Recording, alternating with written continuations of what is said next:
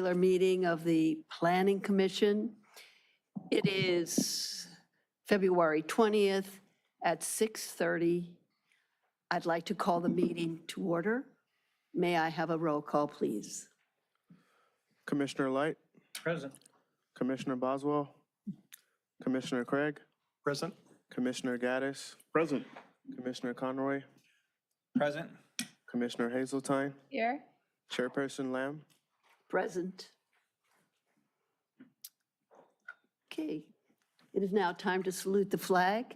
Mr. Conroy, would you like to lead us? Ready? Begin.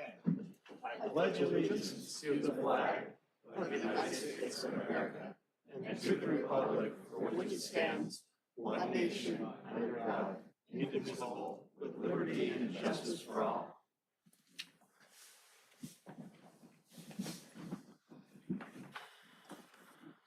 Thank you all. Okay, now we're going to approve the order of agenda. Is there a motion to approve the order of Motion agenda? to approve the order of the agenda. Second. Any opposed? Motion carries. The blue folder items are additional backup materials, which we call for now. They are backup materials to administrative reports and/or public comments received after the printing and distribution of the agenda packet for receive and file. Are there any blue folder items for tonight's meeting? Yes, there are blue folder items for tonight's meeting. Motion to receive and file blue folder items. I'll second that. Okay, all in favor? Motion carries. Consent calendar. Business items, except those formally noticed for public hearing or discussion, are assigned to the consent calendar. The commission members may request that any consent calendar items be removed, discussed, and acted upon separately. Items removed from the consent calendar will be taken up in the excluded consent calendar section. These items remain on the calendar and will be approved in one motion following oral communications. Are there any members of the commission or the public that wish to pull items for further discussion? I hear none. We will approve all the consent items in one motion. Is there a motion to approve consent Motion calendar? to approve consent calendar items. Second. All in favor? Aye. Motion carries. Right. Next up is public participation on non-agenda items. If this section is intended to provide members of the public with the opportunity to comment on any subject that does not appear on the agenda for action. This section is limited to 30 minutes. Each speaker will be afforded 3 minutes to address the commission. Each speaker will be permitted to speak only once. Right. Is there anyone in the public who wishes to speak tonight on non-agenda items?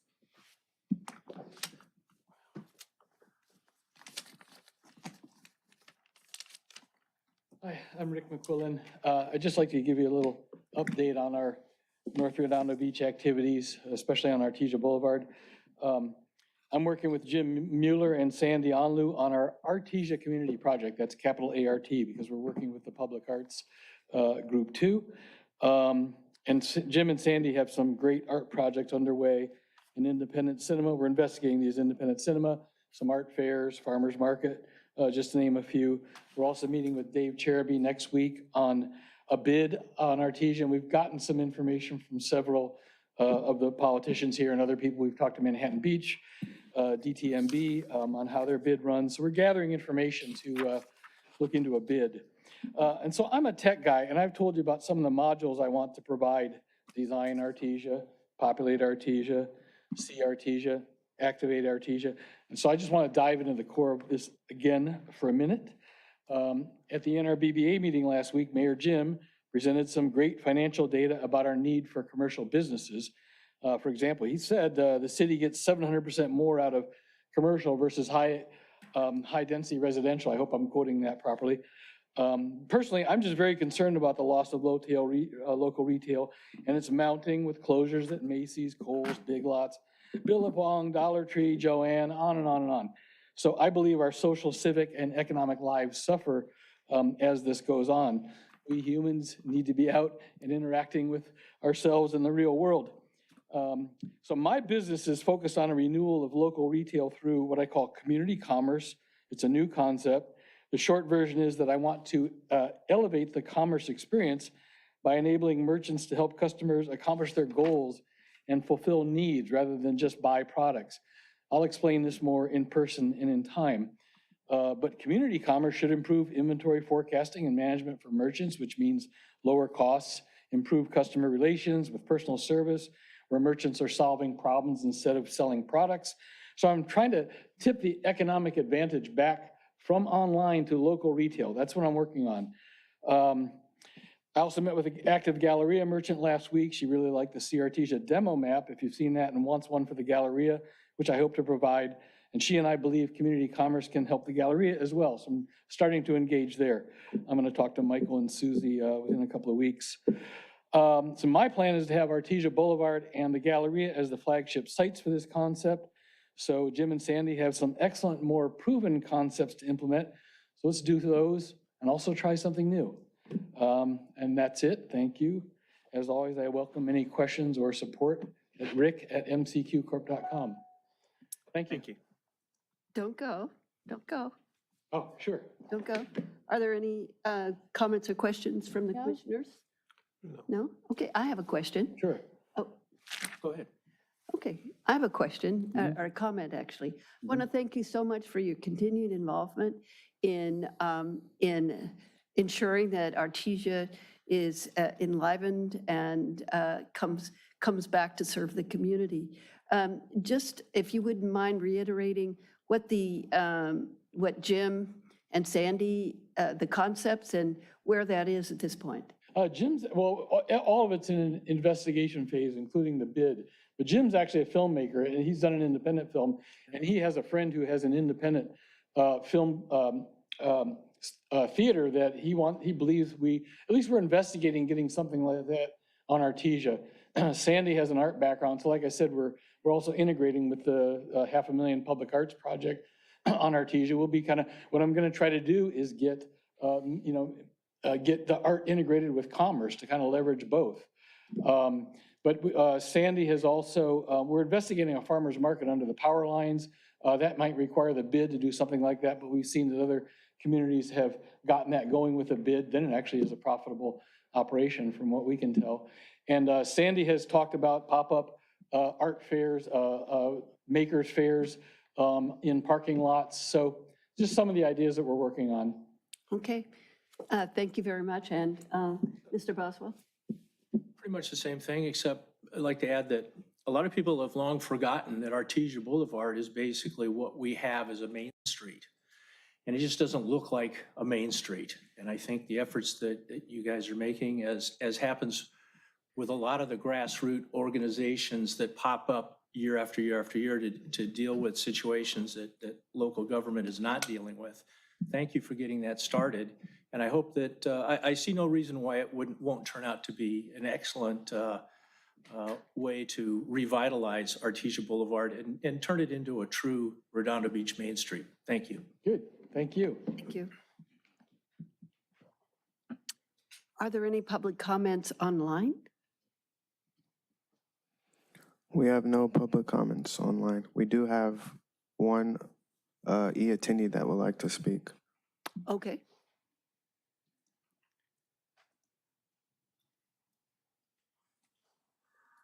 Hello? Hi, this is Holly Osborne, and I haven't followed this as closely as I would have liked. Can you hear me? Yes. Yeah. Okay, Yes. so, This is so. non-agenda. Yeah, I know it's non-agenda. Well, sometimes Okay. I don't know whether I'm asking something on the agenda or not, but I first want to say that I think a movie theater on Artesia would be great. So, but from going to some of the other meetings that I go to, these are sort of fire-related questions, and I don't know if you get to them or not, but are you going to be bound, and you don't have to answer now, but later, about the 5-foot setbacks. And then the other thing I wanted to know, because I just want to make you aware of, is this Board of Supervisors are thinking of suspending RENA in LA County for areas that were affected by the fire. Well, it seems to me all of LA County was affected by the fire, but I just wanted to know if any of you guys were aware of that, so I don't have to do all the research on everything. Okay, thank you, and I want to watch a movie. Thank you, Holly. Okay. Now, We have one more attendee that would like to speak. oh, great. Okay, let's go.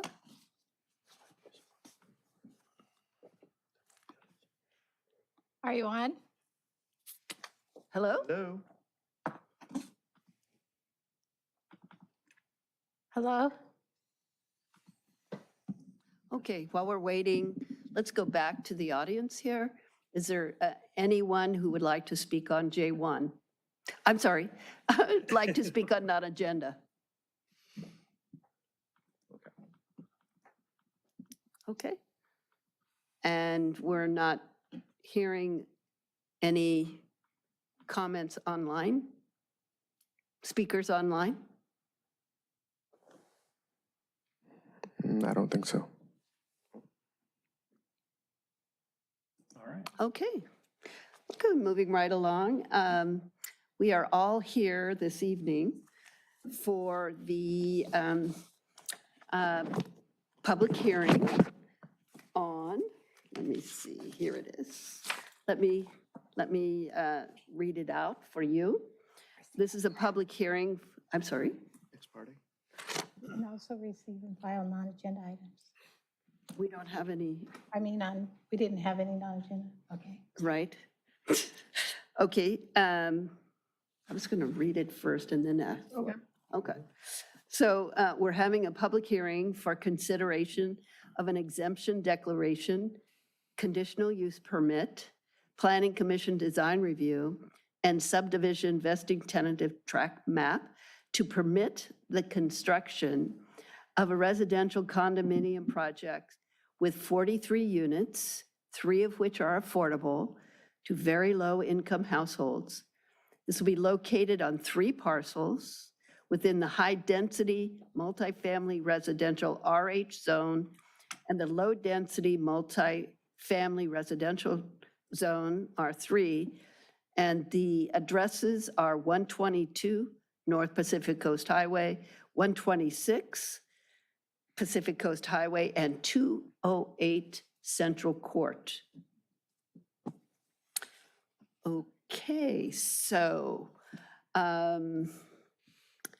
next up, in order for us to have this public hearing, the first thing is that we'd like to ask our commissioners if they have had any ex parte communications, and we'll start with Mr. Light. No, none to report. None. Commissioner Gaddis, members of the general public, and our community development manager, Mr. Weiner. Okay, Yes, Commissioner Craig and Councilman Lowenstein. Mayor Light and Councilmember Lowenstein. Chair Lamb. okay. And for me, I've spoken with Commissioner Hazeltine, Planning Manager Scully, and I have spoken with a member of the proponent, Mr. Shen, and that's it for me. Okay, so let's open the public hearing. Motion to open the public hearing? I'll second that. All 4? Aye. Motion carries. Okay. Director Weiner, will there be a presentation this evening? There will be. Thank you, Chair and members of the commission. Just for the benefit of the audience, my name is Mark Weiner. I'm the Director of Community Development for the City of Redondo Beach. Before I turn this over to Senior Planner Stephen Jang to give the presentation, I had a few words on this item. So in recent years, the state has passed a number of laws pertaining to housing that have really been a game changer for local zoning and local decision-making on housing projects. We've addressed some of that in this report. And really the reason behind it is the state's decided that there is a housing shortage. There is an affordable housing shortage. So they have taken away some local control over housing projects. And it's important to keep that in mind as you consider this tonight. For this particular application, it invokes two state housing laws. One is SB 330, which is the Housing Crisis Act that was passed in 2019. And then also state density bonus law, which has been in effect for quite a while. And SB 330 in particular really limits the city's decision-making on multifamily housing projects. And it's quite a departure from the way that we previously would have reviewed a project. And that's outlined in the report. But basically, it limits the city's ability to deny a project unless it's strictly tied to public health and safety findings that have to be verified. And it also limits the ability of the city to take any action that would reduce the density of the project as well. So for example, if there's a maximum density and maybe envelope size for the building, we would not be able to take a discretionary action that would reduce the density. And then finally, the city is really limited to only applying objective standards to this. And I think the commission's aware of that because in 2023, we recently adopted objective residential design standards. That was done in response to SB 330. And SB 330 actually even defines what objective is, and it basically articulates it needs to be something that's quantifiable, something that's not subjective. So just for the benefit of the audience, an objective standard would be like a setback or height limit or allowed square footage. The subjective standards that we used to apply to these projects would be neighborhood compatibility or building massing. Things are a little more general and subjective. So those are the limitations on the application, and we're going to be able to answer questions on that as the presentation proceeds. And I will say that the Planning Commission's role in reviewing this project is still important despite the state limitations. There are findings that need to be made for the project, and I think there is opportunity for the Planning Commission to try to get the best project possible and to get improvements to it. But it probably, with that said, it is a lighter touch than maybe what the commission would have been able to do in the past. So I just wanted to give that background on state housing law because that's the lens for which we're reviewing this project. And with that, I'll turn it over to Stephen to give the presentation. Thank you, Mr. Weiner.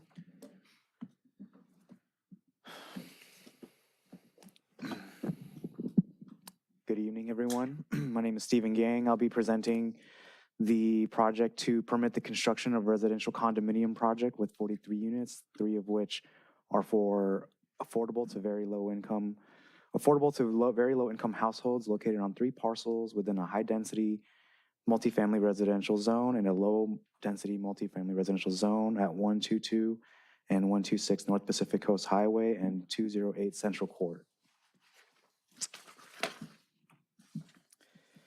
The project consists of the demolition of all structures and parking lots on the site for the construction of the new 43-unit multifamily development. The project contains 3 very low-income affordable units, which are reserved for very low-income households. Additionally, the project also complies with state density bonus law and will be utilizing those provisions to achieve a greater density when concession and waivers related to reduction of development standards. The site is located on the east side of North Pacific Coast Highway between Vincent Street and Emerald Street. The lot is about 1.56 acres. The site is zoned RH2, which is high density multifamily, as well as R3, which is low density multifamily. You'll see that the R3 zone is the smaller of the 2 lots. Properties to the east are zoned low density R3. Properties to the west are zoned high-density multifamily RH2. Properties to the south are also zoned high-density multifamily RH2. And properties to the north are zoned public school facility, which is a local high school currently. On On May 23rd, 2024, the applicant submitted a SB 330 preliminary application for the project. As such, the city must adhere to the processing requirements, timelines, and public hearing requirements for a housing development project as outlined in Senate Bill 330 and related state law provisions.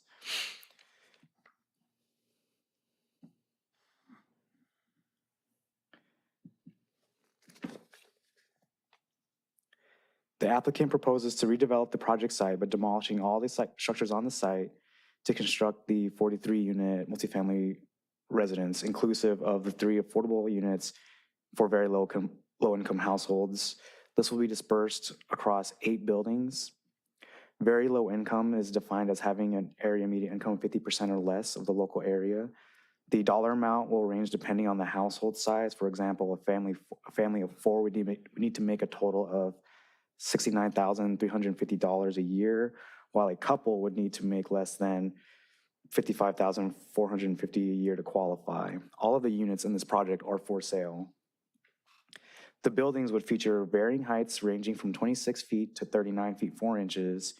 Each unit will have its own 2-car garage attached to the building, while units for buildings 7 and 8 on the R3 lot will contain a mixture of 1- and 2-car garages. Ingress and egress on the site will be provided via Central Court, which is the central alleyway above buildings A and B on this picture. It will remain a one-way access, and a new driveway is also proposed between buildings C and D that will exit off of Vincent Street.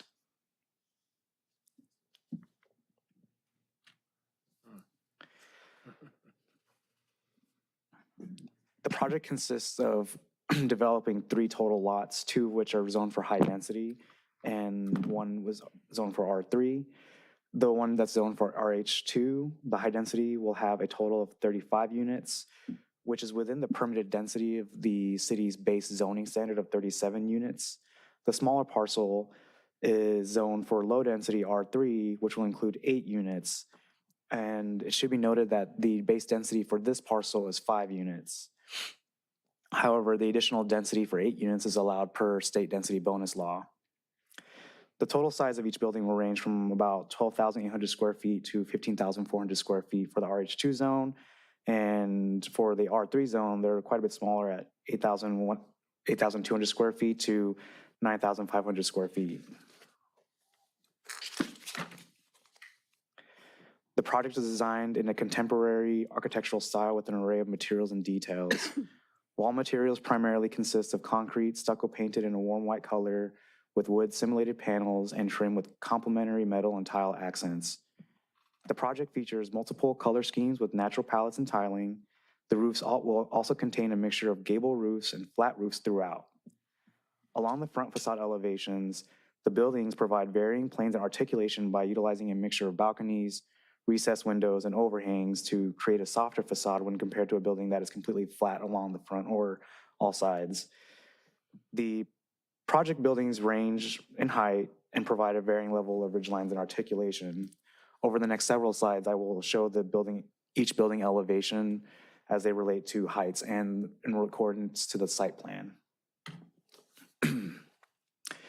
This is building A. The maximum height of this structure is 39 feet and 3 inches at the peak of the tallest roof pitch, and a max flat roof height of 36 feet and 5 inches. The other 3 peaks are shorter than the tallest one in the middle, and they vary between 38 feet to 38 feet 3 inches. On the bottom right corner of each slide, I'll have the site plan and the building highlighted in red. This is going to be directly facing Central Court. So this is the back of building A as it relates to Central Court. This is the elevation that the residences along Central Court currently would be viewing. Due to the great elevation change, the maximum ridge along this back is shorter than the front, about 1 foot shorter on this side. It should be noted that the natural topography for this lot slopes downward east to west. So along Central Court, you're at the highest point of the grade elevation, and along PCH, it's the lowest point. This is building B. The maximum height of this structure is 39 feet and 4 inches at the tallest roof pitch and 36 feet and 2 inches at the flat roof. The other peaks will vary between 36 feet to 38 feet. And this is going to be the backside of Building B. This is the elevation that the residences along Central Court will also be viewing. The maximum building height on this side is 37 feet 9 inches with a flat roof height of 34 inches, or 34 feet and 8 inches, about 1.5 feet shorter on this side compared to the front elevation just due to the grade change.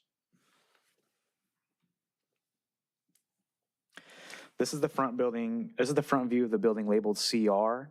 The C labeled buildings are in between the two major buildings on the larger parcel between Central Court and North PCH. This building is set into the grade, which results in a much shorter building height compared to the other buildings, despite it still being a 3-story building. The building features 2 large roof peaks and 2 shorter peaks on the sides. The max height of this structure is 36 feet 11 inches with a height of 26 feet for the flat roof. The shorter roof peaks range from 28 feet to 30 feet. This is building C, which has similar features to the previous building we just went over, featuring 2 prominent taller roof peaks in the middle and then 2 smaller ones on the sides. The maximum roof height of this building is going to be 36 feet and 3 inches, but the flat roof is at 25 feet and 3 inches. Each of these elevations will show a dark line on the very top that indicates the base zoning height allowed per the zoning district. So you can see on this one, it just barely peaks over that base height limit for the peaks, but the rest of the building is shorter. This is the front elevation for the building labeled DR, which is directly facing North Pacific Coast Highway. The maximum structure height is 32 feet and 9 inches with a flat roof height of 28 feet and 6 inches. This building is also set into the slope, which is part of the reason why the maximum roof ridges are lower here, since it follows the natural slope of the roof. And this is building D, similar to the previous building. This one's also set into the same grade at a lower maximum overall roof height, except where the grade meets Vincent Street. It's kind of hard to see, but on the bottom left, you'll see how the slopes towards the street more. And so this will result in a taller overall height on this side. The maximum height on this structure is going to be 36 feet and 6 inches, as indicated on the left part of the building. And the flat roof is 31 feet and 8 inches. This is the front elevation for one of the 2 buildings on the R3 lot. Originally, these buildings used to feature a pitched roof similar to the previous buildings, which resulted in a significant increase in height. But after the initial public comment or the initial public notice in January, that ultimately led to it being continued to tonight's meeting.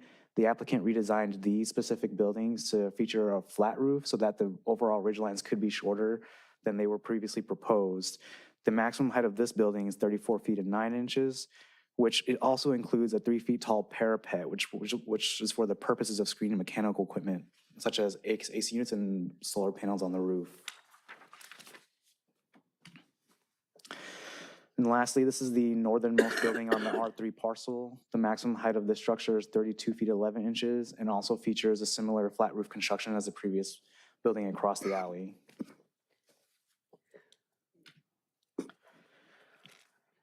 State density bonus law is a state mandate that allows housing projects to meet the requirements of state law and to receive an increase in maximum density permitted and other benefits such as waivers and development standards.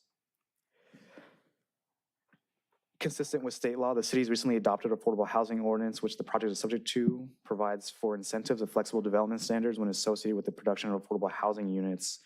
The maximum base density for this project site is 42 units among for both sites.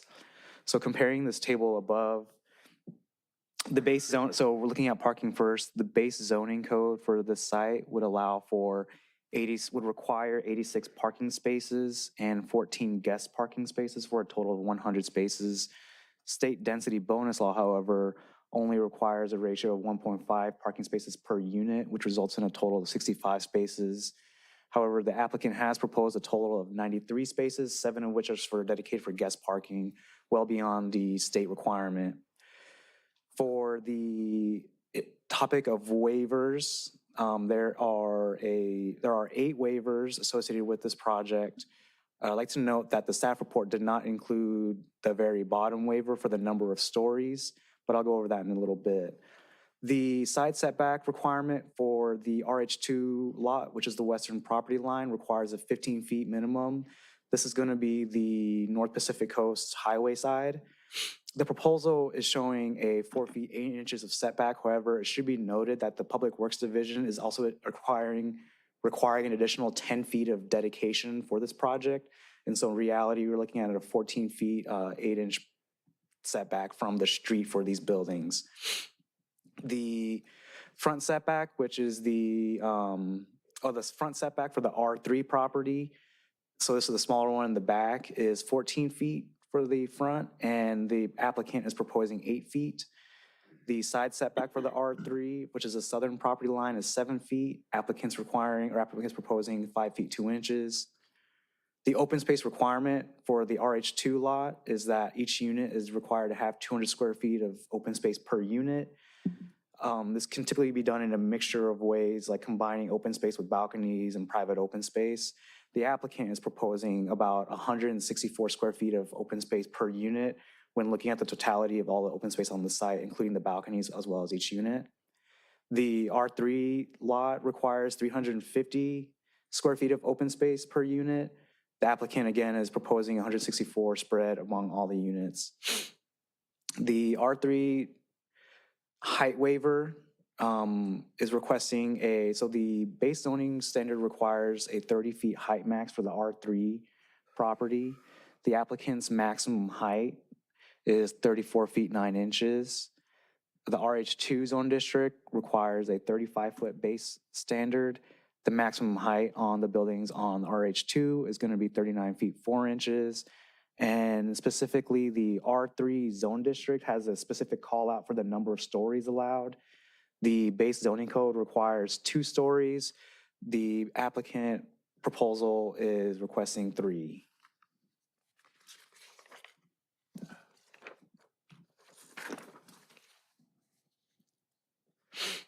Staff is of the opinion that the proposed use meets the criteria for a conditional use permit. The property is adequate in size and shape and conforms with the city's general plan and housing element. The existing driveway provides adequate access for the property and development and will not have an adverse impact on traffic, air quality, and noise as indicated by the 3 studies for this project. There is enough parking on site to accommodate all residences and complies with state density bonus law requirements. Additional conditions have been added to detail requirements with the fire department and the Public Works Department to comply with fire access and circulation around the site. Using the objective design regulations adopted by the City Council, the project meets the requirements for Planning Commission design review for the following reasons. The property will preserve mature existing trees, or the Planning Division will require replacement of a 2-to-1 ratio of any trees to be replaced, mature trees. The building incorporates grading when possible to reduce the overall heights of the proposed structures. Pedestrian pathways are also proposed to allow for circulation in and around the site. The common open space is consistent with the city's outdoor living space requirements, as it will allow the use of passive open space areas by all residences of the project site.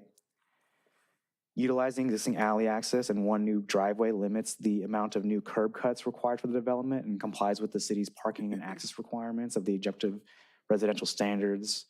Variations on setbacks, height, materials, and other architectural features are incorporated throughout the project, and landscaping will be required to be native and drought tolerant in accordance with the city's landscape regulations. The project is categorically exempt from the requirements to prepare additional environmental documentation per SEQA guidelines, section 15332. The class 32 exemption is applicable to the project as an infill development. Since it meets the above conditions, these 5 conditions are also supported by the 3 studies provided by the project applicant.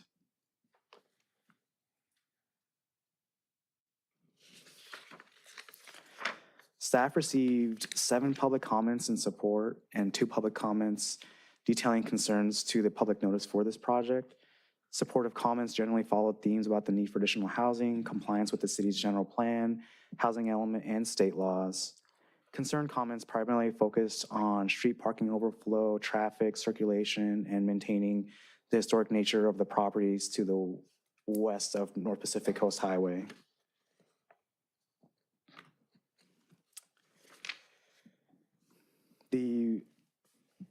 Since the report was published last week, the resolution and conditions of approval were also updated by the Public Works Department to incorporate additional conditions, some of which are related to concerns raised by the public. These include things such as providing an ADA accessible path of travel along frontages on Pacific Coast Highway and Vincent Street, drivers turning off of the private driveway onto Vincent Street are prohibited from making left-hand turns onto North Pacific Coast Highway. With signage. In terms of parking is prohibited south of the private driveway or west of the private driveway towards North Pacific Coast Highway. And the applicant will be required to provide a storm drain easement across Central Court. And this condition highlights the 10-foot easement I called out earlier along North Pacific Coast Highway for the Public Works Division.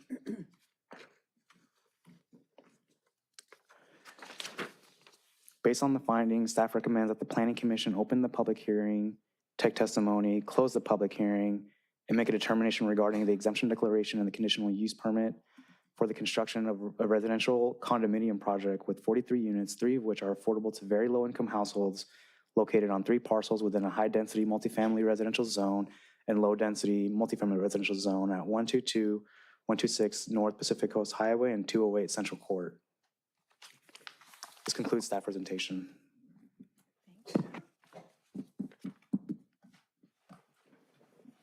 Okay, thank you, Senior Planner Jiang. Now, next will be an oath taken by the proponent. So any of you who wish to speak of the proponent, you can stay right there. You can stay there. Do you promise to tell the truth, the whole truth, and nothing but the truth? Thank you. Would you like to give a presentation? Yes, I would. Thank you. Okay. Go ahead. Good evening, Chair. Jamal, can you switch it to my? I'm sorry? She's queuing up the presentation. Great.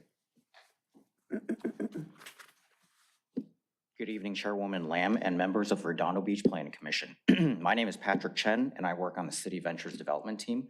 I'm really excited to present our proposal tonight for 43 single-family attached homes to this city, which will create much-needed for-sale housing for families and individuals. If you have any questions, I'm very happy to go back at the end of the presentation. This project aims to address the growing demand for housing in this vibrant coastal community. Redondo Beach is a very desirable place to live, and the development will contribute positively to the community fabric. City Ventures generally focuses on infill for-sale housing, and having this site next to Pacific Coast Highway here in Redondo Beach has been a priority project for our company, starting from me and all the way up to our CEO, who has also been very heavily involved in the design. The property is in the Civic Center corridor and will ultimately enhance the community and the city. Next slide, please. In the audience are members of the design team who are happy to answer any technical design-related questions after the presentation. Next slide, please. As an introduction, the company was formed in 2009. The company's principals have many years of experience working with urban infill development throughout the state. We specialize in for-sale housing. We're headquartered in Irvine, and we've also previously built projects in coastal cities such as Oceanside, Long Beach, Goleta, Carlsbad, Dana Point, and Santa Barbara. This slide shows some of our, This slide shows some of our past projects and then also different types of styles that were done in these cities. Next slide. The site is outlined in red, located at the southeast corner of Pacific Coast Highway and Vincent Street, and encompasses 1.67 gross acres total. There are commercial businesses and the St. James Community Campus nearby. Redondo Union High School is right across the street, and then there are also single-family homes and apartments nearby. Next slide.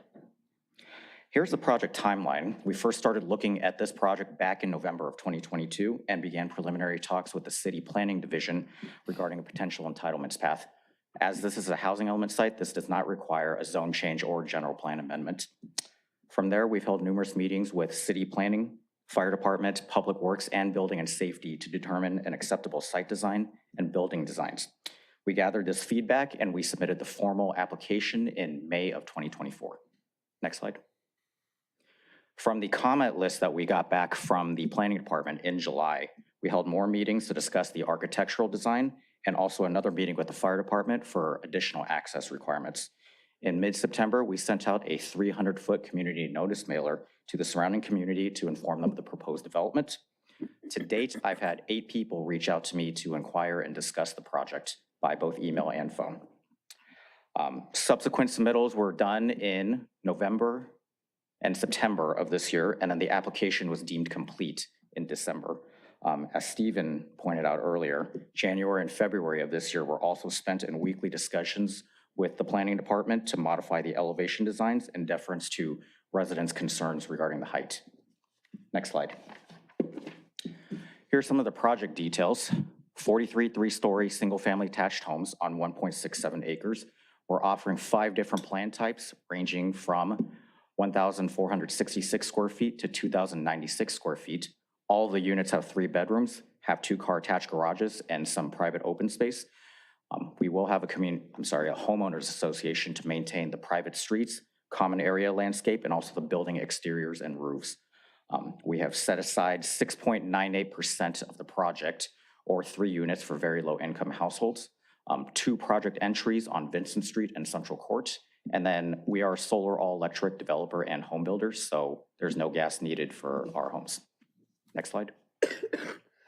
Here's the proposed site plan outlining what I previously mentioned, showing the 2 project entries off of Vincent Street and Central Court. The 2 rows of homes near Pacific Coast Highway are accessed by the Vincent Street entry. Next slide. This shows our proposed street scene and elevations from Pacific Coast Highway, but we have worked pretty hard to design a product that will have a presence next to Pacific Coast Highway.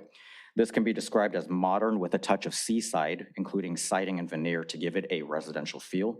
The pitched roof profiles were designed to mimic the traditional gable end and also more of a contemporary feel.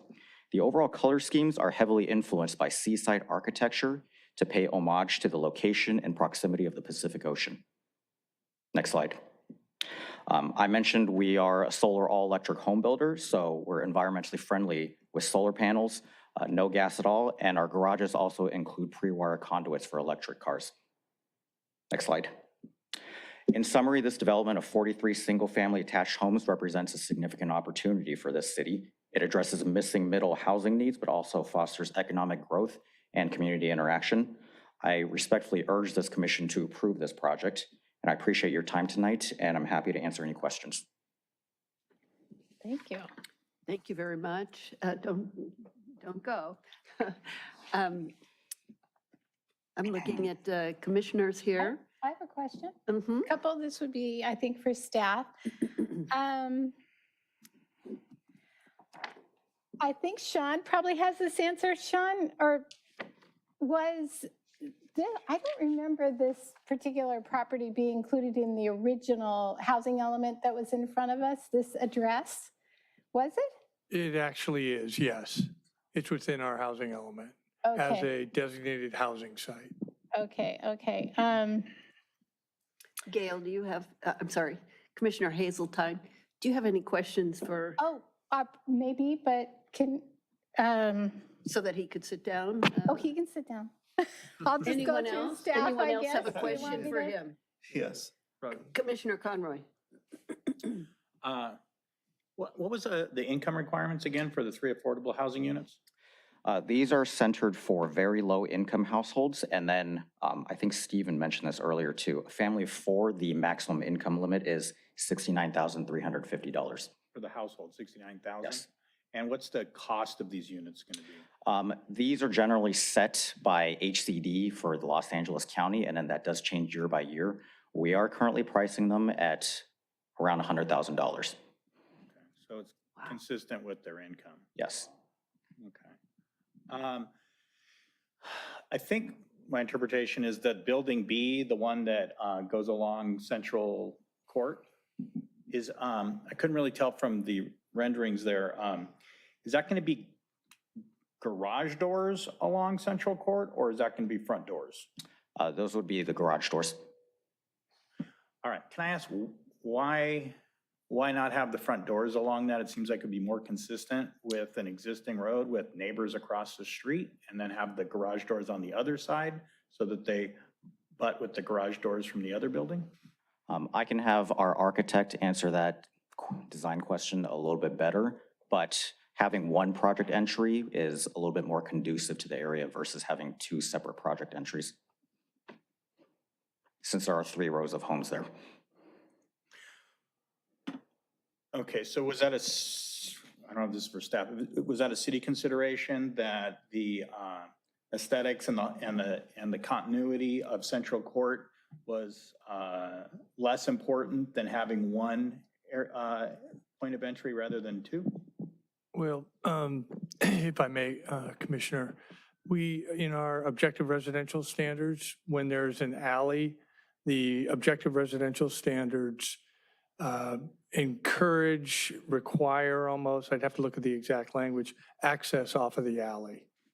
So we prefer to have access off the alley so we can preserve, lessen the number of curb cuts that would access a property. And this, by doing this, then we only have the one driveway on Vincent. So it's consistent with those standards in the objective residential standards. Could we see the rendering again to get a visual of that? For the, I think the elevation. Actually, this one we have does to the trick, I switch. think. Well, that's what I'm talking about on Central Court. So it's just going to be a big wall of It's a shared driveway. garage Garage doors. doors. Yeah, big face. Okay. And the front Any more? exit is out the back on the alley, the front door?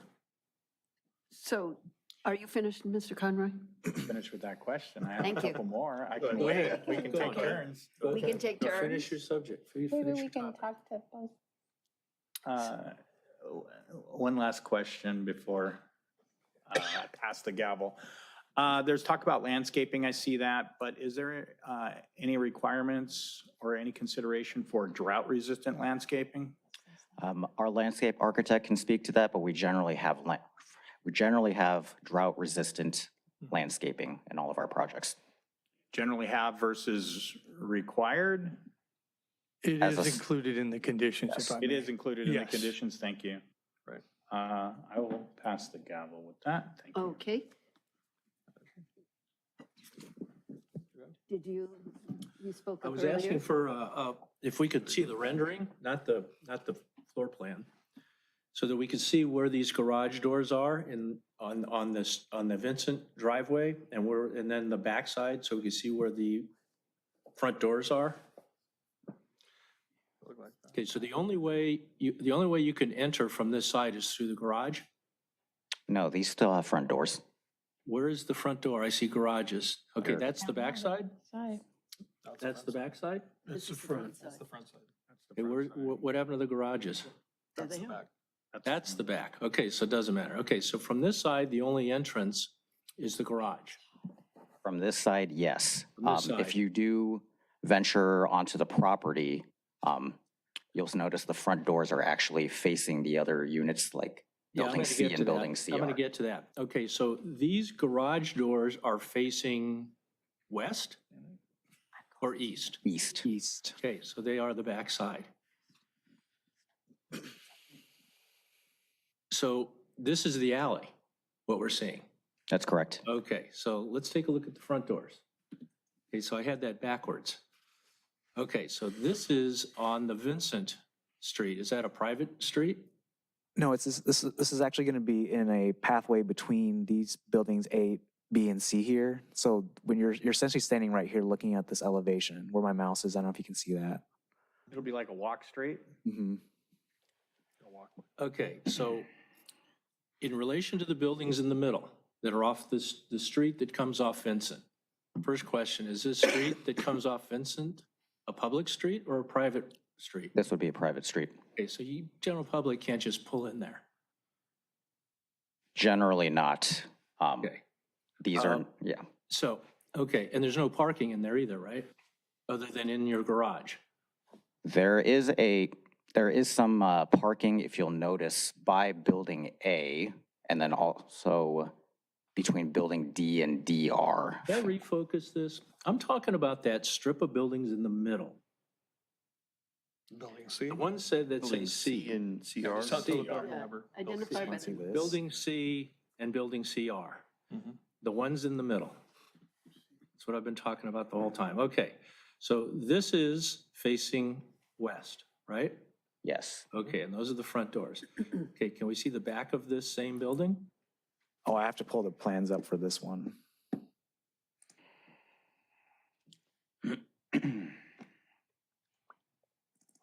Actually, let's see where we can go. Oops. Sorry.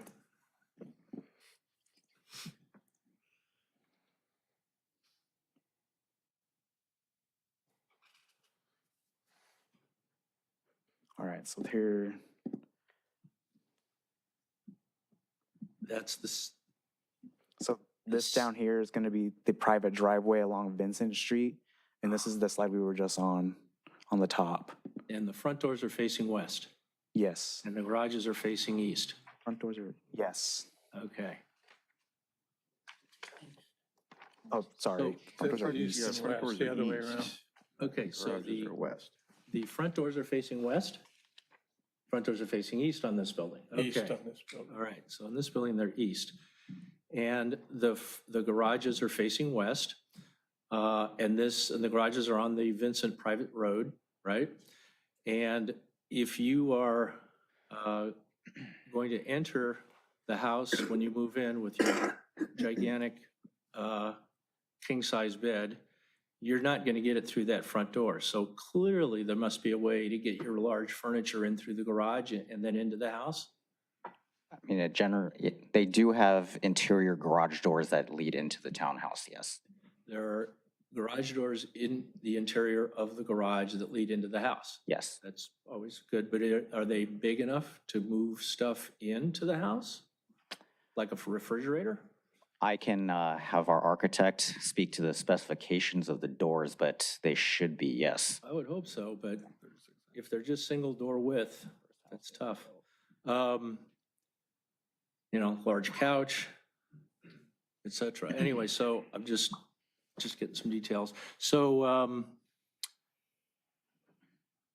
Mr. Boswell, yeah, could you hold your other question? no, this is my only question. Oh, okay, And so we're I'm at, pretty much done. okay. Okay. All right, thank you. Let's move back over here. Okay. So let's go back to the overhead view that we had up here before. There we go. Okay, so we have this, I don't, is there a proposed name for this private street off of Vincent that we can sort of refer to it as something other than just the street off of Vincent? I haven't given any consideration to that yet, but we can certainly talk about a name tonight if you'd like. Okay, will that be a gated entry or? It will not be a gated entry. Okay. And you mentioned a second ago something about a parking space on the very south, or some sort of parking that's at the very, the question came up whether there was parking on this street, and you said, well, something to the effect of, yes, there is. Not on this private street, what I was referring to, and then this would be the building over here Oh. adjacent to Oh, Central okay, Court. so that's a different, okay, different little private street over there, okay. Okay, so there's no parking on this street. So people pull in and out of garages, basically into the street, and they enter, it says entry, but they enter and exit onto Vincent, and there's no left turn onto Vincent. That's correct. Okay.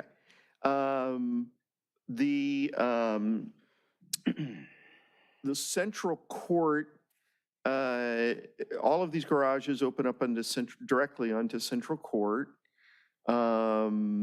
which is clear to me now, actually. I earlier in looking this over, now I understand how that works. There was a statement earlier during the presentation that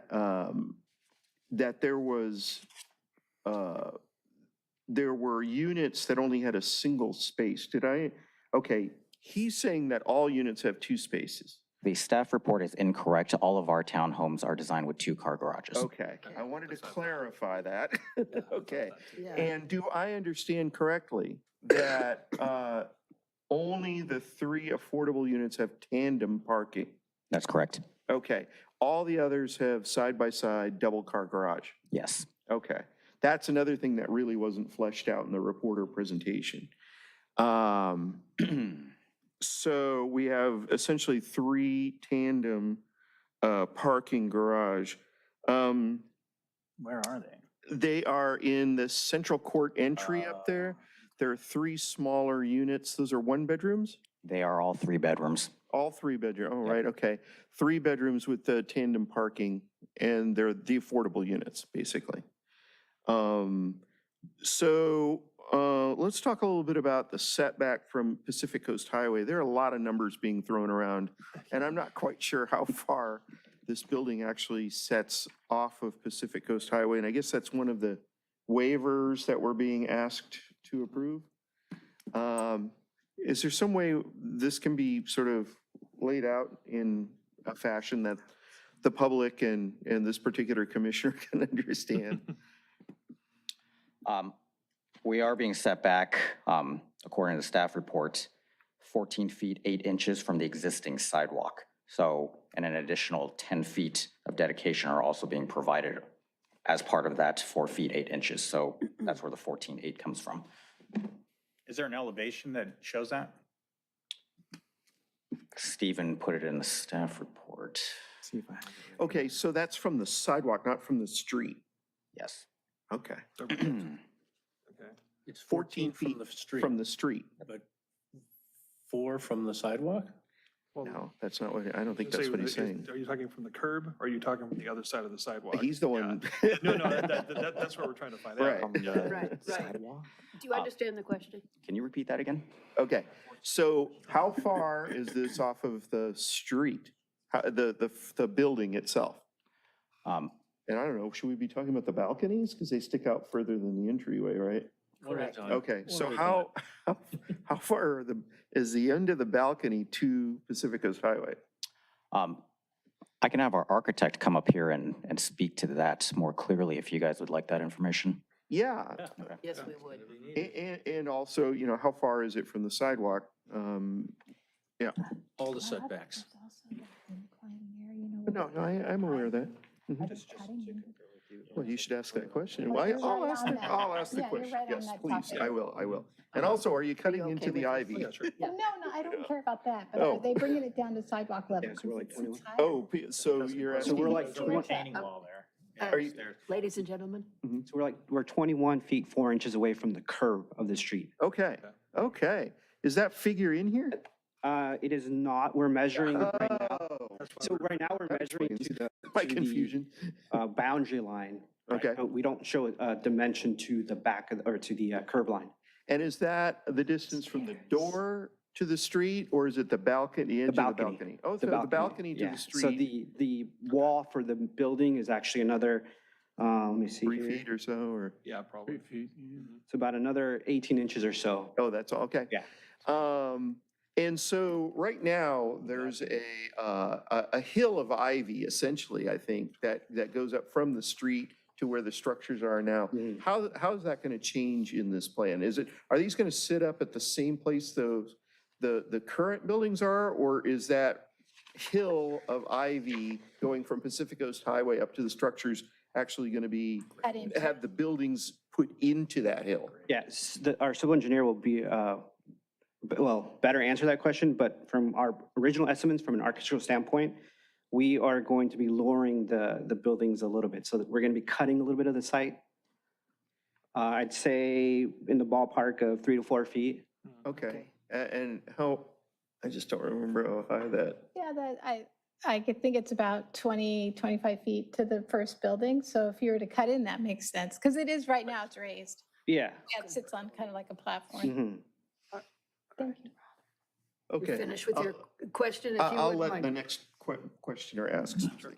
I had a question regarding the affordable units with regard to I know sometimes when you designate affordable units in a complex, it's not in perpetuity. It's for a period of time, sometimes it's 5, 10, or 20 years. I've seen in projects. Is that similar to this situation? Are they're going to be deeded that for only 20 years and they go to market rate after that?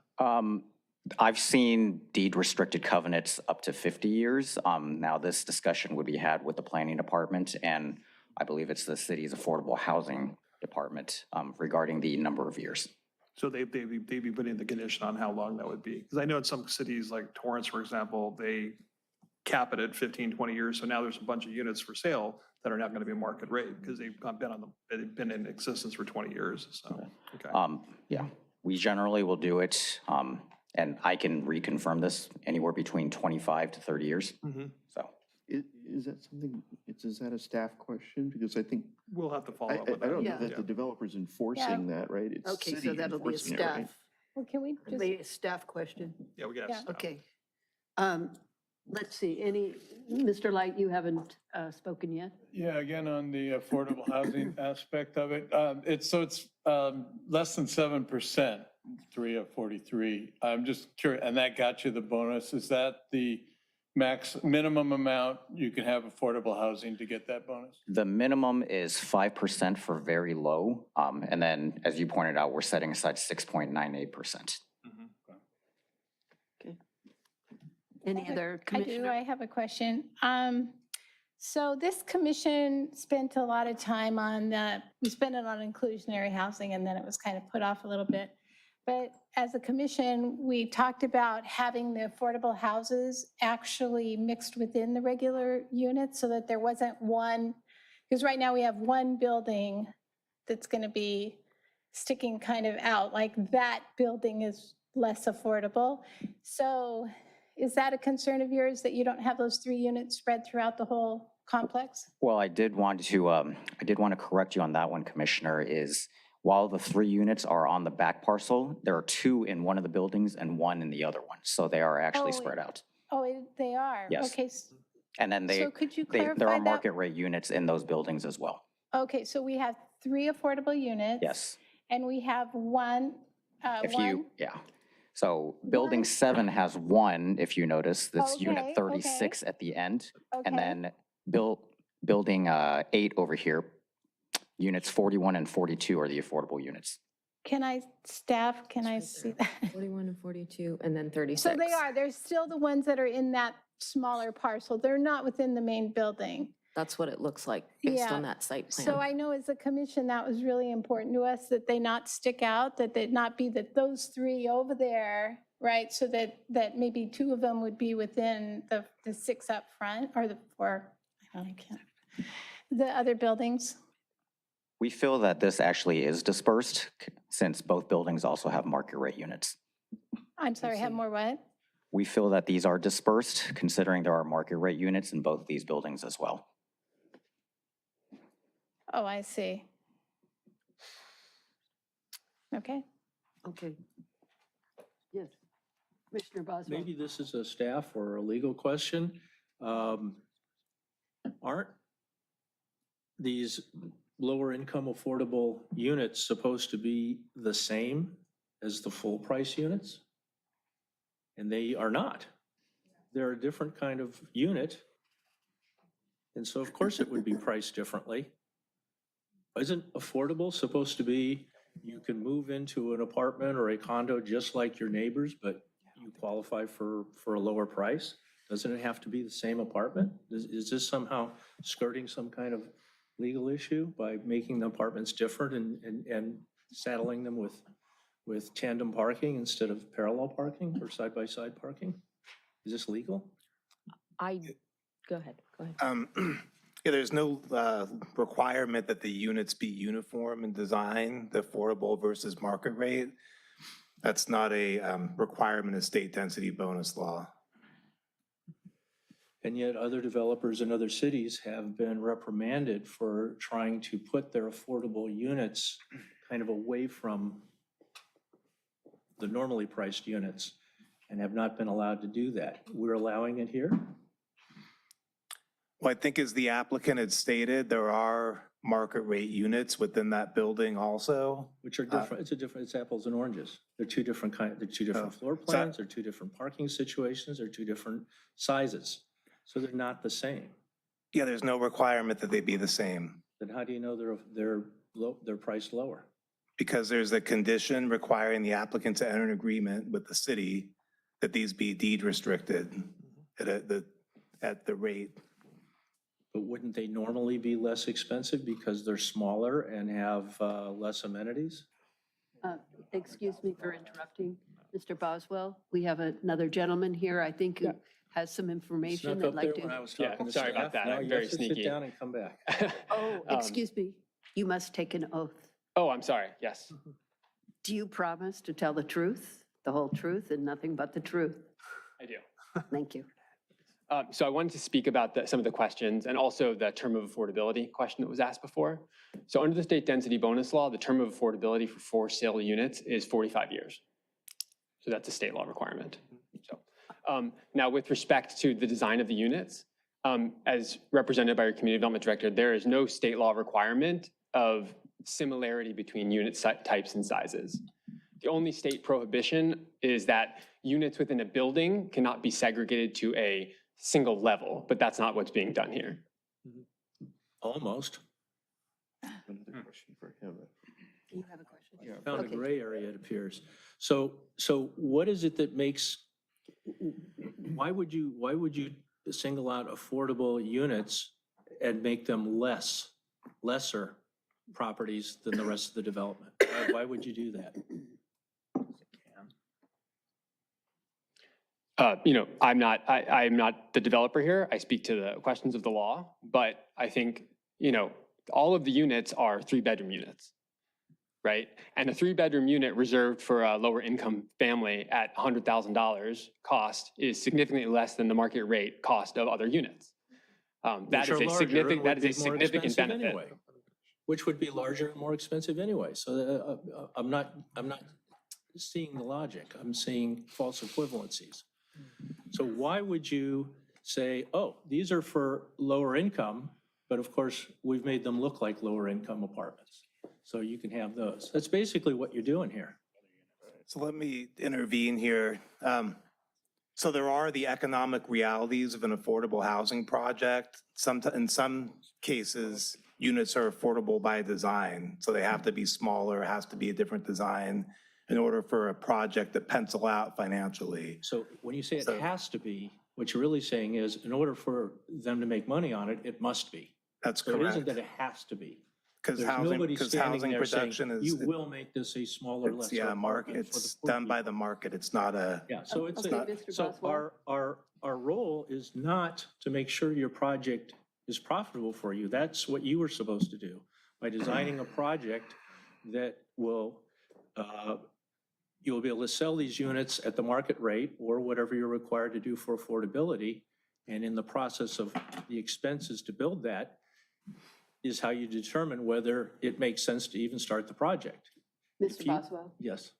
I'm not seeing a question here, so I'm going to ask you to pause for a moment. And we'll move over here to I have Mr. another Gaddis, question who has a for, question. I have a question for our legal expert here. Yeah. You seem to be well-versed in the requirements of this affordability. Is there a prohibition on the purchaser of the affordable unit from turning right around and renting it out at market rates? Yeah, so there are a lot of state law requirements about buyers, including that if they sell it and it has increased in value, I'm trying to think about the way to say this most simply. The delta between the purchase and sale price actually goes back to the city to then be used for a component of other affordable housing projects. So the thing is forever being sold at $100,000? No, but through the market, the affordability level will change. But if an affordable owner that buys the project then sells the unit at a higher price, they don't get to retain the reward of that sale, for example, right? Right, but But it's it the will per- still be deed restricted at the level set by the state. The Okay. state sets the Okay, affordability level. and the purchaser, the second purchaser, also has to meet the Correct. low Yes. income The- requirements. The units are deed restricted for 45 years to only be available to those of very low income as defined by the state at a purchase price also defined by the state. Right. And whoever's holding the unit at the end of 45 years can then sell it at market. Yes.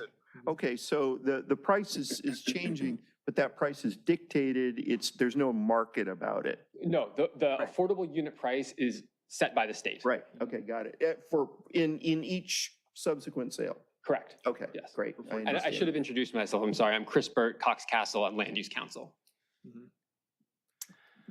Okay, So Chair Lamb, I want to note that we do have someone with the city attorney's office. It's with us virtually, Diana Virat. She assisted with the staff report and helped prepare this item. So she's available on the city side to answer legal questions pertaining to housing. thank you very much. Yeah. Yes. So I'm looking on each side here. Mr. Conroy? All right, so the proposed setbacks are less than the zoning code minimum. There's less open space than the code minimum.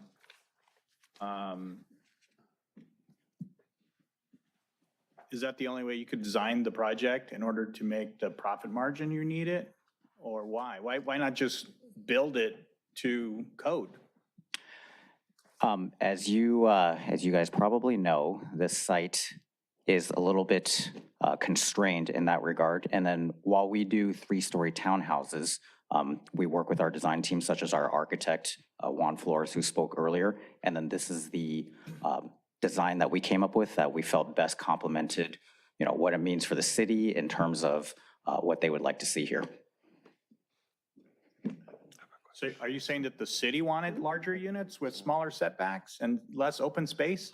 No, we ourselves did that. However, we worked hand in hand with the city planning department to figure out the best project that would be acceptable here. What? It seems you could have built to code and still build. All right, last question. Pacific Coast Highway, is that considered a high-traffic corridor that provides a developer with any additional incentives to build there? It is a high-traffic corridor. I don't know if there are any additional incentives for building. You said next to Pacific Coast Highway?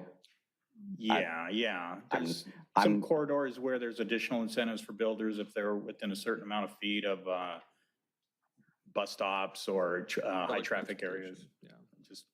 I'm not aware of any additional development incentives in play here for that. Based on the location. Yeah. Thank you. Yes. I had a question regarding, in our blue folder packet, we had a letter that was submitted from residents in the area. I think there's 500 Emerald homeowners, so I guess there's some historic homes in the area. They mentioned in there that they had discussed some solution with you with regard to parking, and I had a question about that. I didn't quite understand what their solution was that you guys had worked out, like a parking pass thing or something, or? From my conversation with, I believe it was Mr. Goldman, this conversation consisted of seeing if the city planning department would be willing to do permitted parking.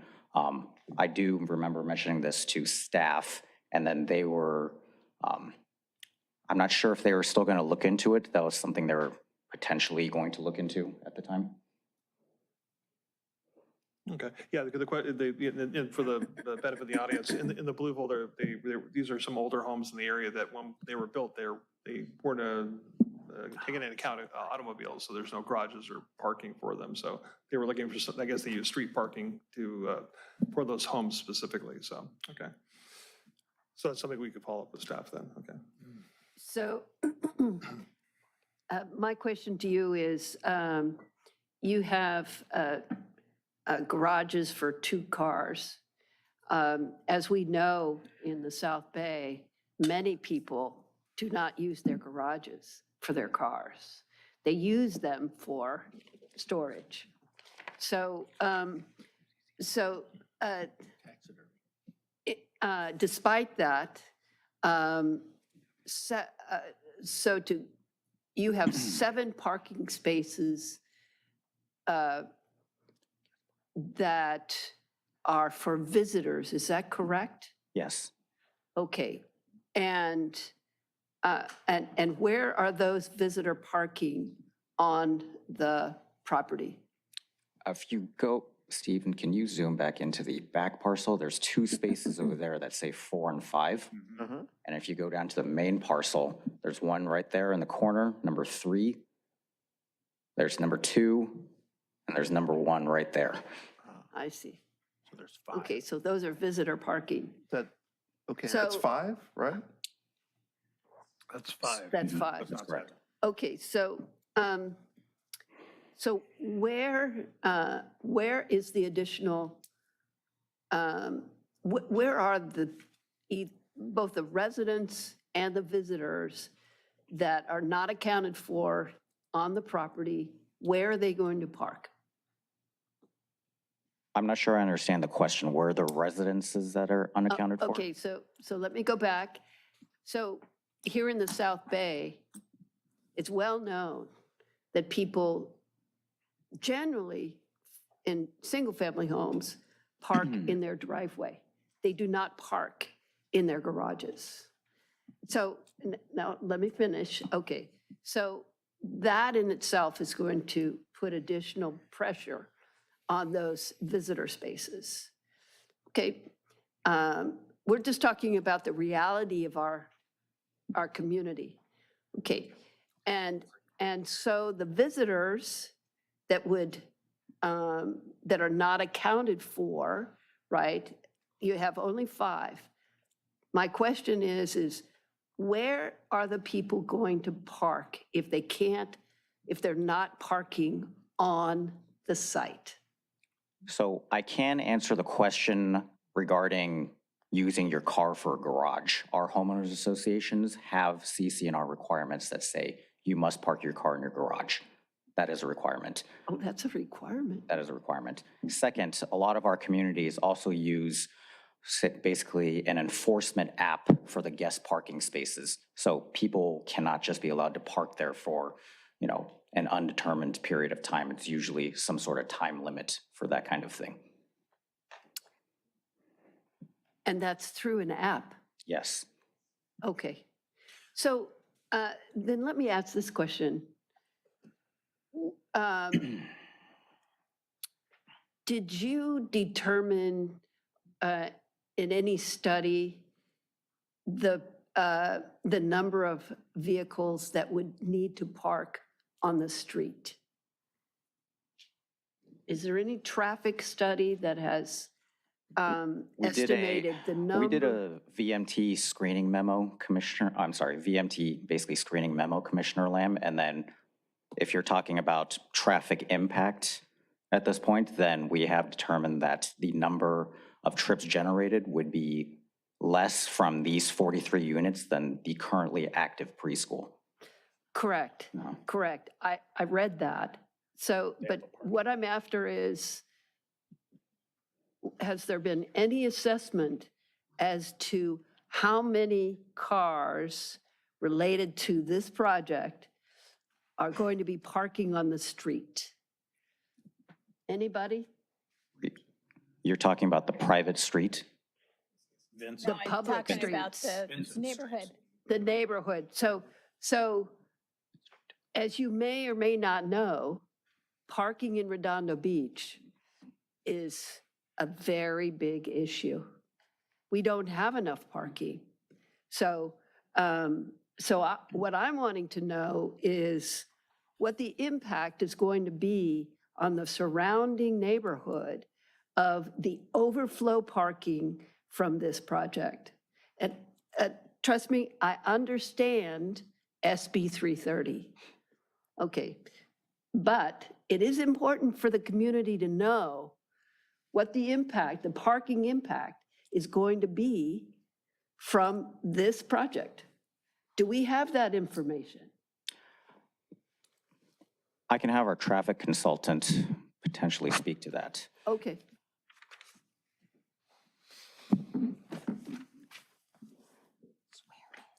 Oh, yes, yes, yes. You must swear. Do you promise to swear to tell the truth, the whole truth, and nothing but the truth? Thank you. It says here, there are 93 spaces. Good evening, Planning Commissioners. I'm Abby Powell. I'm the transportation planner on this project. So for a parking study, as the property has proposed parking in the garages, we screened out for VMT, there was no additional requirement to do a parking study. So the streets for overflow parking were not studied as a part of this project. And unless it's analyzed, we won't be able to answer that question. But per the guidelines, traffic study guidelines, we screen, and if, you know, a project generates less than a certain amount of trips, it's not really required to do those kind of studies because the effect of traffic on the neighboring streets is not significant enough to require those studies. Okay, so let me see if I have this correct. So the parking, you're saying that the requirement for a parking study is related to the traffic study. Is that correct? The traffic That didn't impact, reach the threshold. yeah, the traffic impact guidelines do not state this requirement. That would have to be an additional requirement if the city requires it. But per the guidelines of the traffic impact analysis study guidelines that the city provides, if we screen from a VMT analysis, we don't really need to do those kinds of analyses.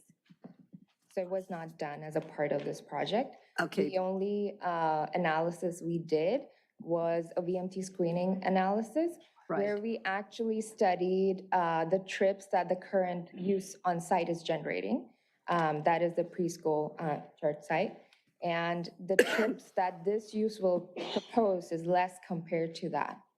That's what we studied. So it's kind of in the negative, such that the experience of traffic on the street is not, it does not need additional analysis. In terms of parking, I understand what you're saying. I think where I disagree would be the relationship between VMT and parking. And, but what I understand that you're saying is that you're not required. Yes, that would because have, state law, right? it would have to be required by the city staff. If they had asked it, then it would have been done. Then it would be done. Yeah, Okay. but we were not required as a part of our study to do it at this point of time. Okay, well explained. Thank you, I appreciate that. And we have another Follow-up question. for you. So this 43 units at 3 bedrooms each, right? Yes. And each bedroom could reasonably house 2 adults or 2 driving age people. Yes. So that's 258 vehicles, of which you provide a certain number of parking spaces. What is it, 80? Actually, I'm unclear as to how many 93. parking spaces It's there are. We'll get to that. Okay. If Okay. it's, even Mr. if it's- Conroy has the even- floor. Even if it's 93, we take that out, that's still 165 vehicles that are going to be added to the surrounding streets. Do you agree? Does that sound about right? That sounds like a lot of vehicles when I don't believe there's any parking that's going to be provided on Pacific Coast Highway, nor is there any parking that's going to be provided in that central court. So that's all going to be along that short strip of Vincent Street. Am I wrong? You are not wrong. Okay, so that sounds like a lot of additional parked vehicles there. I see that there's currently parallel parked vehicles there. That's not going to house nearly enough. So I'm just curious, I guess for city staff, for you, why, based on where we're going to put 165 cars, why there was not a requirement by the city or an analysis done by you? And if there was, or could there still be diagonal parking like there is on the northern side of Vincent Street to at least add a few more parking spaces there? So Commissioner Conroy, I'd like to address that question. The Municipal code provides a certain number of parking spaces required for this many housing units. That's 100 spaces. It doesn't require that we do additional parking studies to evaluate what the potential overflow could be. It's just not part of our process, and that's not typically part of the process for residential use. In this case, 100 is required by the code. They're proposing 93, 7 have been reduced due to the density bonus law. But it's really a matter if the city would like to consider evaluating what the potential impacts would be to the surrounding neighborhood due to parking, we would really have to formulate something in the code and have it be one of our development standards and a requirement, but it's currently not. And is the diagonal parking a consideration or not? Is an alternative to what they're proposing? No, in addition to what they're proposing, I'm just saying, even if it can add 5 to 10 more spots along Vincent, I would say if there's an opportunity to condition the project to require some more parking, that's an option potentially. However, with any condition the Planning Commission imposes on the project, we really are not able to take any action that would reduce the footprint of the buildings or the square footage. So I don't know if there's a creative solution to be able to provide additional parking on the site, but maybe that's something the applicant can speak to. Mr. Craig. Go ahead. Mr. Craig? With regard to the parking, and then last night I attended a Zoom conference call with Councilmember Todd Lowenstein, who was in District 2, which is right by the high school. And they had several traffic engineers at the meeting, and they were talking about the significant problem they have right now with traffic, but basically traffic coming up Vincent for dropping kids off at school, also Diamond, and they had a whole complex analysis that they were going through on that. And it was pretty in-depth, and they were kind of trying a whole bunch of different things just to minimize the really serious problem they have over there, because that's a main hub for everyone dropping their kids off from all over the city of Redondo. That seems like it would have direct interference or interaction with any of the traffic is here, and also with parking. I guess the question is, is that something that we could be looking at? Because it seems as though it's already going to aggravate an existing problem that hasn't had a solution. There was a lot of angry residents on the call just to talk about what's there now. I can just imagine what's going to happen with these additional car trips there. If I may. Yes, you may. Question. So preschool in general during the drop-off hours do have very heavy traffic. And we are talking about commuter peak hour, when people are dropping kids to school, it's basically between, the 7 a.m. and 9 a.m. window. But because we took counts, we can speak to this with confidence, because we did traffic collection at the site, the existing site, and we noted 237 daily trips at the site. And in the AM peak hour itself, there were about 79 trips. So in that range, there were 79 cars visiting that site, dropping off kids and leaving. And that in the PM peak hour, that would be a 4 to 6 p.m. window. It's much lower. It's 14 because staff is leaving and kids have left. But in case of a residential project, the peak hour, and we have confidence in this data because of residential data, there's a lot of surveys. So for the number of units being proposed, the peak hour is actually 17. So the experience of traffic during these commuter peak hours is going to be much less than what is being experienced on the site right now with the proposed project.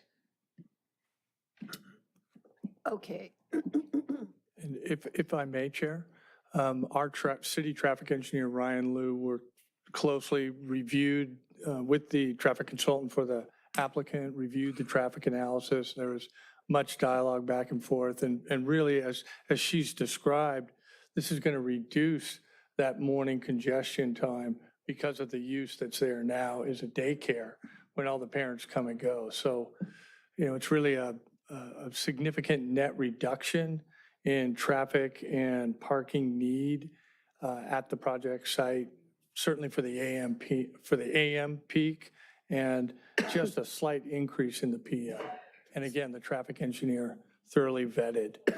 Just for clarification, I'm hearing you say that during these pickup drop-off periods, right now, there's simultaneous school and preschool, correct? Correct. And the numbers are, these numbers are higher than the numbers that would occur when this was fully occupied. That's Is that correct. correct? That's That's what correct. you're saying. Okay. Let me, we have some more Yeah, I did. questions. I have a question. Something was added, which was a no left-hand turn in the blue packet. So that's actually new, because what that's going to do is move traffic into the neighborhood. Whereas before, the residents were probably thinking, oh, well, people would be turning left out of the area. But you really, I mean, I could see why they would stop it. You turn left and there's a car, there's so much traffic on Vincent and PCH during rush hour at 8 o'clock, it's crazy. So I can see that that wasn't going to happen. But to me, that's a real concern for the people that live in that area. Now they have traffic moving into their neighborhood that, they probably weren't anticipating, and they probably didn't know that that left-hand turn, no left-hand turn was implemented there. So that's a concern. Yes, Mr. Boswell. When did you do this survey? We can have. Between the what date. dates? Yep. May of last year.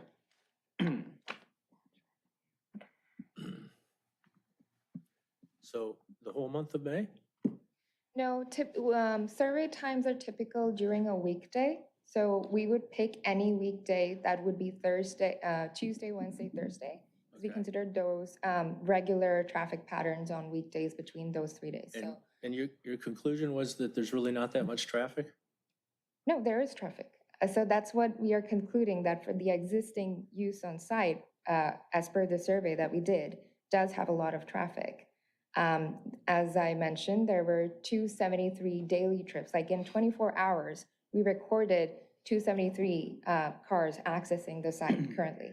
Accessing what? Accessing the current site, Going into this site? in Okay. and out, All right. total.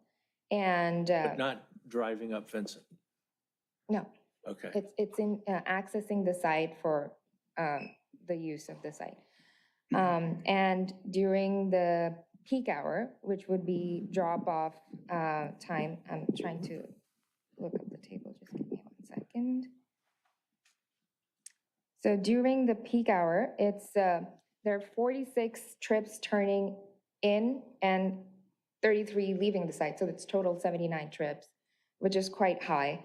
And 46 went in, but only 33 went out?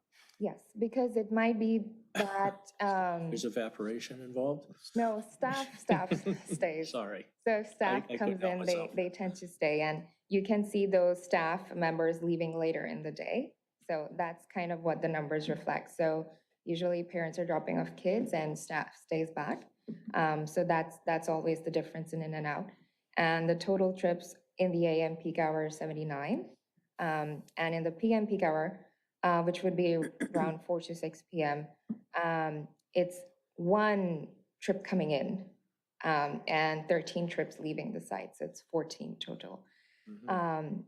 And with the proposed project, during the peak hours, the same time, if you consider in the drop-off time, there are 4 trips that would come in, 13 that would leave. So that would give you a total of 17 trips. And these are survey based across the United States. So for residential, we don't see a lot of variance in these numbers. So these are high confidence numbers. It's going to stay in that ballpark. So compared to what is there on site right now during peak hours, the experience of traffic and congestion is going to be much less. This doesn't say that, this is going to have less number of cars. What we are trying to say is that how people use their cars, and at the time that they use their cars, it's more dispersed. And during those peak hours, the experience of traffic is going to be much less than what is currently on site, how it's being used. But you have all of these, this lesser amount of traffic pulling out onto Vincent and can only go up the hill into the neighborhood. They can't get out to PCH without going around the block or something like that, which is where the heavy traffic is. So is, So you have a as question? so contrary to what it was before, where you could turn both ways, this is quite different. So what is your plan to mitigate that traffic situation? I think That the it's left-hand pretty much going to become restriction. gridlock. So I think the left-hand restriction was put in for safety to avoid, for cars coming up east on from Vincent, for safety of the residents, because sometimes there are side distance issues and things like that. That's why the left turn was blocked for So safety it's reasons. largely for safety, Yes. even though there'll be less traffic than before. Now, all of a sudden, there's a safety issue where there wasn't one before? That's what we were required. Yeah. We were required to There restrict. wasn't, it's because of the driveway location's proximity to Pacific Coast Highway. It's so close, the driver That's won't the have new time to driveway then. react, right? Okay. So that's a new driveway. My bad. And then also, for the vehicles that are required to turn to the right, they can go down Central Court, and not go into the neighborhood if they want to go get to PCH. That's the most direct route. So they're really just impacting slightly You can exit from both ends of the Central Court. What's that? You can exit from both ends of the Central Court? I We're think only it's a out onto Vincent, one-way. I thought. No, it's one way. Yeah, So you can they would only come exit out Vincent, and turn south. the driveway onto Vincent, turn right, and then turn right on Central Court. So Central Court's a one-way south. Oh, Central Yes. Court's Correct. up here. Okay, so Yes. then Central Court takes them to where? Central Court is a Down dead to end, right? Emerald Street Down over to It here. goes through, Emerald. So that comes out onto Emerald. Yes. Okay. yeah. Come through. Uh, All right. Mr. Gaddis, Okay, can we take a walk through the, my math isn't working here. Can we take a walk through the guest parking spaces again? When we counted before, when you counted them off on the drawing, we came up with 5, right? Yes. Okay. So if we have 86 spaces in the units and we have 5 guest parking spaces, that gives us 91, not 93. The report states 93. Let me take a look at that.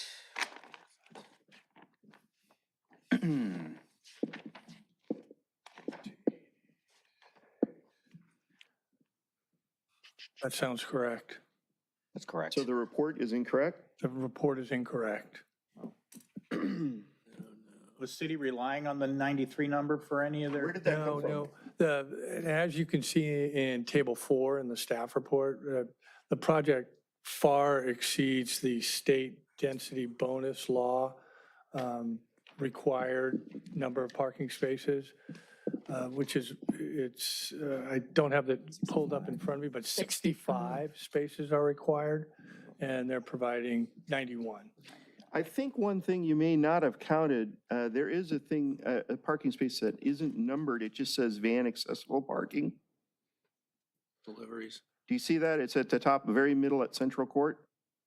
Yeah, it's for, Yes. Okay, so that would give us 6 if in fact that is an open parking space? Van accessible parking, it's. yeah, no, that's for accessible parking, so that's the area that you have to preserve for accessing So that's accessible room space. for the vehicle in Yes. parking space There 2, are as 17. it's marked It's a there, handicap to spot. be able to get But things why? in and out. Yeah, like Okay, so ramps. that's not a space No. for parking. Okay, so we're really 5 plus the 86, so we've got 91 spaces, not 93. So we should update that. good catch. Okay. I have, sorry. Please. Could you go to someplace in the renderings that shows us the measurement of the 39-foot places? Here's an example of one. This is building A, so one of the buildings along Central Court. the 39 is going to be to the top of this peak down to here, to the Okay. existing grade elevation. So, I mean, that's significantly higher than, I mean, what we permit. Is that really necessary to have that much height? If I mean, is may. that part of a living space or? Actually, our development standards do allow for exceeding the base height limit by 4 feet in order to screen mechanical equipment, et cetera. So Is that what this is? it's the same height. Part of the height is the parapet wall that's above the 35 feet. So that part is for screening. This is not for screening. However, I'm just pointing out that this is only 4 feet above the permitted height, which would be allowed per development standards, depending on the circumstances. Part of it due to higher interior ceilings, though? How high are the ceilings in there? Are they 10, 11-foot ceilings? It These could are be 9-foot No, ceilings. they're 9 feet. 9 foot. 9 Standard. foot? Yeah. One more question. Okay. Mr. Gaddis has the floor. Okay, could we look at on a map the other places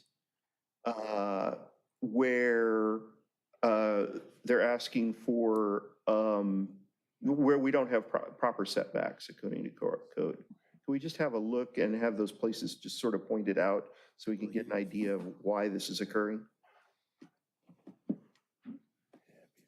Yeah, this southern property line here is one area that's being called out as not meeting the setback.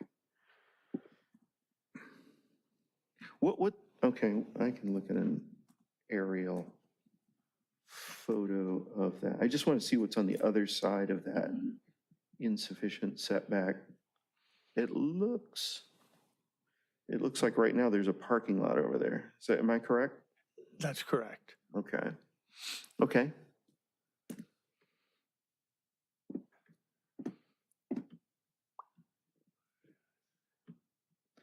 This was also one of the areas that was called out as being insufficient along North Pacific Coast Highway. Yeah, and I think we've discovered that's quite a bit more than what's actually written on here, right? And then I'm trying to remember the last one. I want to say it was this one here, right? Let's see what my table says.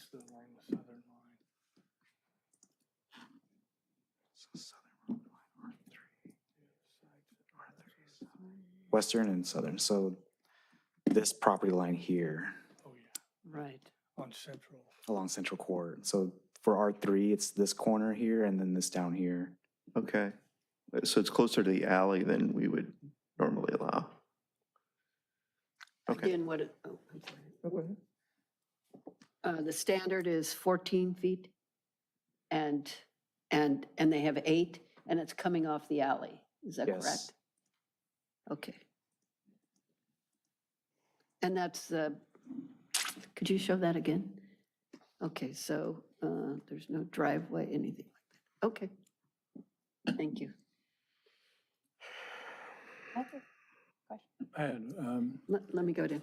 yeah, the question for the parking. I'm just having a little trouble understanding how, if you got, let's see, 24, 32 on this main thing here, and there's, you assume at least one person's going to be leaving in the morning in rush hour, how that is less than the 40 some odd that are anticipated, that are currently leaving and coming in here. Am I missing something? Do all these things have to leave through Vincent, all of the buildings on the main lot? Or is there an exit? There are 4 buildings that are along that private street, so they would have to use that private street and Vincent Street, if that's the question you're asking, Commissioner. Yeah, I just don't know how, I'm missing how the numbers you gave there as currently, or what was it, 40-something coming in, 33 leaving, how that's going to be, it decreased when there's this many buildings if they all have to leave, and assuming one person has to leave, which it could be 2, it could be 6, as we've already discussed. How are you concluding that it will actually go down? I'm missing that. So it's, we are never talking about the total number of the entire cars in the property. When we do surveys, we are trying to look at in the rush hour, in a particular hour, how many cars are leaving. They usually don't leave together. That's a noted behavioral pattern in traffic. Not all of these developments in the morning between a certain period of time will leave together. So in that separation, the highest concentration of vehicles that will leave the property at the same time would be, as we are seeing, it would be 4 cars in to the property in the morning hours, the rush hours, and there will be 13 cars leaving the property. So there will be a movement of 17 vehicle trips from this property at that point of time. And as I said, that these are from surveys across the United States. So usually it's always in this ballpark range. It doesn't vary. So what I mean is that, let's say from 6 a.m. to 7 a.m., maybe 10 cars leave. And then from 7 a.m. to 8 a.m., 14 cars leave. Then from like 8 a.m. to 9 a.m., some more cars leave. When we talk about the peak hour, it's what is the highest amount of traffic leaving between those rush hours, which is a period. It's not an hour particularly, but a period. So when I'm saying it's 13 cars leaving the site, I'm referencing the highest hour, which notes the highest amount of cars leaving the site, but they leave the site dispersed throughout the day. So you're using the equivalent number of units here. If there's one exit countrywide, that's typically how many cars would go out per? It's not exit-based, more, it's dwelling unit-based, so it doesn't depend on exit. So if I might not be understanding your question accurately. Yeah, I didn't know where you got the number is lower here. So are you taking that from surveys of other buildings that are about this size with one exit? What's that denominator? What's the number of? The dwelling unit is the denominator. The dwelling Yes. unit. So this number, you'd expect that many at that hour. Okay, but I just didn't see where you got that number from, because Yes. theoretically, Yes. I would think most people would leave around the same time, given that that's when people have to be to work, 9 to 5 workers, but apparently that's not true. No, they leave, some people might leave at 7:30. A lot of them are late, like me, I guess. Okay, I got it. I'm the late person too, but yes, there are different periods and intervals, 15-minute intervals between 6:30 to 9:30 where people decide to go to work. So they're all not leaving at the same time. Okay, I'm going to ask a follow-up question here. Okay, so that's the calculation for the development for the project.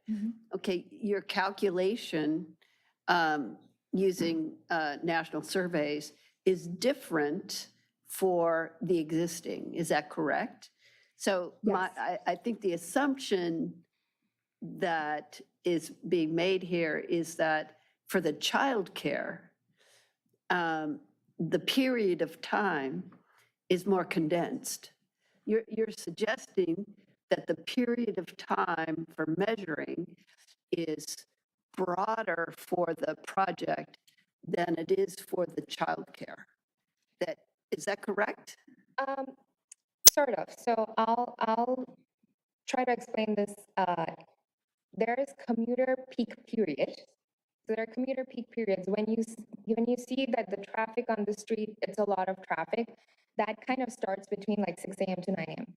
So in the commuter peak period, there is a peak hour. So we are always comparing peak hours because that would be the worst case traffic comparison. So what we took survey on the existing site because it's not a typical use. When I say it's not a typical use, we cannot really use the IT manual, which gives nationwide surveys, to correlate data correctly for what is on the site. So in that case, transportation planners will do a traffic data collection survey to accurately represent the data on the site. So that's why we will take 24-hour counts and we'll determine, I see. yeah, we'll Okay. take 24-hour counts and we'll know traffic from like 12 a.m. to 11:59 p.m. in the night. And then we get these traffic patterns. So when I say that the 79 in the AM peak hour, that's the highest recorded traffic in the intervals of 7 to 9. And I would have to look at the exact hour, which is the highest, but that is the highest peak hour at that time. Okay, thank you. Go ahead. So as these have been described as family units, and they seem to be large enough for that, what is your plan for addressing the additional traffic, especially in the morning, when X number of these families drive their kids to school, which will be all right about the same time, contrary to people leaving for work, which it depends on how far they're driving. So how have you addressed the dropping off of kids at elementary and middle schools in the area? So we don't Private schools. Redondo High across the street. No, I didn't ask about high school. Did I? So the trip generation surveys include all kind of trips in the peak hours. So it's not just work trips, it's school trips. It might be, because some people might just want to get coffee and go read somewhere. Some people are actually going to work. Some people are dropping their kids to school and going to work. Some people are just dropping their kids off to school. So regardless of what might be the intention of the trip, that is the number of trips in the peak hour. The survey does account for all kinds of trips because when you're collecting counts, you really don't know where the person is going. You can only collect the But we counts. do know that anybody with school-age kids is going to drive them to school, and those people are all going to leave right about the same time. I would point out, Commissioner Boswell, that Redondo Union High School is within walking distance, so. And I specifically did not mention Redondo Union High School. I specifically mentioned elementary and middle schools. So, Mr. Boswell, would you repeat your question? The question is, how are you addressing this additional traffic that doesn't seem to be taken into consideration? You say that it is, but it sounds like 14 is an awfully low number for an entire hour when you might have 20 or 30 families, maybe half of the people who live there, that are going to drive their kids to school. And that doesn't sound like 14 covers that, plus the people commuting to work. It sounds like it's going to be considerably higher. I may be mistaken, but it just sounds like this study is not looking at the full impact of this project on the community. If I may, Commissioner Boswell, so our city traffic engineer thoroughly vetted this report. He's the professional for the city. We rely on his expertise as a traffic engineer, and we stand behind the information provided in that report, and it's This would be the consistent. same guy who did the Galleria traffic study, did he? This is the city's traffic engineer. This is Ryan the Liu. same city traffic engineer that evaluated the Galleria I don't believe, parking issues, because we determined that that was completely bogus, and nobody but the people who appealed the Planning Commission decision were able to determine that because it was so buried.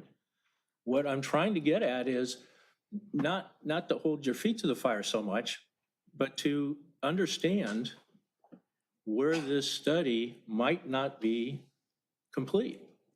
So I'm going to try and shed a little light on this. Okay. I don't know if you Thank guys you. have the agenda packet and all the materials, right? Yes. So attachment 5 is a VMT screening analysis, VMT and traffic screening analysis. Well, At the end of that is a table. VMT for the public is? Vehicle miles traveled. Thank you. At the end of that study is a table. That table is the source of the numbers we're discussing here, right? The existing trips versus expected trips associated with the proposed project. To determine the expected number of trips, what traffic engineers do is they look to a manual called the ITE manual. That's the Institute of Transportation Engineers. And those numbers are allocated based on a specific type of use. Multifamily low-rise, multifamily high-rise, single-family, things like that, right? Industrial, high-cube industrial. There's hundreds of types of categories, okay? The numbers that they generate are based upon nationwide surveys that reflect a similar type use. So here, you have a multifamily use. They look to the ITE manual, this is all standardized transportation engineering stuff. They looked at the IT manual, pulled the rate for that type of use. Now that rate, as it's been based on a survey from nationwide similar type projects, is inclusive of, as noted, people going to get coffee, people dropping off their children, people going to work, right? So this rate reflects people that are dropping off their children already. And 14 in 1 hour is the most you were able to determine. That is what the IT manual suggests for this project. And I should note that. Did you not question that? This is standard transportation planning. So no need to question it. No need to question if the generic shoes I bought fit. So Mr. Boswell, I appreciate your line of questioning. I doubt that. I do appreciate. But please continue. Right, I appreciate your line of questioning, but I'm hearing from staff and I'm hearing from the proponent here that they're using standard measures. I'm not suggesting that you accept that or don't, you accept or not accept that. But I don't think that any further questioning on this matter is going to elicit any conclusion. So. Well, I think the conclusion is that unless they're forced to do something, they just don't do it. And I think that's the conclusion here. Now, whether that leaves us with a good taste or bad taste in our mouth when we make our final decision is up to each of us. That's right. But so far, I'm not seeing that I'm seeing these studies are used as an excuse to shoehorn a project that appears to need a much larger lot in a less trafficked environment onto a place that it just doesn't fit. Now, until you can convince me otherwise, what I'm seeing is an effort to maximize your profits at the expense of the quality of life of the people in the general neighborhood. Right. And people in Redondo Beach are sick and tired of that. It's every single time someone comes in, they can't just look at the lot and say, here's where the setbacks are, here's what I've got to do, I'm going to design within the parameters that are given to me. No, they always stretch it out, they try to bamboozle everybody. They give us a presentation that doesn't include any of the shady gray area stuff. And it's our job up here to pull that all out and get it out into the light of the day so that we can all see exactly what's going to happen. Because once it's built, it's too late. Right. Thank you. I would ask the audience, instead of clapping, if you would raise your hand. Thank you very much. Thank you very much. Thank you. So this is generated, thank you so much. This has generated some additional questions. Yes, Mr. Conroy. Yeah, just two quick items. First of all, I wanted to go back to the elevation height again, because we know that that's on the brink of, well, it's past what's typically allowed. And you mentioned that you built the ceilings to 9 feet, is that correct? Yes. What's the minimum height that you must build ceilings to?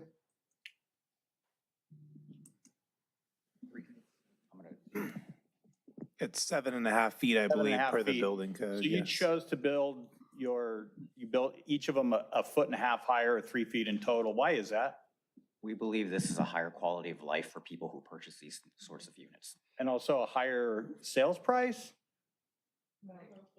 Yeah. Our sales pricing, while not set yet, is generally in line and comparable with the current for sale single-family detached in the city. But they could have been built at 8 feet or even 7.5 feet if the city if the city required it or you chose to do it, and it would still meet the density requirements, right? And you would have been closer or under the maximum height. Is that correct? So to be clear, I think, right, there's some component of the project is designed. I wish I could have, we didn't get to public comment cards. I wanted to kind of reiterate some of the requirements of the law. So ultimately, under the density bonus law, a project requests waivers. And it's entitled to those waivers to the extent it provides affordable units that makes it a density bonus law project. Mhm. An agency is not permitted to second guess the need for waivers. Ultimately, and then secondarily, you have the Housing Accountability Act, which was called SB 330 before, but it's ultimately the Housing Accountability Act. The Housing Accountability Act does exactly what it intends to do. It holds agencies accountable by applying the objective standards that exist in their code, and coupled with the density bonus law allows people to deviate from those standards. And an agency can deny a project or reduce its density only on the basis of an inconsistency with an objective standard and a conclusion that there is an significant adverse health and safety impact. Okay, there's no such health and safety impact here. Now, with respect to the floor heights, there is a question of livability here, right? A question of what? Of livability. Livability. 7.5 feet is a very narrow floor to ceiling height. Okay. And ultimately, But there are structures that need have to- that height. Mr. Conroy. there are. The design of the project, right, is designed a certain way to offset the cost of the affordable units that are going to be provided, right? $100,000 for a unit is significantly less than the market rate. So the other units need to compensate for it. That's the whole intent of the density bonus law here. So the design that the project applicant has come up with reflects the realities of the needs to, the design that's needed to be able to provide the affordable units on site as well. Were you required to build affordable units on this development, or did you choose to voluntarily? Chose to. You chose to. To get the stuff. To get what? That's how it works. Yeah. I'm sorry. Did you want the floor? No, I don't. Okay. That's how this works. anyway. Mr. Conroy, you please continue. Okay. So am I understanding you correctly that part of that you chose to make 7% or 3 of the units affordable at 100,000 per unit, and to offset the loss in income for that, you had to build your units 3 feet higher, and thereby going beyond what's the zoning requirement? Yeah, the 3 feet higher and to reduce the setbacks, all of the waivers that have been requested.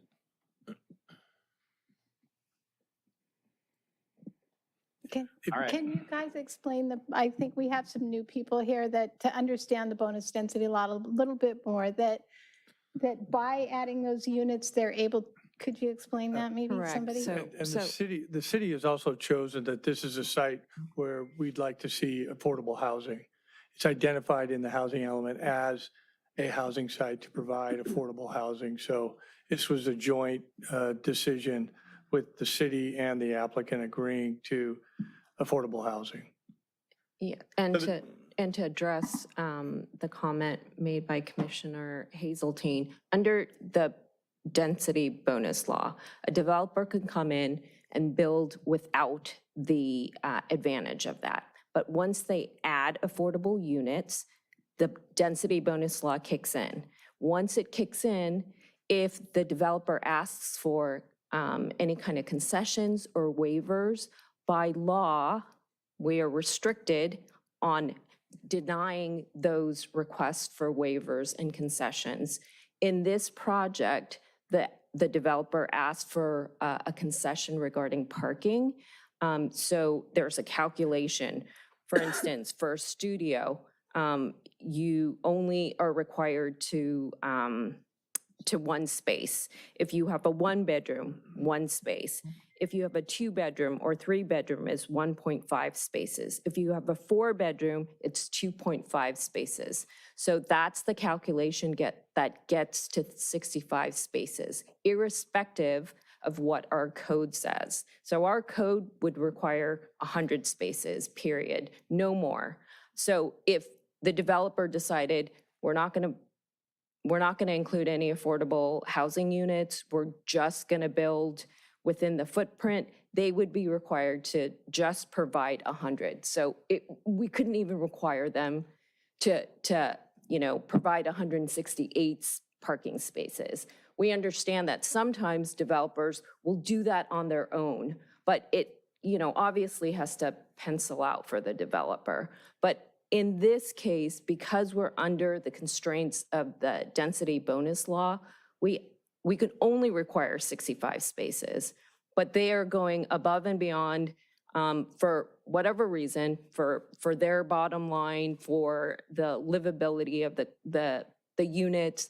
They're including 2 spaces per unit, and then I think 5 or 6 additional guest spaces. So that gets us to correctly, Commissioner Gaddis noted that it was really 91 spaces. So with respect to the parking, we're very constrained in what we can require.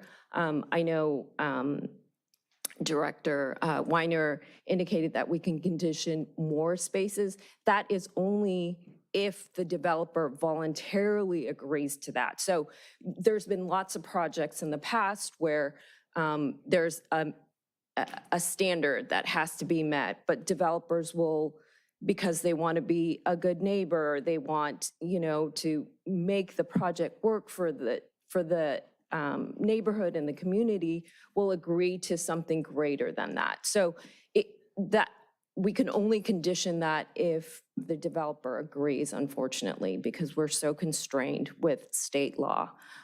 The other waivers that are requested, there's no limit on the amount of waivers that we can give. If they ask for it and they have justification for it, then really our hands are tied. They have to, and I'll look for the exact wording, but if they can demonstrate that the city not providing the waiver would prevent them from constructing their development, then that's the standard that a court would look at. And so we are really constrained as to what kind of waivers we give and how many waivers we give. Under the concessions and incentives portion, depending on the composition of affordable units that are envisioned in the project, that limits how many concessions and incentives we give. In this project, I believe they're only entitled to 1, but they haven't, from the staff report, it says they haven't really requested a concession. They're just requesting waivers, which are unlimited at this point. And I would just like to clarify something that Mr. Scully said. And that is, the city put this property in the housing element as available for low-income housing, and this agency has come forward to meet that, not requirement, but to meet that standard goal, to meet that goal. Okay, so let me just leave it at that, correct? And I wanted to read. let's go to Mr. Craig for a moment. So actually, so I guess for the benefit of the audience, Ms. Park, is that because of the law, with very few options we have, we can't, unless we have some extremely solid objective reason to say that something can't be done, we're basically here tonight just to look at a project that's approved. And apart from a couple, because it's almost like a ministerial action at this point. And so we're basically, apart from maybe telling them where they can put some plants or the color of the building, we're probably not going to be able to say much. Unfortunately, with respect to the waivers and the parking, there's not a whole lot that we can do. I think the developer, you can ask the developer if they agree to do that, then, that could be conditioned. But I don't know, and, we have outside counsel who's an expert in this area, and she can correct me if I'm wrong, but I don't know how much room we have here. Correct. Thank you. Let's, okay. Are we Conroy. still on the same topic? Yes, Go- Mr. I don't Conroy. want to change topics, so go ahead. Okay, Yeah. Mr. Conroy. I feel like you're addressing my question, so I just want to make sure I understand your answer correctly. What I believe I heard you say is, in exchange for having 3 affordable units, we essentially cannot push back on any of their requested waivers, which includes reduced setbacks, reduced open space, and exceeded height. And parking. And parking. Right? We asked for it. Well, what I'm hearing is that they're exceeding the required parking. So they're not asking for a waiver on parking. They've in fact given us more parking than would be required. But they are building the buildings larger and taller and offering less open space than our zoning allows. And we have no ability to push back on that because they're giving us 3 units that are affordable. Am I understanding you correctly? Is that? Yes. Okay, just wanted to make sure we're clear. So you are correct, but I just want to clarify one point. The spaces that are required for parking under our code would be 100. Because the density bonus law kicks in, the maximum they have to provide is 65. In this case, they're providing 91. So I think there was just a little misstatement there, so I just wanted to Oh, no, clarify. I'm clear. They're Okay. offering more parking than the city would require, the zone would require, no? No. That the density bonus law requires. They can put whatever they want. Yeah. Yeah, Okay. the only way that the city can deny a project is if there's an objective standard that they are not meeting. So under the SB 330 and under the density bonus law, that is the only way. There has to be an objective standard and objective residential standards that were adopted by this council and, this commission and the council. If there's a deviation from one of those standards and it's significant and it impacts safety or welfare, and this commission could make that finding, then in that instance, the commission has the discretion to deny, but it has to be, it's a very specific grounds for this commission to deny a project like this that is offering affordable units as part of the development. Okay, and the city's hands are tied as far as waivers, you said. We have to accept all waivers that are requested. Correct. The developer has to demonstrate that they need those waivers, but I think that I'm assuming that staff has been provided the information that justifies the waivers, and that's why, the recommendation is before you tonight. Thank you. And I just want to add to that, Ms. Park, primarily address the density bonus law. There's also SB 330, which is limiting the decision-making ability and requiring there be objective standards only.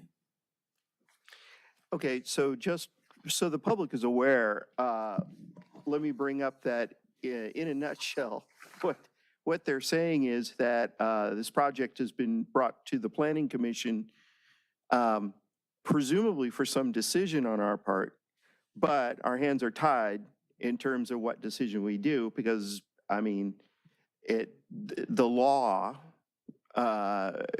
for this, to encourage, incentivize additional housing, the state has imposed laws that essentially our decision is no decision. That is, we don't have the ability to say, we can say no, but then it's just going to go through a process and eventually get done, which is certainly an option. We could say no, but we don't have these specific safety concerns. We don't have something not conforming to our objective standards, and it causes a safety issue, but that is the only thing that we can bring up to reject the project.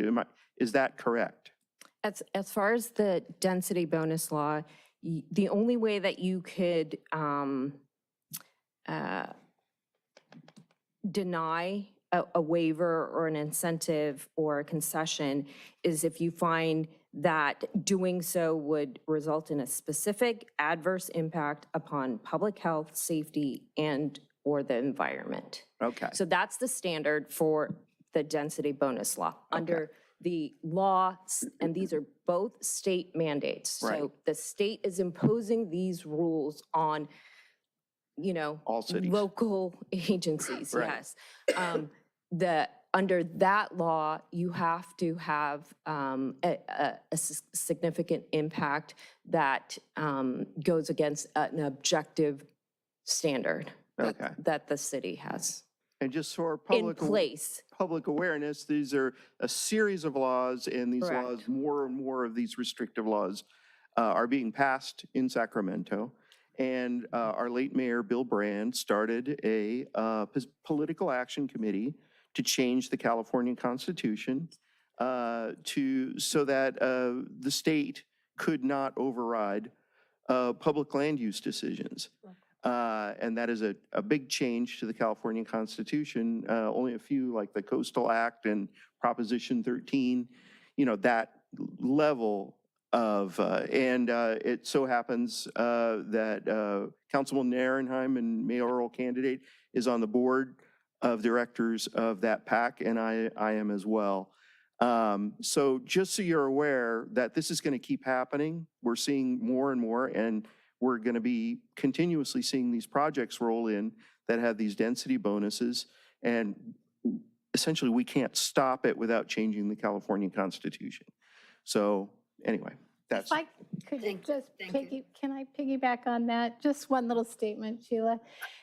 It's just short, I promise you. We want, as a planning commission, we've discussed affordable housing. We are really excited to get affordable housing. It's huge, right? It's really big in Redondo. It's going to be wonderful that 3 families can move in there. But when we talk about density, it is so important that everybody understand how dense Redondo is. So if you don't know, as a city, we are one of the densest cities. We're like in the top 10% in the state. So it's really important that we, as a planning commission, have been discussing this for years. Our hands are tied. We can ask the builder to do some things, which I would like him to ask, if you'll give me one more second. And it is a change in topic. So because the planning commission discussed at detail the affordable housing, and there were a couple of things that were really important to us. One was that each unit look alike. Okay, so that it's not stigmatized. The other thing that is that they be spread out throughout, so no one knows who they are, right? Is there any chance that you would consider those 3 units be spread out throughout and that the materials be the same, so that if the standard is a certain tile, that tile goes into those 3 units? The materials in our affordable units, and we've done plenty of these projects in other cities throughout Southern California, they are all comparable to the market rate units. In terms of your other remark regarding dispersion, I just wanted to bring it back that these still do have market rate units in each of these buildings. I know, but the other 6 buildings, I'm saying, because as it turns out, they're all in the one off of, I think that's Emerald. It would, if they could be dispersed. That's a concern of mine. It's a concern of the commission. We spent many, many, many nights on inclusionary housing, and we're really trying to push affordable housing in this city. And those were 2 concerns of ours, that those units not stick out and that they have the same detail of tile, flooring, et cetera. That's just something important for this commission, or it was when we were going into inclusionary housing. So I'm just hoping you could think about that tonight, and that we could add that, maybe. Change it up. Think about it. Okay. Okay. We can think about that. Thank you. And yes? Oh, boy. I did notice, before I ask my question, that you said that the materials in the affordable units would be comparable to the regular ones. But you did not say the same. They're not the same, are they? They're just comparable. Comparable usually means, yeah. Doesn't mean the Comparable same, it usually means it's comparable. They're It's the same. exactly the same materials. They're the same. Sure, it's the Comes same out of the material. same box of tile, right? Same. Yes. Okay, you might want to be more exact when you have people like this asking you questions. Does any of your group happen to have kids that go to Redondo Union High School? Not anymore. Okay, That's so, not the question, but that's the lead up to the question, and that's a no. Redondo Union High School is really a big campus and a large population of students. It is also not only academically excellent, it's a huge sports school. We have some of the best sports teams in the state. When there are sports events there, there's no parking in all of South Redondo. So imagine what happens when you plant 43 units in a place that had no residential previously, and it's on one of the, 3-4 nights a week that Redondo Union High School is having a basketball game, a football game, a track meet, or baseball game, whatever. They're not getting any visitors on those nights because there's nowhere to park. They're not, if they've got a third car or a fourth car, it's not going on the street because there's no street parking on those days. This project being next to that high school, and that high school being exactly what it is for the last 100 years, the people that live in this neighborhood are going to look at that project and they're going to hate it. But they're not going to hate you, they're going to hate us. So just keep that in mind. If you wanted to have a project that fits into the community, it would be small enough to have on-site parking for everybody and their visitors, because there isn't any parking anywhere else, and especially in the evenings when there's sports going on at the high school. I mean, the streets to the north end of this area are all permanent parking for one reason. People come home from work, they have nowhere to park because there's a sporting event going on.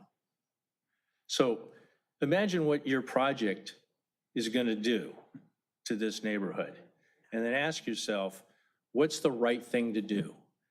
Are we here to improve the city of Redondo Beach, or are we just making a buck? Thank you. thank you.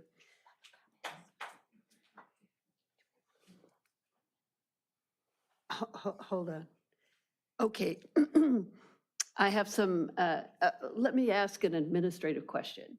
Okay, there may be more questions that we have for the applicant or for staff. But we have people in the audience who've waited now for 2 hours. Can we open it to the public, but then not close the public hearing? Is that correct? Okay. Yes, So- you can take public testimony and not close the public hearing and then resume with your discussion. Right.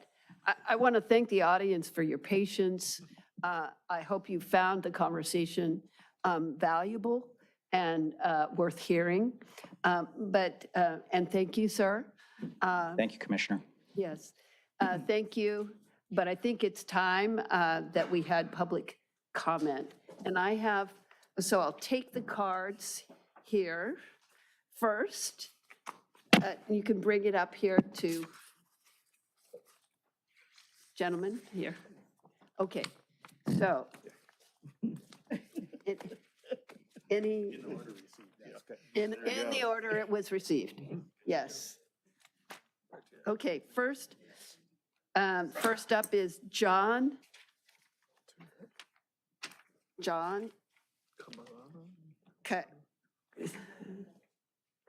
Cabibro. Penmanship is He important. left, Sheila. Oh, he left. Okay.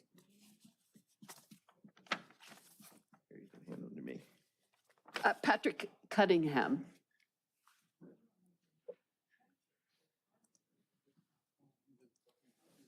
No, you don't have to. You don't have to swear. Unless you're Feel free really to mad. lie. Unless it's part of your presentation. Anyhow, good evening, Commissioners. Thank you for this opportunity. I am in favor.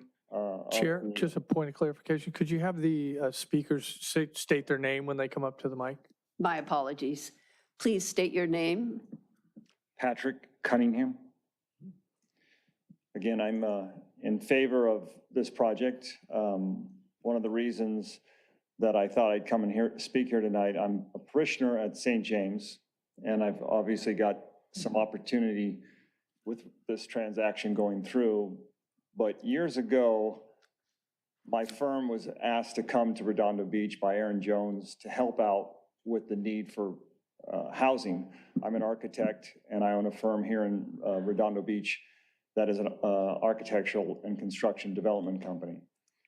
We were unable to find any solutions. We met multiple times with a lot of architects and a lot of developers, and we just could not come up with any housing. When I heard about this project and heard the number of 43 units, and I took a look at it, it's something that we need as far as that which goes for housing. It's also got the, affordable housing part to it as well. But the 40 units that we have that are not, we need those. We do not have the housing in here, and I've been living here for 38 years, and I've been on that side where the need has been very apparent. And so that's where I thought that this project was something that we would be very much in favor of. As far as a parishioner, we're excited with the idea that we can have our community of the church, which is growing at St. James, the opportunity to develop that site across the street where we're at. And so, again, thank you for your fair educational comments tonight, and appreciate your time. Thank you, sir. Okay. Vince Barbari?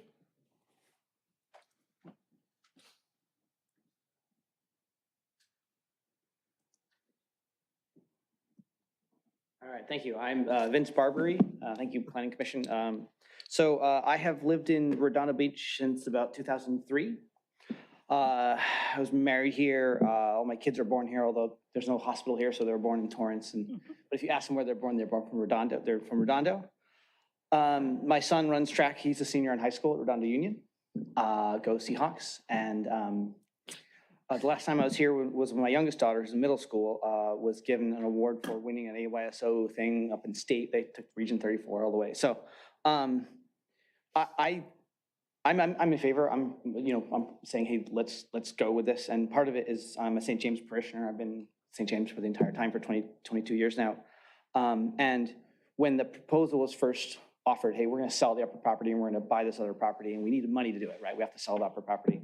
I was for it because the idea of having the campus where we have one spot where the church and our parish center can be together in the same spot just made sense. And that was a few years ago. 2019, I think, was when that first happened. And then this thing, COVID hit, and it was people wearing masks. It was crazy. If you guys don't know about it, I can tell you about it later. But I'm gonna go back to my kid, okay? So I have a senior, okay? And so he's gonna go to college next year, hopefully, potentially UCLA. And in 4 years, he'll have graduated, hopefully. And then he'll get a job in something, right? And if he wants to come back and live in Redondo Beach, the options are very limited. Now he can live in the garage and mom can yell at him, or he can go and try to buy a home. And so I'm a director of engineering. My wife is a professor at UCLA. So we do okay and we own a home. But for people coming to Redondo or young people, young families, they can't afford a home. And so if you told these developers, again, I'm not a developer, but if you told them, hey, you can have 20 homes there and not 43, the homes are gonna be $2.8 million homes. And that's what gets built in Redondo. In my experience in Redondo, every home is, you take a 50s home, they demo it, they build $2.8 million McMansions. And then if you're an orthopedic surgeon married to a lawyer, you can maybe afford it. But if you're a person with a regular job, you're an average guy, and you didn't buy a home in the 90s or the early 2000s, you're looking at a bunch of nothing. So to me, yes, you're gonna have there's gonna be extra parking, there maybe some extra traffic at certain times, but it's sort of the right thing to do for the next generation. And I look at this as one of the, do you put the shopping cart back moments? So, and when you go grocery shopping, you take your cart and you unload your groceries, do you leave the cart there and just drive off and ask someone else deals with it, or do you put the cart back? And so to me, what makes sense for this project to say, hey, we're gonna allow people who otherwise wouldn't be able to afford homes to be able to buy homes in Redondo, I'm all for it. Thank you. Thank you. Excuse me, Carl Henkel.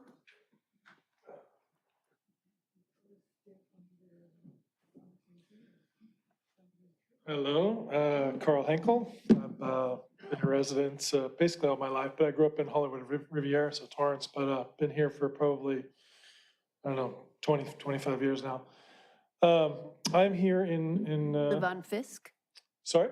Did you say you live on Fisk? No, I live on Gertruda. Gertruda, Yeah, okay. right next to Just Pokey. Actually was here in front of the full council just a few months ago. But tonight I was here in support of the motion to make this development. And the reason why, a lot of negative talk tonight has been about the project being a little bit too big, but what are the positive things is that this is really progress, and we need more housing, like you just said. We need to house our fellow citizens, right, at a reasonable rate, as was just said. And this, it's something maybe forgotten in this development, and I think it was clear when he put it on the timeline, really has taken years in planning to get to this stage. And, people are about to risk a lot of capital, and I think we added up and we say, oh, they're gonna make so much money, but you don't know that exactly. It's gonna be years until they sell these units, and they may not make money at all. Things might change a lot. And so maybe there's cushion right now, but maybe there's no cushion in 3 or 4 years when this comes online. And I don't know if that gets taken into consideration. I mean, $100,000 for a unit is pretty incredible, right? I mean, it's amazing. It's like it's a gift horse, but we're looking at it in the mouth here. It seems odd to me. This is a wonderful project, and I say we push it forward. Thanks. Thank you. Joanne Modick.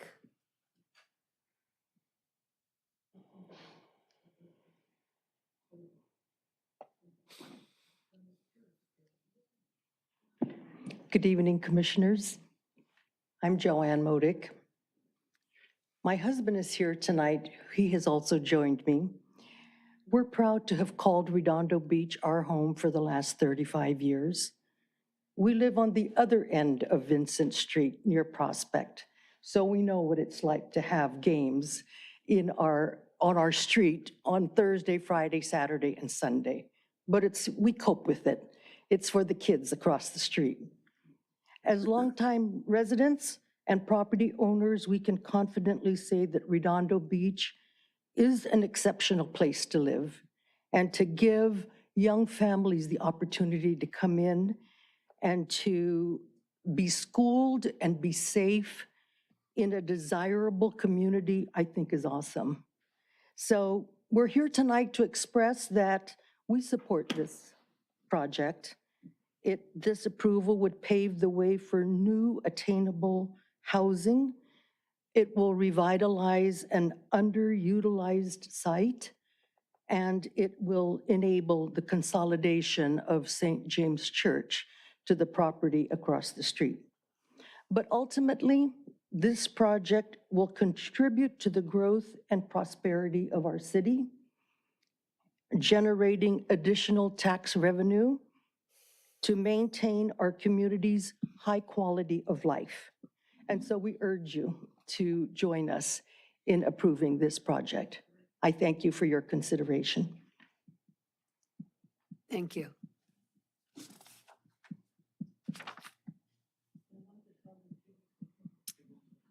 Matt Murphy.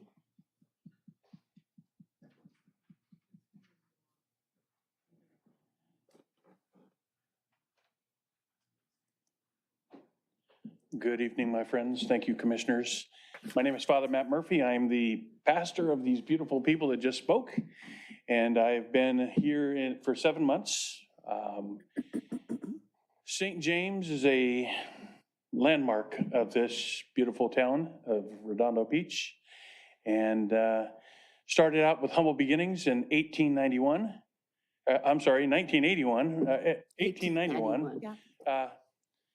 The small little chapel on the property that we've just talked about all night long for 50 families. The community kept growing and kept growing and kept growing to facilitate the parish that we see behind us, just beyond McDonald's here. Currently, we minister to over 3,000 families, and we'd like to provide a parish center adequate for that size of a community. And this approval of this would help facilitate in making that a reality. So thank you, I appreciate it, and I pray that you will approve this and we can move forward. God bless. Thank you. Davis Hunt.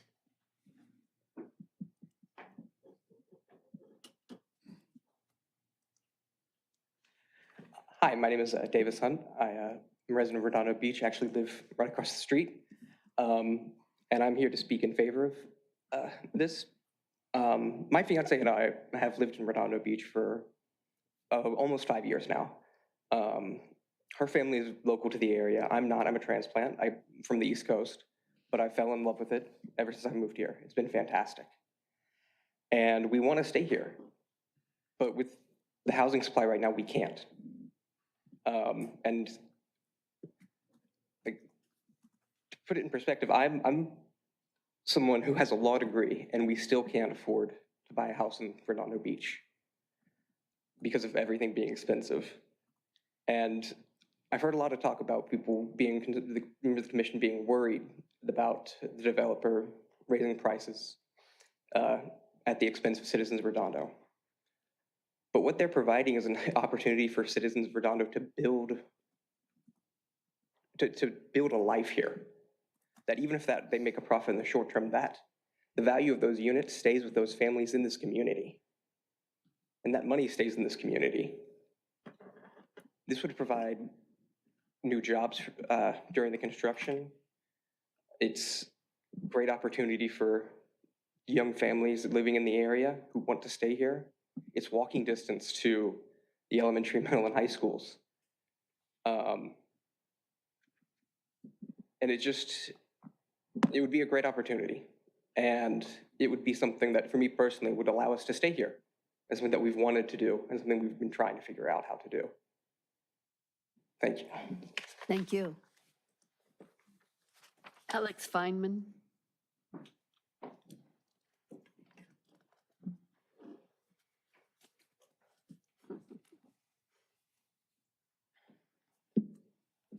Good evening, commissioners.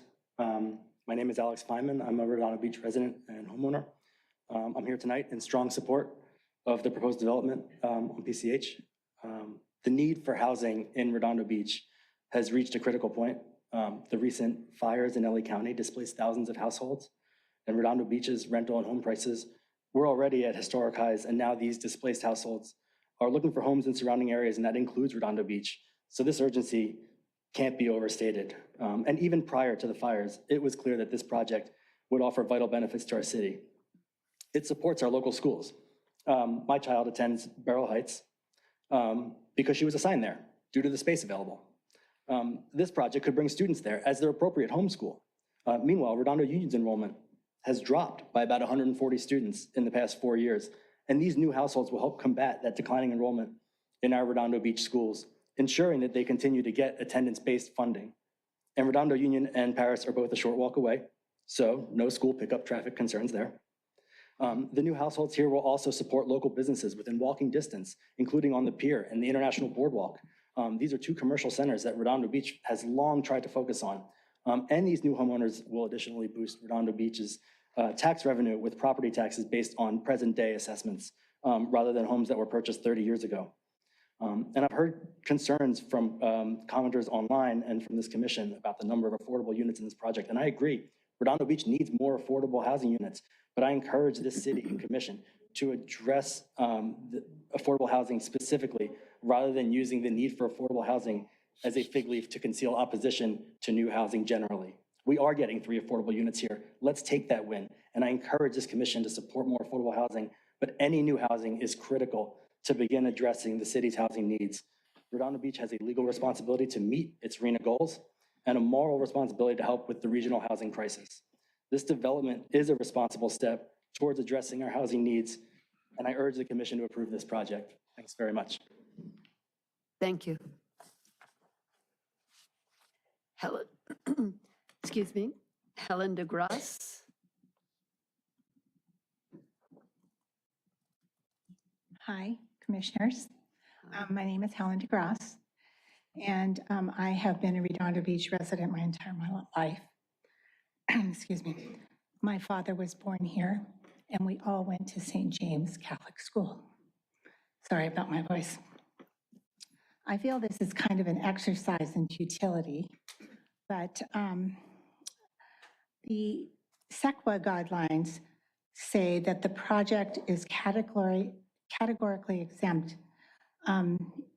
if approval of the project would not result in any significant effects relating to traffic, noise, air quality, and water quality.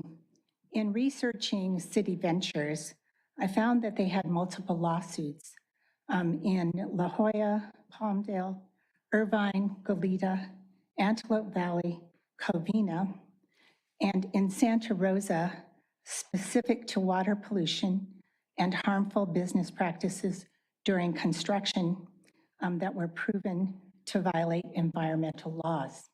And I'm not sure if anyone here has given any consideration to that.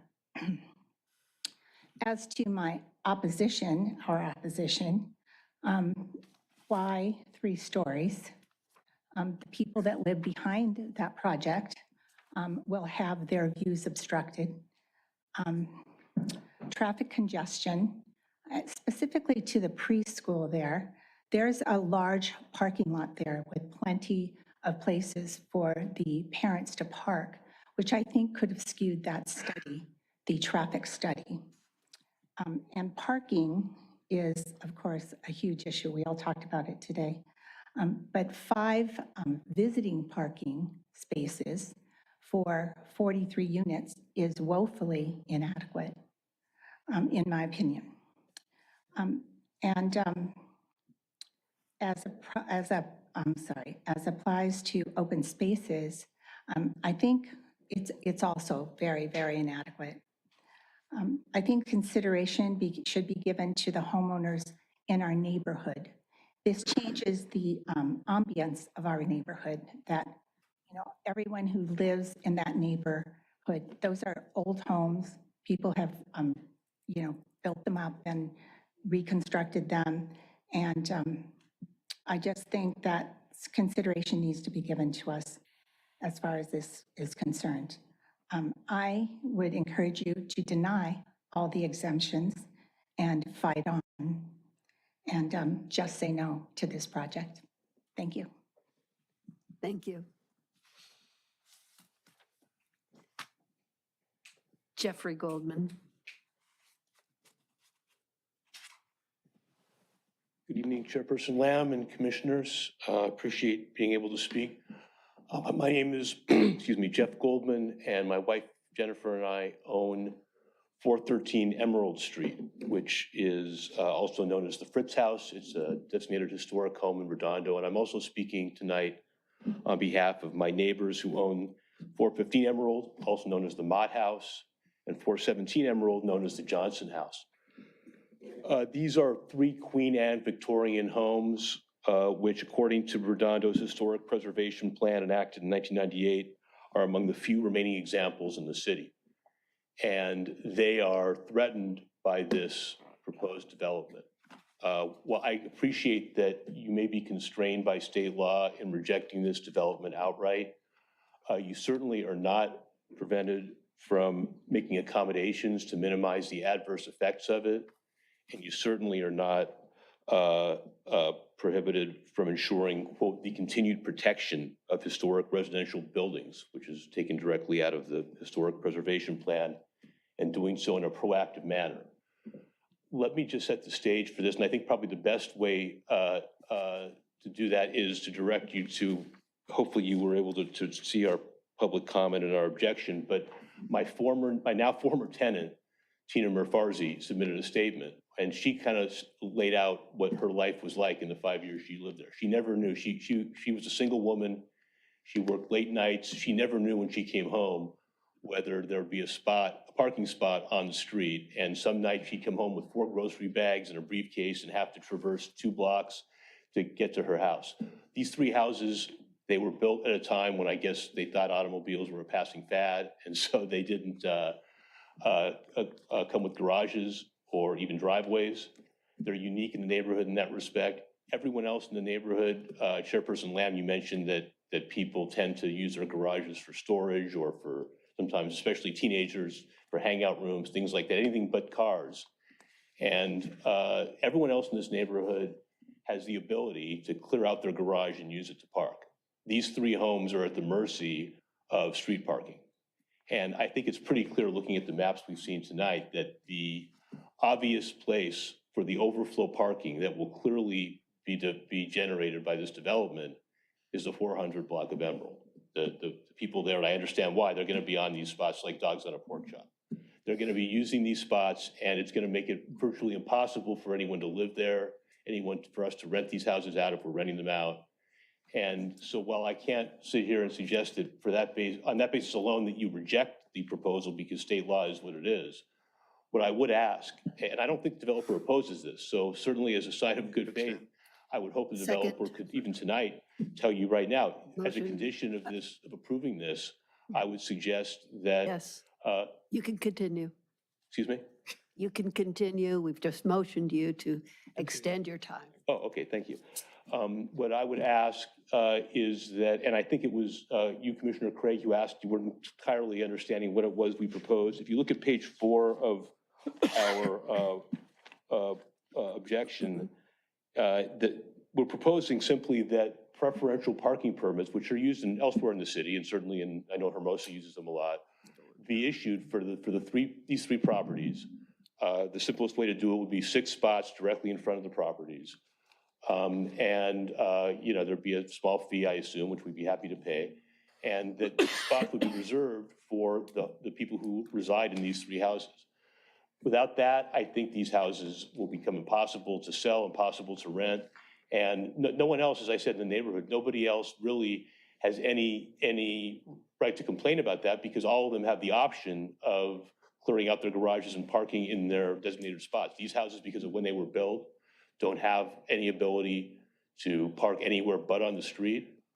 And I think that Mr. Chen would probably tell you tonight that I've spoken to him, he doesn't oppose this. I don't think anyone in the neighborhood could oppose it or would oppose it or would have any reason to. And I would ask that if you do approve this project as a condition of doing so, you simply give us the ability to make these historic homes viable for people to live in the foreseeable future. Okay, I have a question for you. Have you discussed this with the staff about what the procedure, what would be the procedure? I'm no professional when it comes to how government works.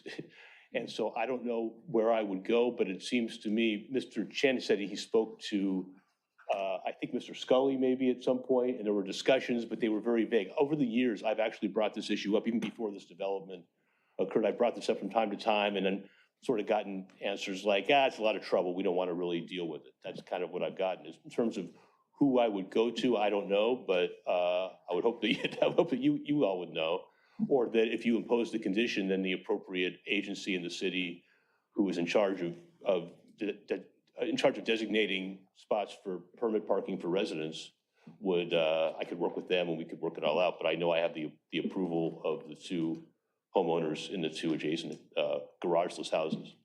Okay, thank you very much, and we'll possibly discuss it later. Thank you. Thank you.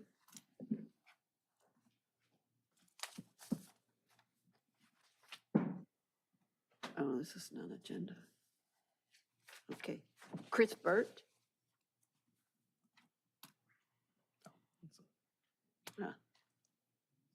You already heard from me, so I suppose there's not really much else to say. I guess I will say, just with respect to the parking that was just brought up, if the city in its discretion decides that it wants to establish some sort of preferential parking for those units, it may, but imposing it as a condition of this project would be inappropriate. That would be a separate city process. Right. Thank you.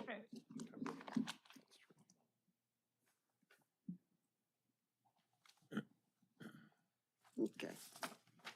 Ethan Cole.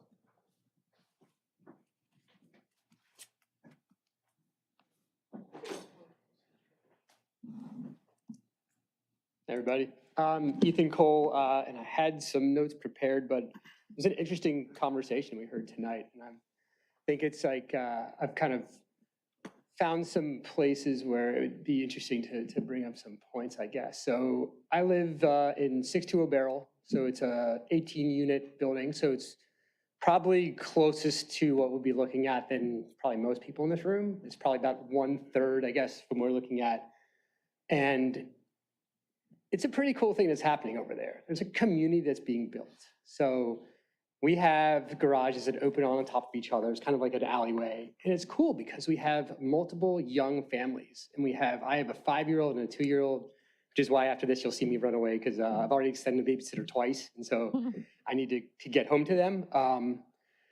But there's also another family with a 3-year-old boy. There's one with a 5-year-old girl and a 1-year-old kid. There's one with 2-year-old and just a newborn.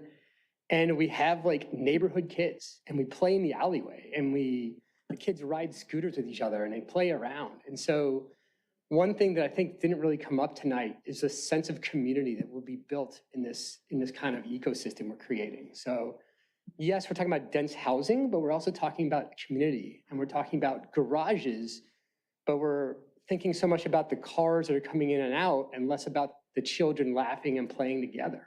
And I can just speak from my anecdotal life. I'm not a traffic expert, but I take my little girl to preschool every day. I leave at, I don't know, around 8:30, and I've never run into one of my 18 neighbors or any of their cars. It's really staggered.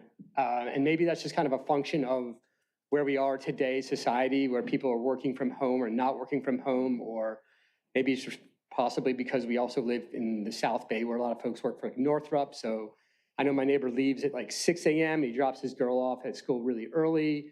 We drop our kid off around like 9, but then we pick him up at like, you're allowed to pick him at 6 p.m. So we pick him up at like 5:59.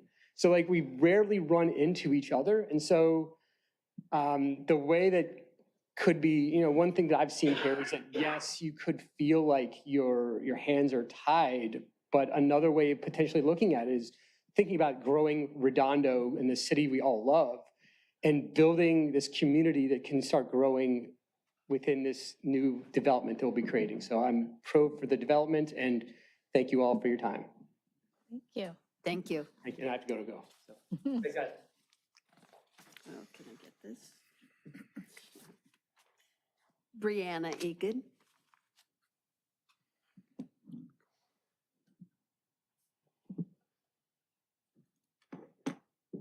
Hi, good evening, Planning Commission. My name is Brianna Egan. I'm a lifelong resident, born and raised in Redondo Beach. I'm a graduate of Redondo Union High School.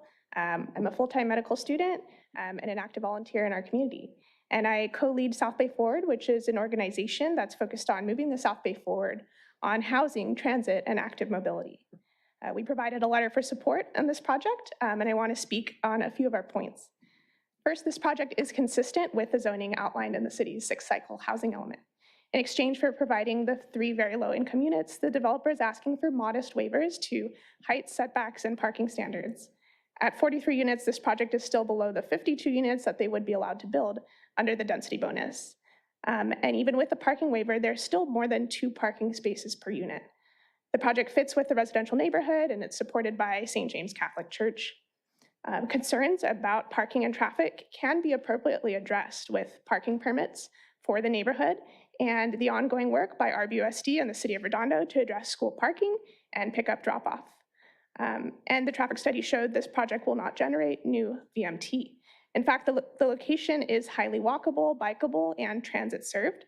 As we know, it's 1 block from Redondo Union and City Hall. It's 2 blocks from the pier and a shopping center. The walk score of the neighborhood is 87 and the bike score is 74. The area is served by Metro 232 and BCT 102 and 109. And younger homeowners are looking for walkable and bikeable neighborhoods, and they prefer to live car light. Finally, I do want to provide a personal note to reiterate your obligation to approve this project. As a lifelong resident of Redondo Beach, I've been deeply disappointed with how our city claims to be diverse and welcoming in word, but in action shuts out opportunity and affordability. This commission has repeatedly denied and downsized housing projects in the name of slow growth. But what this leads to is a city of no growth, of aging infrastructure and unchanging neighborhoods, of private wealth accumulation and racially concentrated areas of affluence. So the city's housing element, which was approved by this commission, includes a commitment to affirmatively furthering fair housing. On page 122 of the housing element on the issue of segregation and integration, it describes that the city will partner with developers, quote, to pursue affordable housing citywide with the goal of achieving 100 lower income and 100 moderate income units over 8 years. And it will target census tracts impacted by high displacement risks and cost burden, end quote. This goal describes exactly this neighborhood and this project. So I ask that you do approve this project, and it's a step in the right direction to address our local housing crisis. Thank you for your consideration. Thank you. Beth Blyther and Frank Gibbs.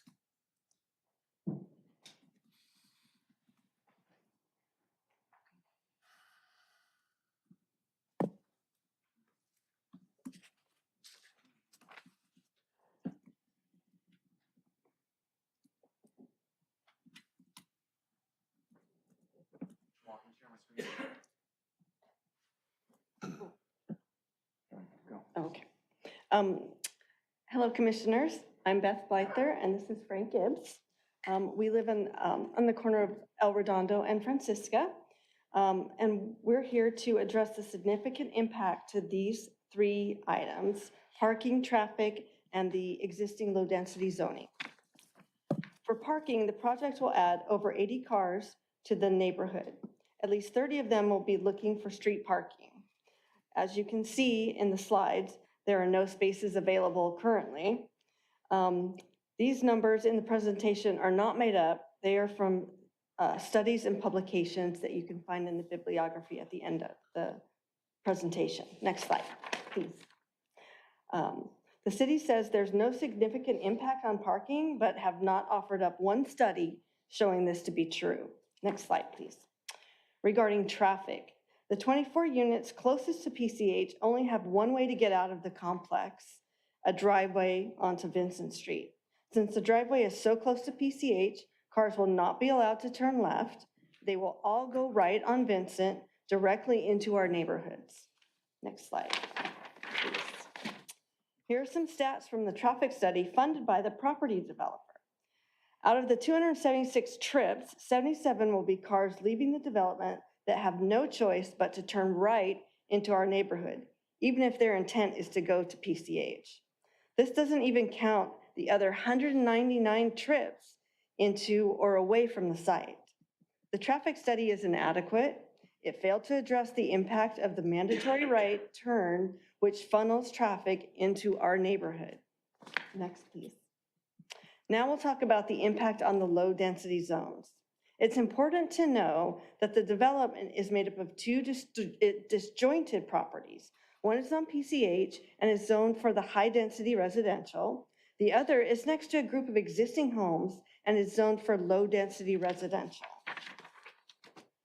Low income units are not required by the general plan.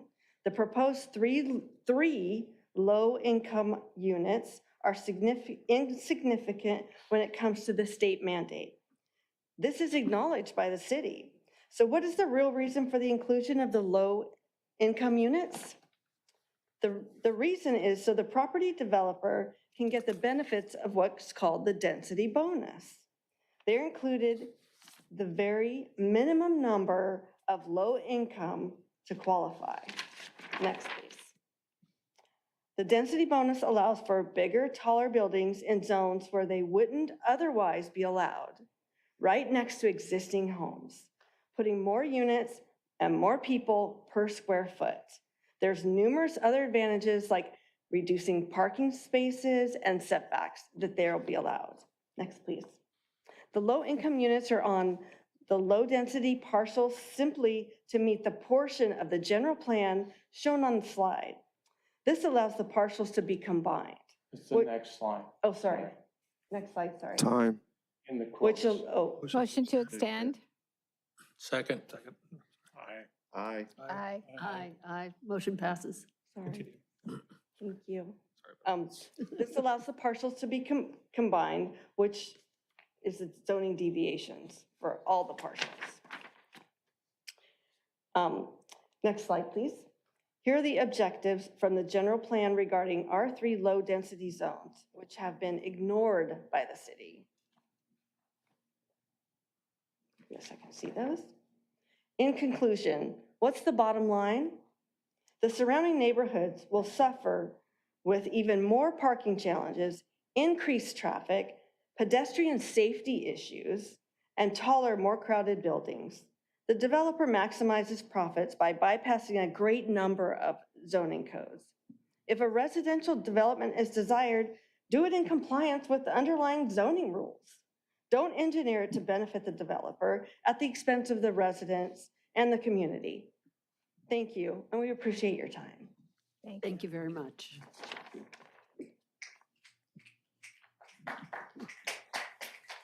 Wait for that. Okay. Is there anyone else in the audience who would like to speak? We have 2 attendees that would like to speak. Okay.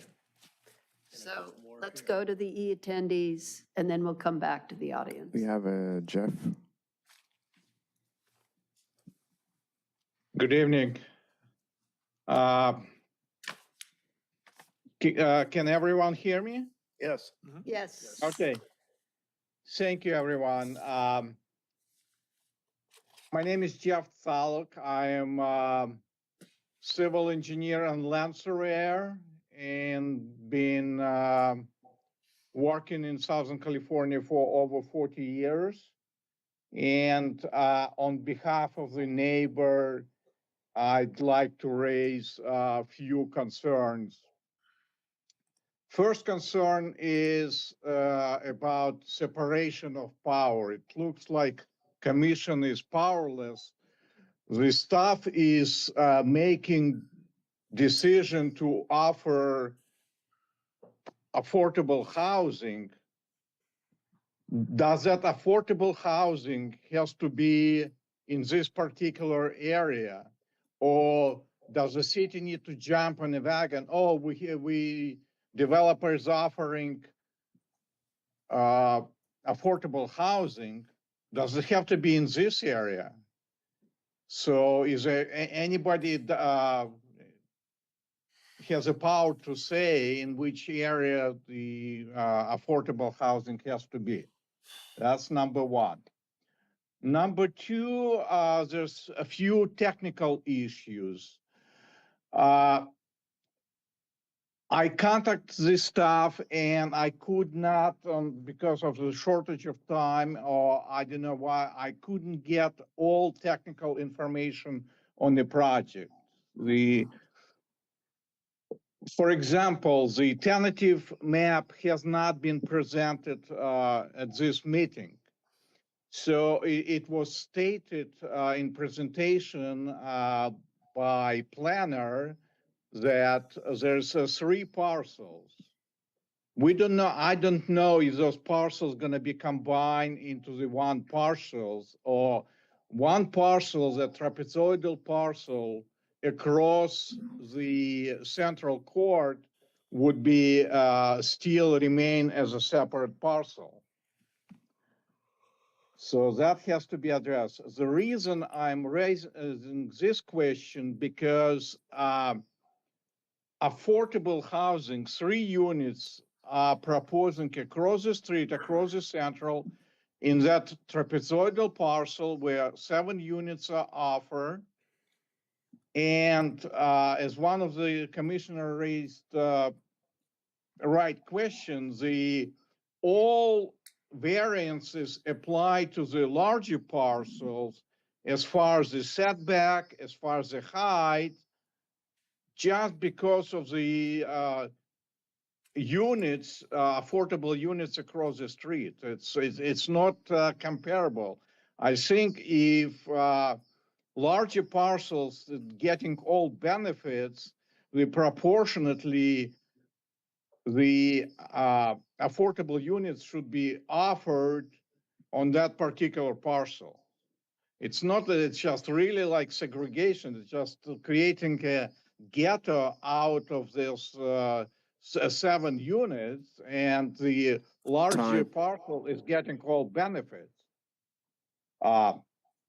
That's number one. Number two, in Okay. the most Motion to cities, extend? No? Motion to extend. Second?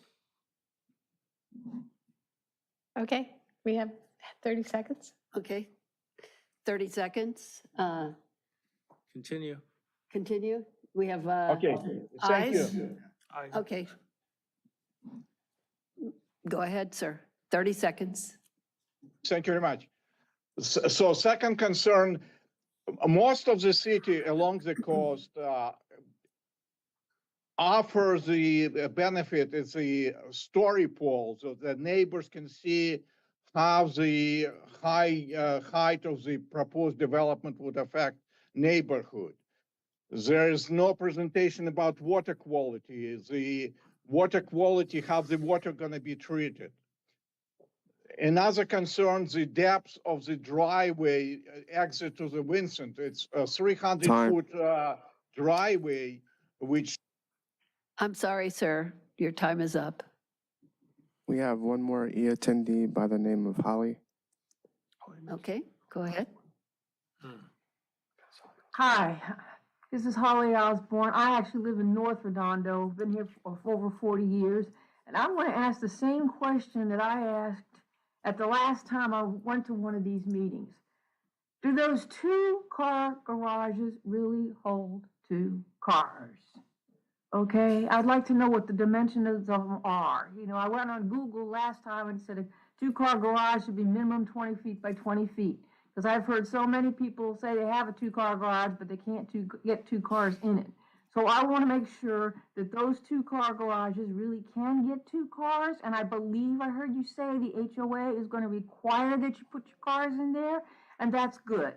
Okay, so I'd like them to ask that question, but I do want to say something nice about these guys, because we've got the exact opposite situation up here. First of all, I did notice that your units that you were designing actually were missing middle housing. You know, I think they were 1,500 to 2,000 square feet. Is that correct? Because up here, somebody took a property that was, you know, an old house, split it into 2, and put up to 3,000 square foot units that were mini McMansions. One of them took 190 days to sell. It was that bad, that white elephant, and that inappropriate. And I do want to say that at least these 2 developers haven't done it. Thank you. Bye. Thank you, Holly. So yeah, each one is 9 by 18. So there's 16 feet. So it's 18 by 18. Okay, any more online? No more attendees. Okay. I have new cards here. Anna Henkel.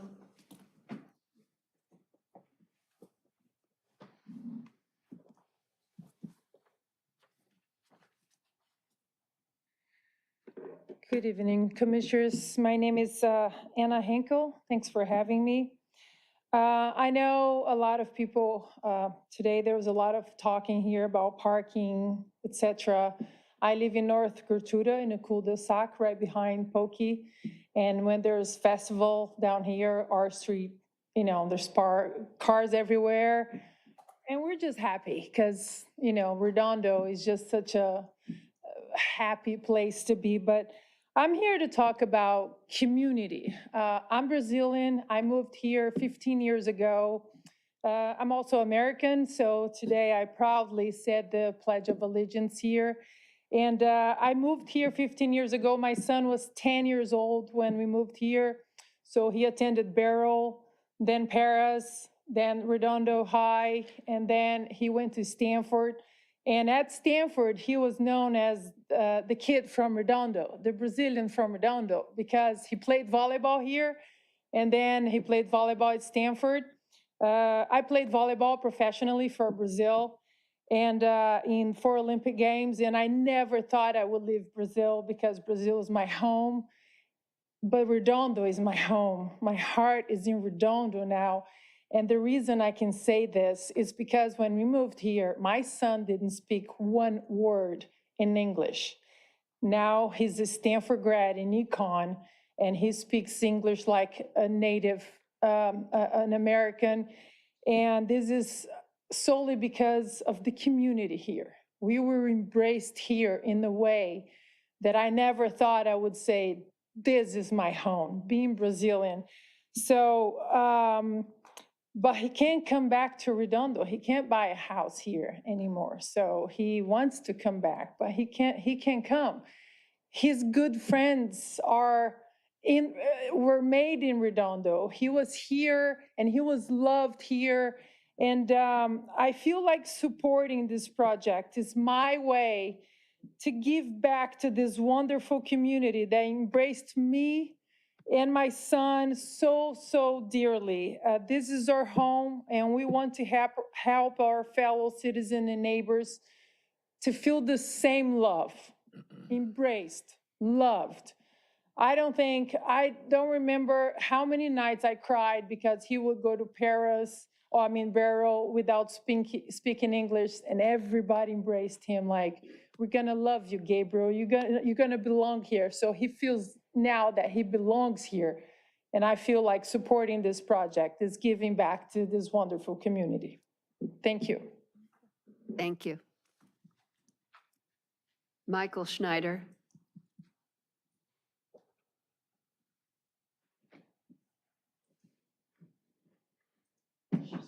Hi, Commissioner. I didn't prepare anything beforehand. I just had some things that I thought about by coming here. So I'm against the project. And I think like 5 or 6% affordable housing? I think that's a joke. That's not going to do much, but it does a lot of damage. It's just like, you show something, but make a big deal about it, but it really doesn't do anything. It's a very small amount, and it's not going to really help significantly. Insignificant help, but a lot of damage, because what we're dealing with is all the waivers.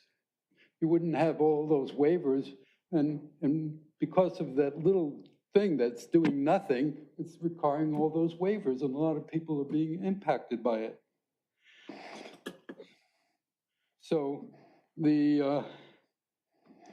and like exceeding the height. And I should say that I'm one of the people that is being affected, because right on from the view, because we've been here for over 30 years, and we had this view, and we bought that home based on that view, and now that's being taken away, and even more because of the waivers.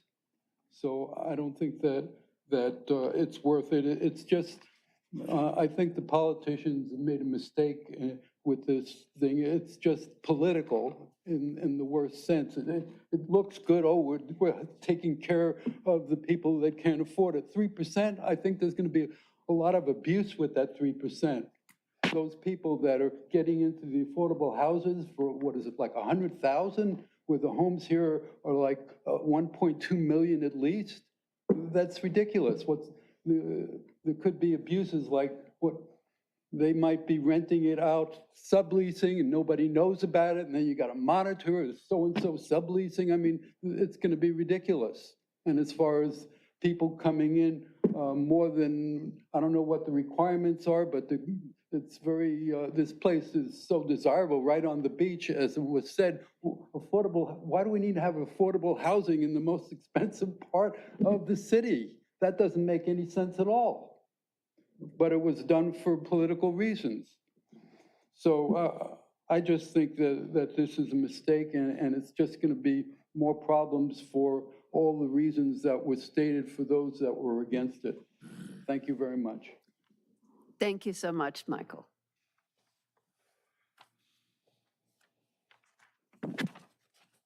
Now, is there anyone else in the audience who would like to speak, who has not yet spoken? One more. Please come up.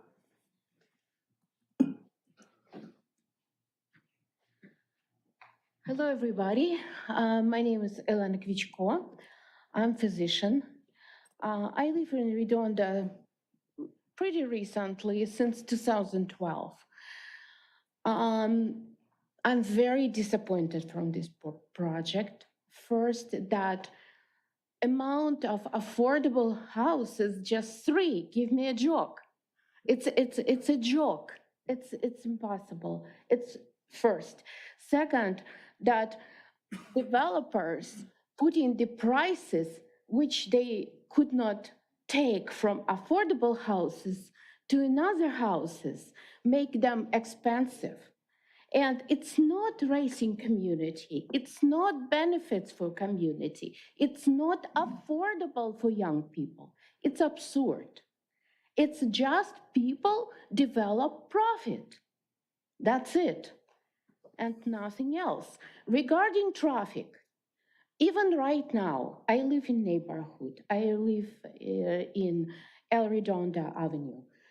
So I am physician, and sometimes in the morning when I need to go to work, at 8 o'clock in the morning, we have extremely high traffic because kids need to go to high school.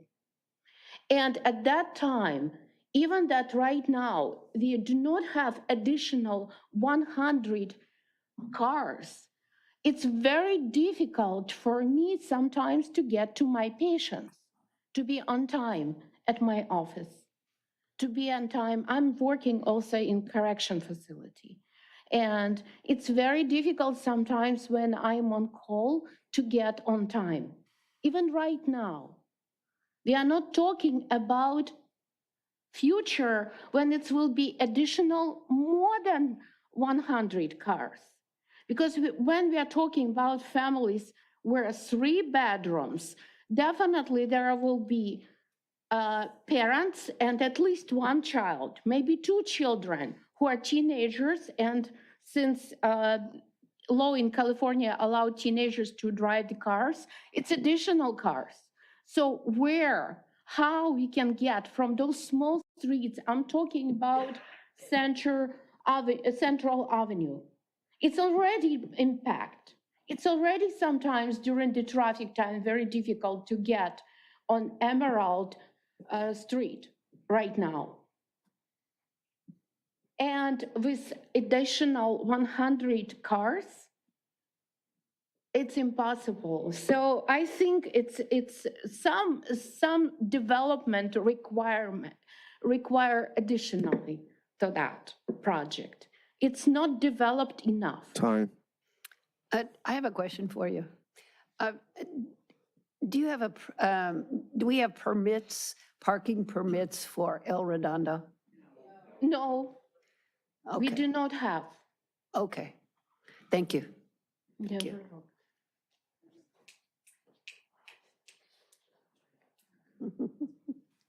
Hi, I'm Linda Dufresne. I'm one of the residents that's directly affected. I'm just behind the small parking area. I'm her neighbor. This is her neighbor, Susan, my neighbor, Susan, sorry. I want to thank all of you, because I could see that you were really trying to do something for us. Boswell especially, thank you, for trying to address the parking and everything, and our concerns. We do not have permit parking. Maybe we're going to have to go that direction now. We chose to let the kids and the parents from the school park on our street. We withheld when everybody was getting permits. Clearly, it's not working. It's definitely not going to work with this project behind me. One, I'm losing my view, which, okay, life happens. I don't like it, but I have to live with it. 2, my property value just went down tremendously. I have no view. I literally have, if I choose to sit on my balcony now, I'm going to be having a garage in front of me or a window in front of me. I am directly affected by it. My dad is turning in his grave right now. He bought this house and built this house. You know what? Life changes, life moves on. I understand that. And maybe I need to move out of Redondo Beach. I've lived here my whole life, 66 years. Yeah, Oh, thank you. And I would You're- say yeah, the that- same yeah, thing. We are now same thing. thinking We're of both in the moving our same boat. homes. You know, We we're are losing losing- everything. Our property values dropped, everything. I agree. Yeah, thank you. But thank you for all trying. Thank you. Thank you so much. Is there anyone else who would like to speak? Please come. Yes, you may. Please come up, please come up and Talking to the mic. Your name? state your name, please. I've heard people In come the- up here and say that it's very vital, these low-income housing, we need these affordable housing, right? If you read the Planning Commission's report, it calls these 3 units insignificant, right? We need, per the 6th cycle housing element, our mandate from the state for affordable housing is like 1,900 units, right?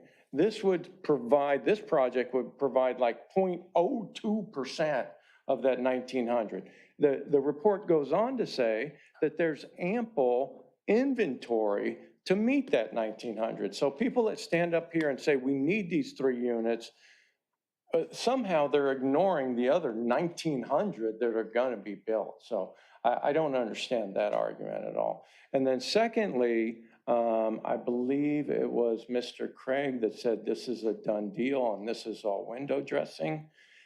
From what I've read, you have to follow the mandate from the state, but it's the city who decides where the affordable housing goes. The state doesn't come in and say, you have to put affordable housing here, here, here. That's not the way it works, as to my understanding. The general plan of the city determines where the affordable housing goes. And the property in question, as far as I know, is not in the affordable housing overlay, right? And while it says affordable housing is allowed there, it doesn't say affordable housing has to be there. So then it comes down to the decision of the city whether affordable housing goes there. You know, but I've heard other people say here that we have no choice, that we're backed into a corner, that this has to happen, and I don't believe that's the case. Thank you, sir. You're welcome. Let's, if we could have our city attorney here, just reiterate the nexus between the housing element and this property, and how the how the housing element, the 3, if you could go over the 3 units as part of that 1,900 count. Is that correct? Yeah, sure. Okay. Let me go ahead and address that. Okay. So we have a number of sites that are identified in the city's recently adopted and certified housing element that provide the capacity to accommodate low-income housing, affordable housing. So they are areas of the city that have been, had zoning designations that are of a high enough density to qualify as potential housing sites for the city, affordable housing sites. This site is one of those. If you added up all the sites at the densities that are allocated per the recent updates to the zoning ordinance, they would total a capacity of approximately 1,900, a little over 1,900 units, which would accommodate the affordable units that were issued to the city in the regional housing needs assessment. So we have an issued number from the state that came from the regional government. SCAG said you have to have a capacity for, I think it was 1,934 affordable housing units. We have designated sites that provide the capacity for that. And this is one of those properties. So this is a location per our general plan, per our housing element, that is accommodating for affordable housing. And what would happen if we didn't approve the project? Well, we have to make a finding, and it's in our resolution tonight. Now, for approving the project, we have to make a finding that we have, with the housing element says 12 units in our housing element for this, but we're only providing 3 with this project. So we had to make a finding that we're not providing 9 of the identified affordable units. Do we still have capacity in the other identified sites to cover us? If we did not, then we would have to look to rezone properties and find additional housing sites that would have to get certified by the state. Yeah. Okay, thank you. That was helpful. Any? Point of clarification? Yes. You were expecting there to be 12 affordable housing units on this site. Were they able to go with 3 because they went with, is it very low as opposed to just low income?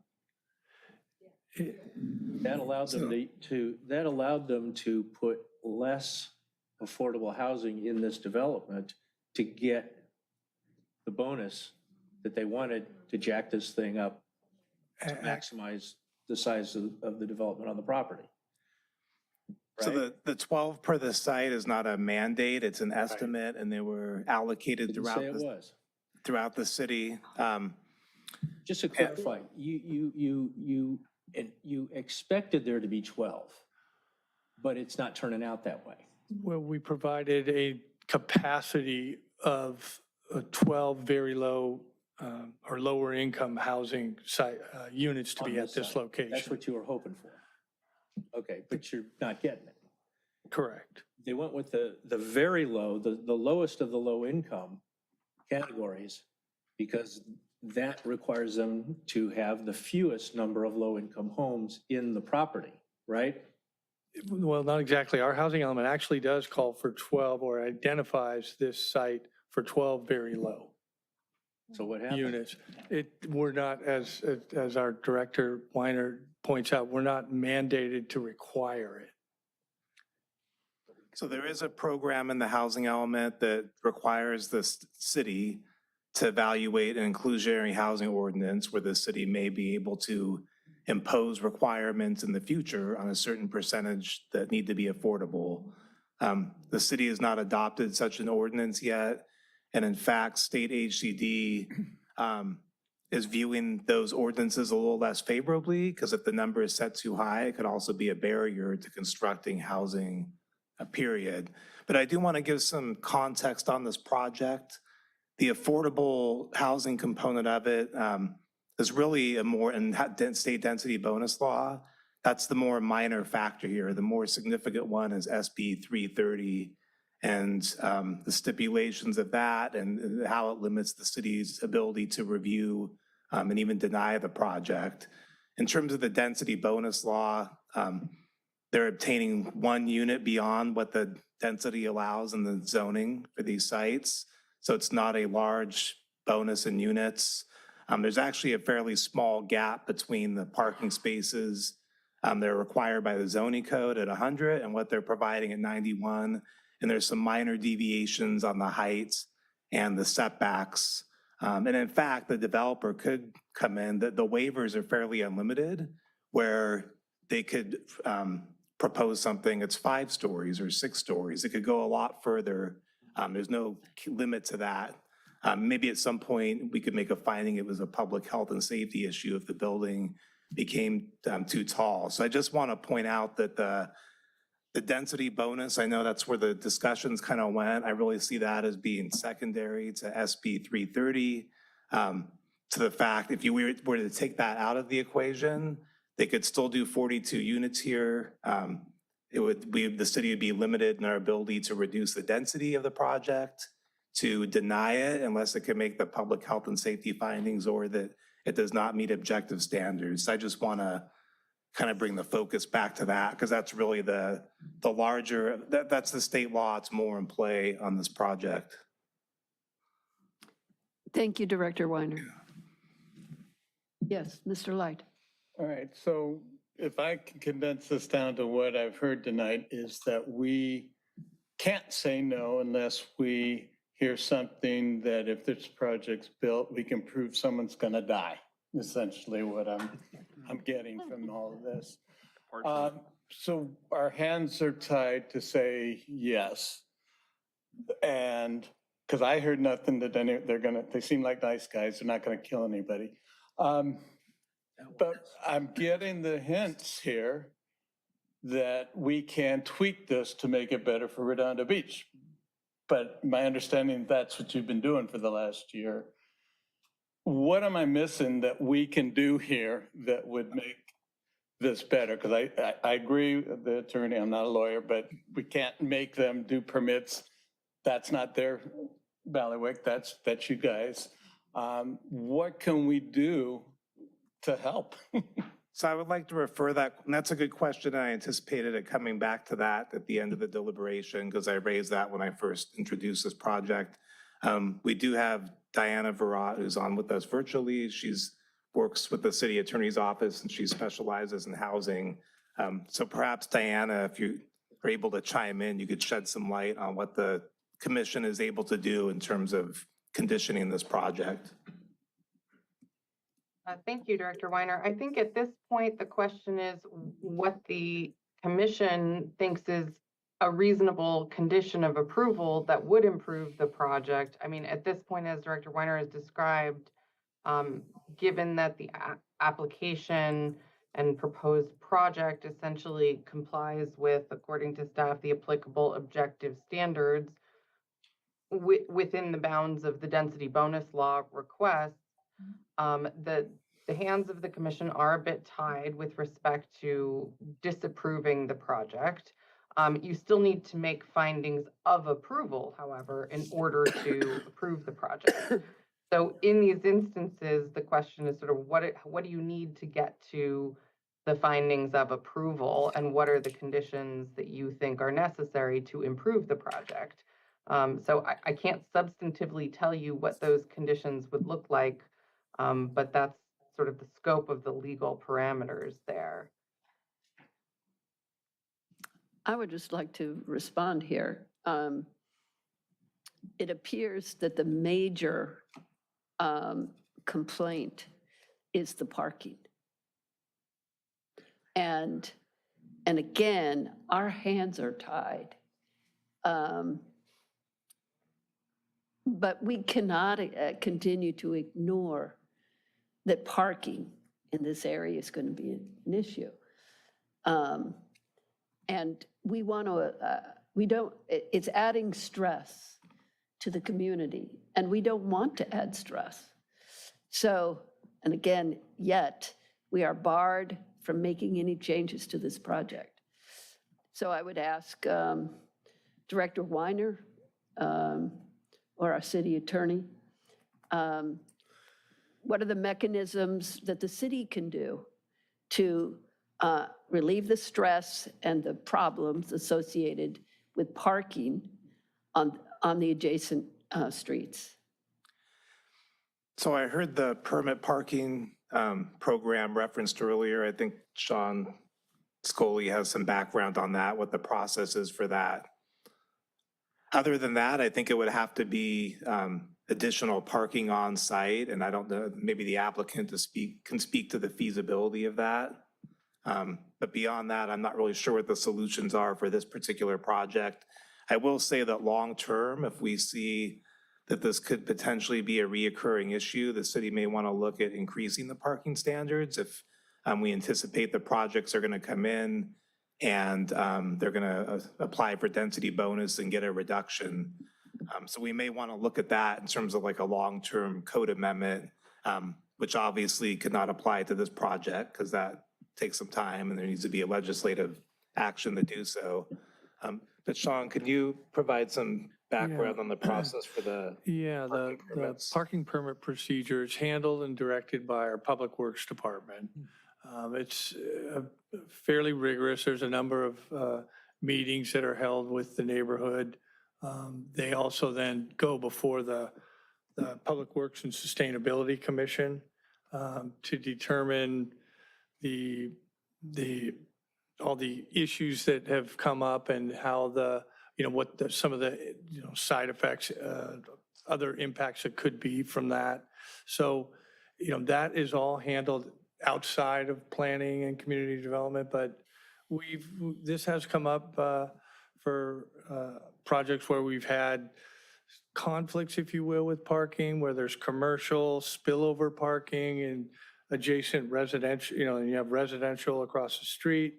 So that was, I think one of the speakers tonight spoke to a recent preferential parking, permit parking on Gertruda. That ultimately will go to the council to be confirmed what the result is from the commission meetings with the Public Works Department. So what's the procedure then for these people in the audience? Yeah, they would start with our Public Works Department. We could certainly connect you to the appropriate individuals in Public Works to initiate that process. I think there's petitions that are and surveys that are put out in the neighborhood, et cetera. So, they could come to the Planning Department and then could go to the Public Works Department. Okay. We'll get them to there. And if the commission thinks that's a potentially good solution for now for these housing projects, because I do anticipate we're going to see more of them, you may want to make a recommendation to the city council that we take a closer look at that when these by right housing projects come through, that we provide some more latitude for permit parking within the surrounding neighborhoods, just understanding the type of impacts they can have. Right. I'm so sorry we can't not answer your questions, and you've already been up to speak.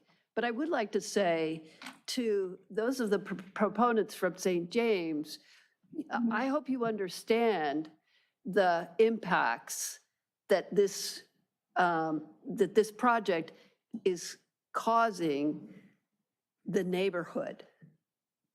And it shouldn't be taken lightly, right? Perhaps you could work with them to get the permits. We're all one community. I hope you walk away from this meeting tonight realizing that you too have some responsibility to help the neighborhood be of lesser stress than what this project is causing. So, having said that, yes? Okay, I have a couple ideas to make this project better. I need a little bit of a description on water capturing, stormwater capturing. Can one of you guys address that? Stormwater capturing on the property? Thank you. I think you have to swear and tell your name, yes? Yes. Do you promise to tell the truth, the whole truth, and nothing but the truth? I do. Thank you. Ryan Bittner with C&V Consulting, civil engineer for the project. Thank you. So it rains, what happens to the water? So we, as a part of the package, we prepared a preliminary hydrology study as well as a preliminary low impact development plan. Both of those reports are a part of the entitlement package for review. The city, it's kind of a standard procedure in LA County. So when it rains, yes, we do an existing conditions map for hydrology to measure where those flows go. And we do a proposed conditions hydrology study to measure where those flows go after the project has been developed. And so those reports, those calculations, et cetera, are all part of what comes as a part of the design. So did you have some specifics? I do. I really don't want the water going into the gutter. Okay, so we've been trying to get the water to be percolated into any property, within the property, right? Trying to help with that. So is it going into the gutter? Because that's a change we could make that would help this project be a little better. So we were required as a part of this project to make a direct connection to the LA County public storm drain, which is in Vincent. It's a 69-inch storm drain. So we are capturing the water on site with a series of catch basins. Those flows enter a pipe, and then they enter a water quality treatment facility. There are 2 dry wells that we're proposing on site, which infiltrate the water. So first we treat it, then we're percolating those flows into the ground as required, a certain specific capture volume. Okay, that. good. So none is going into the ocean. Well, then eventually whatever exceeds the capacity of the 25-year event is piped out to the LA County storm drain. Okay. Which is, it's clean water at that point. Okay. So it does eventually enter the public storm drain facility, but this is all done underground. Okay, sounds good. Okay, next thing we have planting that's being called native drought. I need to have California added to that, so California natives drought tolerant. So can we get that added? Do we have a landscaper out there?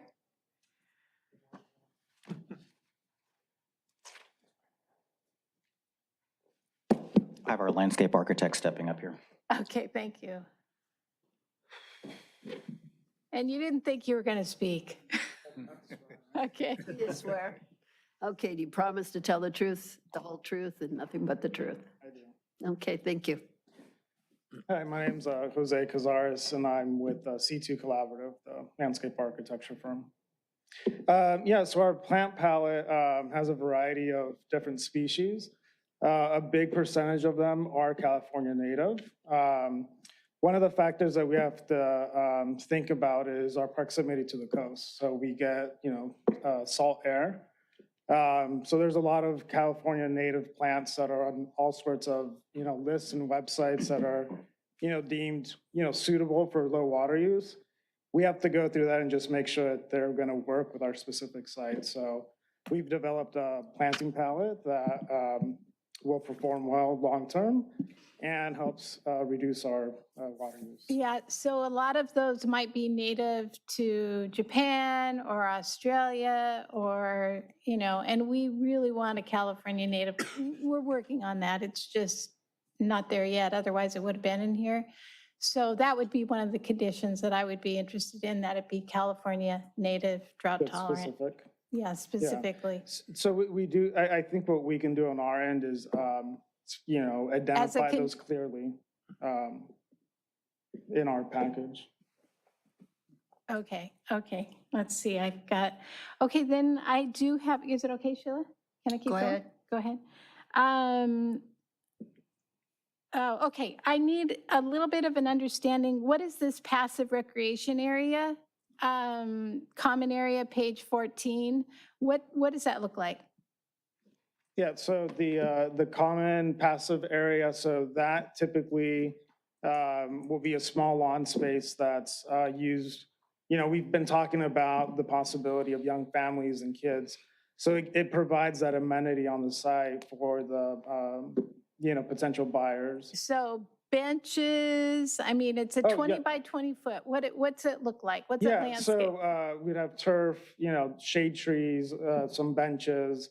And it's passive, so it's not a dedicated, use. So it can be used however, the residents deem acceptable. But typically we have our benches and shade trees and try and make it a nice, comfortable, backyard sort of feel. So that's something you put in. You put in benches in these passive Yes. areas. Yes, and I do want to point out that in the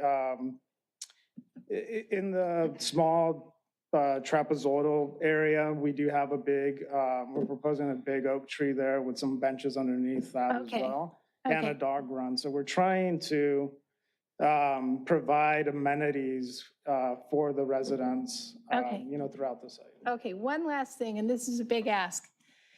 So when we were working with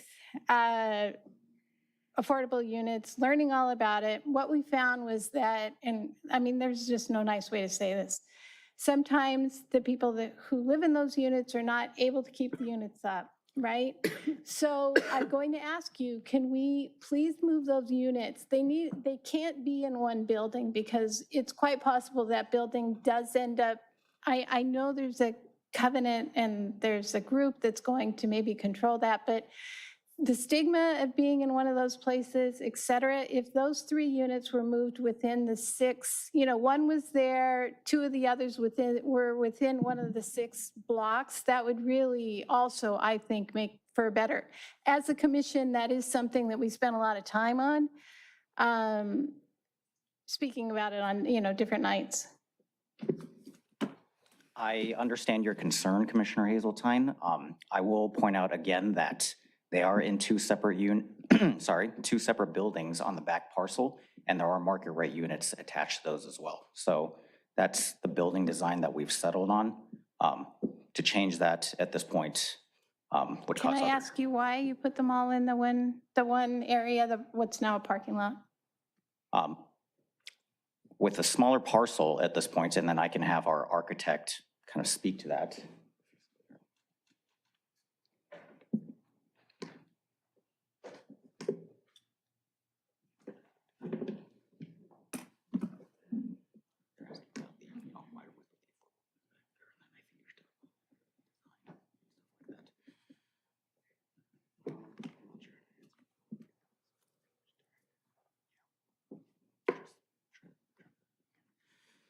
I just want to reiterate what Patrick was talking about, that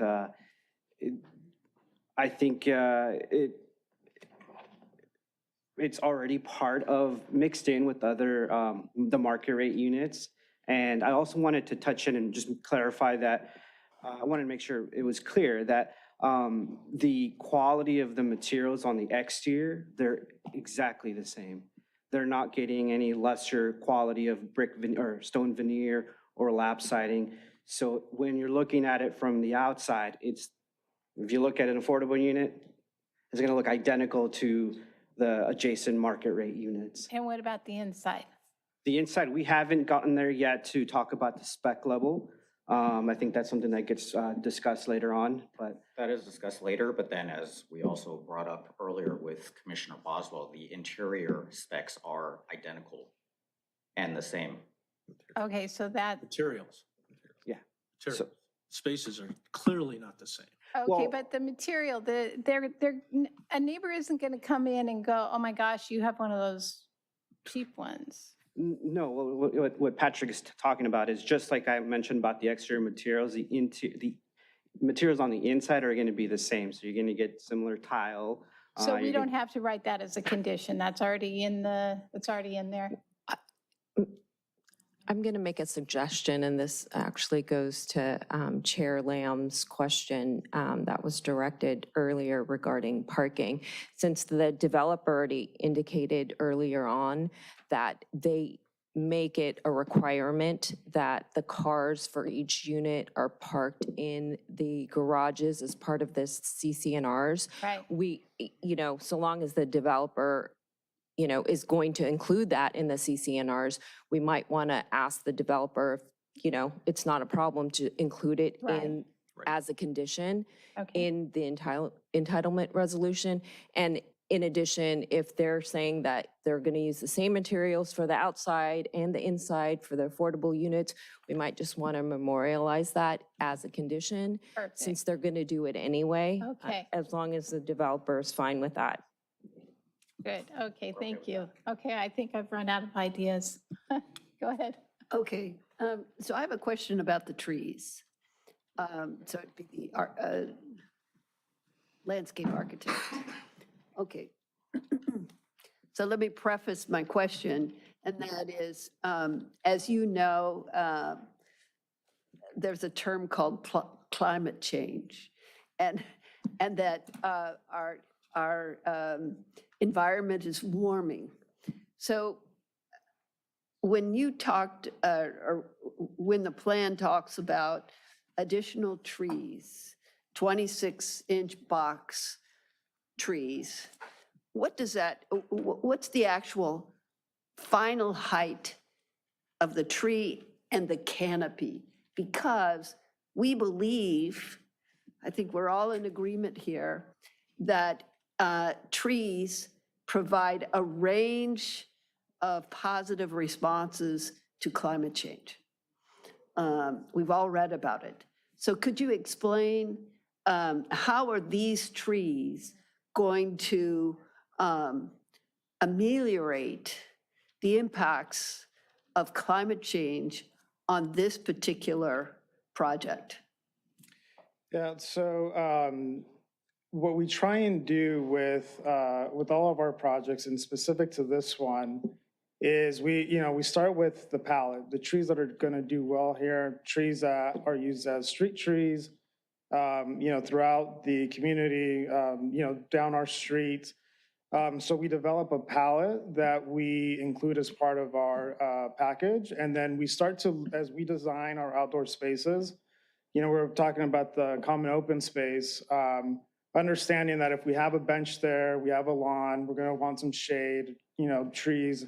We also use trees for screening a lot of the time. So around our perimeters, where we have the proper space for the trees, we're putting in trees that are going to grow either vertically or they're going to have those bigger canopies. So in areas where we're not going to be negatively impacting either the proposed architecture or the neighbors, we can get in some of those larger tree canopies, because there are, like an oak tree, beautiful tree, very slow growing. When we get to the permitting, side of things, that's when we specify the exact size that we want for that area. But at this point, we're already dictating, we want generally like these 3 species for that specific tree. What that allows us to do with the climate action plan that many cities, have incorporated, is to, from the get-go, say, we're going to have, on our site, we have 24 trees.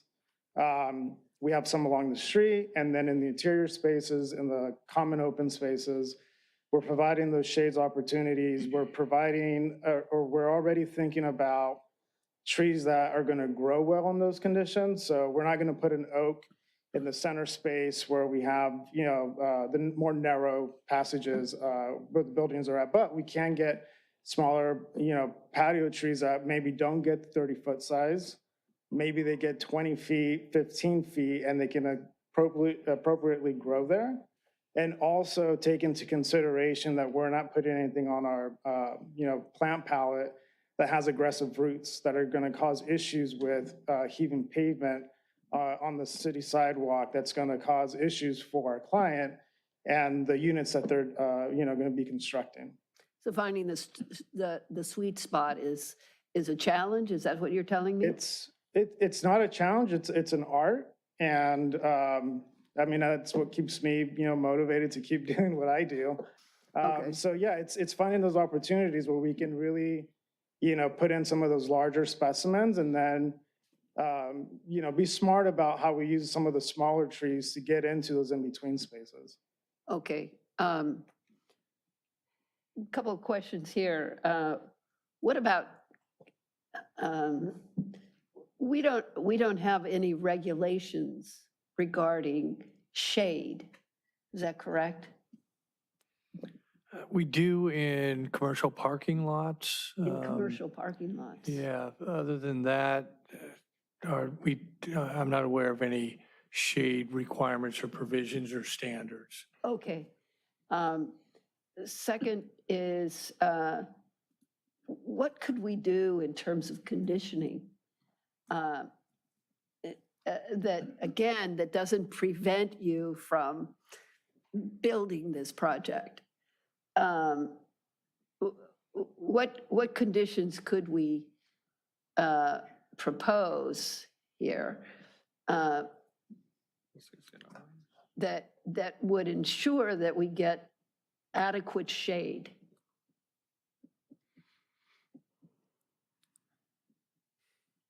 So That- what that are we you, wanna- what are you looking for in terms of Right, canopy coverage? And maybe we can ask the applicant what Right. their thoughts are and how that fits in with the plan. I think from the community standpoint, right, we want this project to contribute to the cooling of the climate, right? And their concern, you have a wide variety of concerns, right? But shade and cooling the community might not be one of your priorities. So we want to communicate to you that this is a priority for us. What could we do here? A couple of things just to suggest or to be aware of is we have solar panels on the roof, so we've got to be mindful of potential shading impacts on that. There's also insurance requirements for having canopy over the building. So there's really, we have some built-in limits. Right. But, from what I'm hearing from the landscape architect, we certainly, his expertise with the cities, sitting down with our Public Works Department and the individual who manages the city's tree list, we could certainly come up with, we're hearing exactly what you're saying. Maybe there's a shade consideration we could add to the landscaping condition, just so it's noted. And then we're mindful of that as we get into the building plan check stage. Okay, so just to clarify. And we could craft a statement to condition that there'd be a discussion You by. can have, provided that the developer agrees to this as well, you can say that, all landscaping shall be in accordance with the city's landscape regulations, including compliance with the Redondo Beach Water Efficient Landscape Ordinance, and, shade, providing a shade canopy, it will be discussed, and if feasible, will be included. I mean, the developer really has to, be okay with that. We've been working pretty closely with staff already regarding the landscape. That is something we can definitely take a look at. Jose has said he's willing to work with your city staff to figure that out. Yeah, so we could include discussions regarding, and I'll leave it up to Sean and the planner to come up with the correct verbiage, but if the developer's not opposed to that idea, you can include that idea in the conditions. And I just want to get on the record that the developer was okay with adding a condition regarding the native California, native to landscaping is required to be California native and drought tolerant, and then also the parking, requiring the residents to park in their garages, which will be included in the CCNRs. That's correct. And then Commissioner Water, I think that they said that they were capturing all the stormwater, I believe. Okay, and did you have another? It's in the report. Was there another item I that? think that was it. Oh, it was benches, discussing the passive recreational area, that there's actually a common area there where people could sit, benches be included. I mean, he said he does that automatically. Okay, so we could, I'm sure staff's making note of all of Okay, these. thank So you. provided the developer agrees to it, you can have, something to the effect that, the city and the developer will discuss issues such as including benches Right. if feasible, so that it's something that, is discussed, but we don't Right. know where they'll land. Right. We're communicating what our priorities are, right? Which you may not know, right? In that vein, as you know, I've looked at your website and I've seen the range of facades, right, that you have throughout the state. So I'd like to point out, and I think you've heard tonight, that the location of this project is in an area that has 20, 30, 60 historical homes. But you chose a modern facade. And I'm wondering if you would be willing, right, maybe this goes to the architect, right? This would be the architect. Right. I don't know if you've seen, I don't know if you've seen those historical homes in the surrounding area. They're absolutely beautiful. And it would be not only to the city's advantage, but to your advantage, right? As a selling point to be integrated into that historical context. Is that within the realm of possibility? We have looked at a couple of other designs. However, we do feel that this design fits in better with the aesthetic of the city. The Seacoast Modern, as I mentioned earlier, with the siding and the veneers and also the colors. So, I certainly disagree with you on that. I don't know what you said seaside? Yeah. Coast? Seaside, it's characterized by lap siding and veneer, which are very traditional building materials. The modern aspect of the design is really just the abstracted pitched element, right? Right. But beyond that, the materials, the exterior cladding materials that were chosen are very much traditional, including the color scheme. So. But, okay, so the color scheme, though, doesn't, again, it doesn't match Mhm. with the surrounding areas. Yeah, I think it would be possible to retweak the color scheme. Okay. I would ask that you look in the neighborhood. Sure. Right? And if it were integrated into that historical context, can we condition that it will be, it will be discussed? We can't make you do it, but can we condition it to be discussed and addressed as possible? I'm You know, sorry. that's not changing the 43 or the 3, or that's not changing anything having to do with those laws.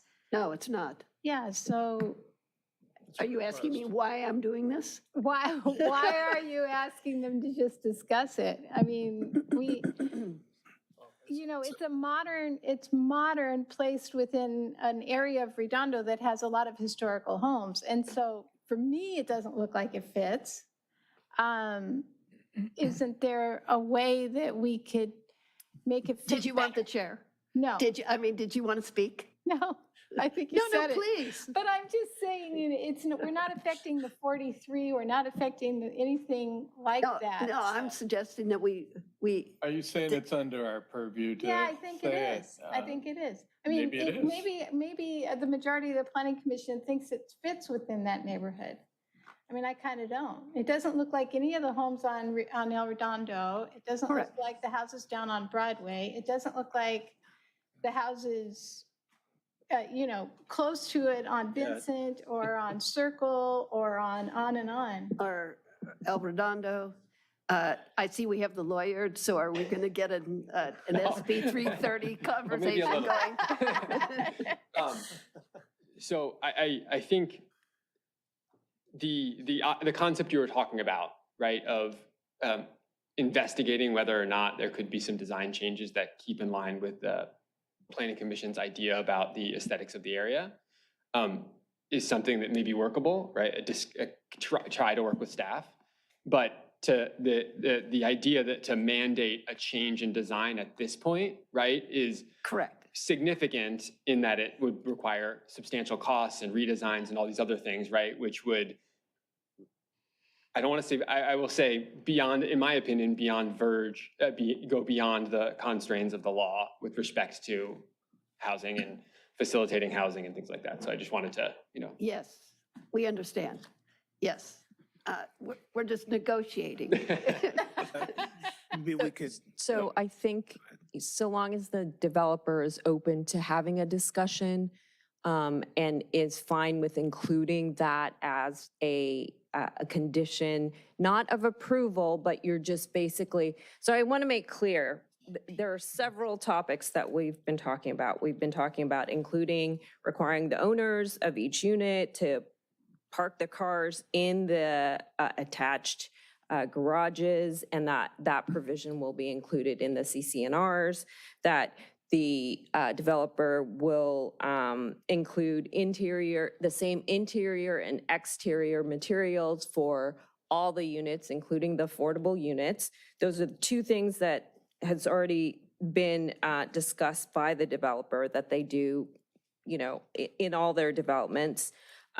The concept of, and then there are three other, and possibly three other areas considering including benches in like the public or open space areas, including native California landscaping, and including shade landscaping.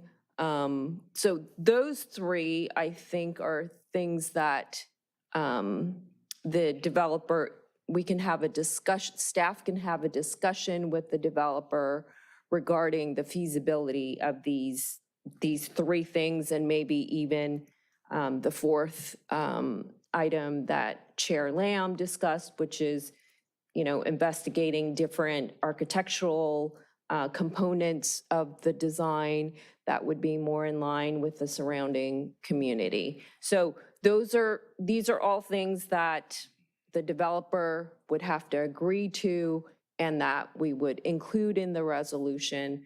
But I need to get like an affirmative either from their attorney or from the developer's representative. We are willing to investigate the different design, but then to mandate that at this point would be a bit financially infeasible. So. Right, so we wouldn't mandate it. We would just ask that you have a really good dialogue with staff regarding the inclusion of different architectural components that's more in line with the surrounding communities as articulated by the commission tonight. We can certainly do that. Okay, and then you're okay with the other provisions as well? Yes. Okay, great. The question for the chair on the architectural compatibility, is that something that you feel could be addressed through the materials and color of the building? Or did you have something else in mind? And it may help staff to better understand what you're looking for, what the commission's looking for in terms of trying to make this a little more compatible with the neighborhood from an architectural perspective.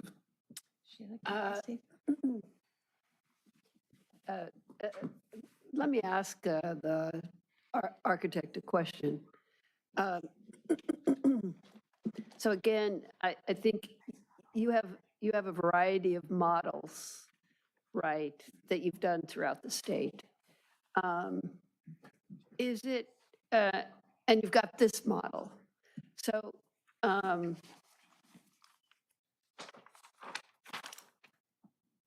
not too sure how feasible it is to ask for an alternate model, right? I'm not too sure if that's what I'm asking, but certainly color, the color palette to change, and this would be for all the units, not just the PCH unit, be for all the units, and to have a sensitivity to the historical context. However you, as the architect, see that. Now, I'm understanding that you're looking at a kind of modern interpretation. I would disagree with you on that, but that's my personal thing. But just have this discussion about how you could integrate, as it says in the general plan, right? New development shall be integrated with the existing residences, and I'm sure you've come across this before, right? So is that clear enough? Is that clear enough? Could I piggyback on that, Sheila? I think it is, but it definitely leaves a lot to interpretation, and I want to make sure staff doesn't disappoint if we do engage. So were you thinking more muted colors, maybe more So what I would say is that, what do those historical homes look like? Whether it's Queen Anne or, right, the other, Right, Victorian. Sheila, just not Victorian. just south of that, your neighbor is an old mission that must be at least 100 years old, right? Mhm. We have a lot of that in the community where we have old Spanish, Or Spanish. It's right next, your neighbor right next to it, though. I think it's a Baptist church right next door. Sure. Well, as was mentioned previously, I think retweaking the design itself, the building components are Right. going to be, it's not going to be feasible at this point in time. The color scheme, I think that could be quickly studied. Now, I will say that just based on the existing architecture that's being proposed, it does lend itself, especially with the choice of the exterior materials, to the color scheme that's already there, which is the light blue, grayish horizontal siding, plus the stone veneer, all of which are actually high quality building materials, if I may say.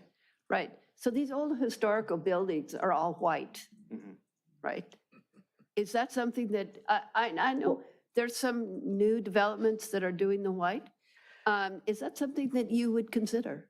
Well, I think white would reflect on the sun a little bit more, right? And it would probably heat neighboring spaces more. So I think and plus, I think having an all-white community, or buildings that are all white, I should say, it doesn't create a lot of variation. So almost a boring community, for lack of a better word. I think by selecting different building materials like horizontal siding, as I mentioned, the veneer, plus the various different color schemes, and we have 2 color schemes right now that are proposed across the site. So I think that will create a better community for all. I would just like to bring your attention to the El Cajon model. It's all white. So, very attractive, very attractive. And just another point here is that you may find that the input we give you may make your product more marketable. And as I mentioned, that I'm happy to study the color schemes. Yeah, so that, I think that can be. We want you to be successful. Appreciate right? that. Thank you. Okay. Hi. Yeah, So it's $100,000 for the 3 affordable units, right? But what's the estimated sales price for the other units? We have not set sales prices yet. However, I think I mentioned this earlier. When we do put together the sort of financial considerations for the project, we look at recent sales comps in the area. So at that time, when these buildings and units are all done, it could be a different price point. So I don't want to say right now that this is the price point, and then later on, a couple years later, it's more expensive or less expensive, but they are I think it's comparable. reasonable to expect they'd be more expensive in a few years, but you must have a pro forma estimate. I'm just looking for a rough estimate for the other units on average. For comparison purposes to the 100,000 for the affordable units, I'd like to get some idea. I mean, from what I've seen in the area, a lot of the units go for over $1.5 million. Okay, so 3 affordable units and 40 large unaffordable ones, each with 3 bedrooms and averaging roughly 2,000 square feet. I heard a lot of people speak tonight about wanting options for our children to be able to buy in Redondo Beach as young adults. If the goal of the state, the city, and the developers is to expand housing options for first-time buyers in Redondo Beach, you got to ask yourself, why are all these units so large? Young professionals and new families would benefit far more from studios, 1-bedrooms, and 2-bedroom units, helping them qualify for loans, build credit, and gain equity toward upgrading to larger homes. Aren't these the buyers who need the most support? These oversized units do little to help them. We've been told that there isn't anything we as a body, not much anyway, that we can do regarding this project before us, and that's too bad. But let us learn from this project so that we may be more considerate to first-time buyers in the future. To the developers, Mr. Chen, I say you can still achieve strong returns while genuinely providing affordable housing and staying within the city zoning restrictions. That approach wouldn't just make you a housing provider, it would make you a good neighbor. Thank you. Thank you, Mr. Conroy. A question maybe to the architect, but I'm not sure. There's a retaining wall, I believe, on the adjacent property to the east. Is that within your purview to address? Or do you have that in your plans, that retaining wall? I I'm see going to have our someone civil coming engineer out. step in. Please, sir. The retaining wall on the east, specifically, which one were you looking at? You're building 7 and 8? Let's look at them all. Let's look at them all. The retaining walls, how many are there? We have retaining walls along the westerly property line, Pacific Coast Highway. We've got some retaining walls along the southerly PL. Oh, okay, so this would be the retaining wall above the project, to the east of the project? Okay, so by the affordable units up there in the Yeah. corner. So we cut some sections as a part of the, well, let me back up. We have a preliminary grading plan that's part of the tentative map package, which shows the retaining wall locations and heights. And then we also cut typical sections through each of these locations to give you an idea of what that looks like. Okay, so this is. It's hard for me to describe, it'd be easier to. We get a display on the screen here for everybody. If we go to sheet 3 of the tentative track map. Oh, here we go.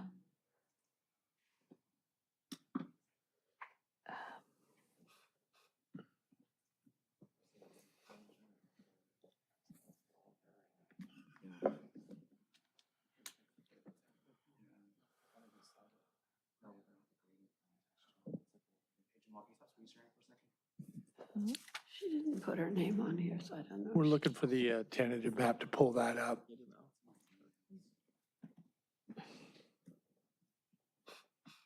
I think it's a good question. Retaining wall. What's the question? Whether, the question is, what will happen to the retaining walls? Will they, are they addressing retaining walls? The existing The ones? existing ones? So- Are they so- putting new ones in? Both. What's going on with that? Both. So along the easterly property line there, there's an existing retaining wall which we intend to protect in place.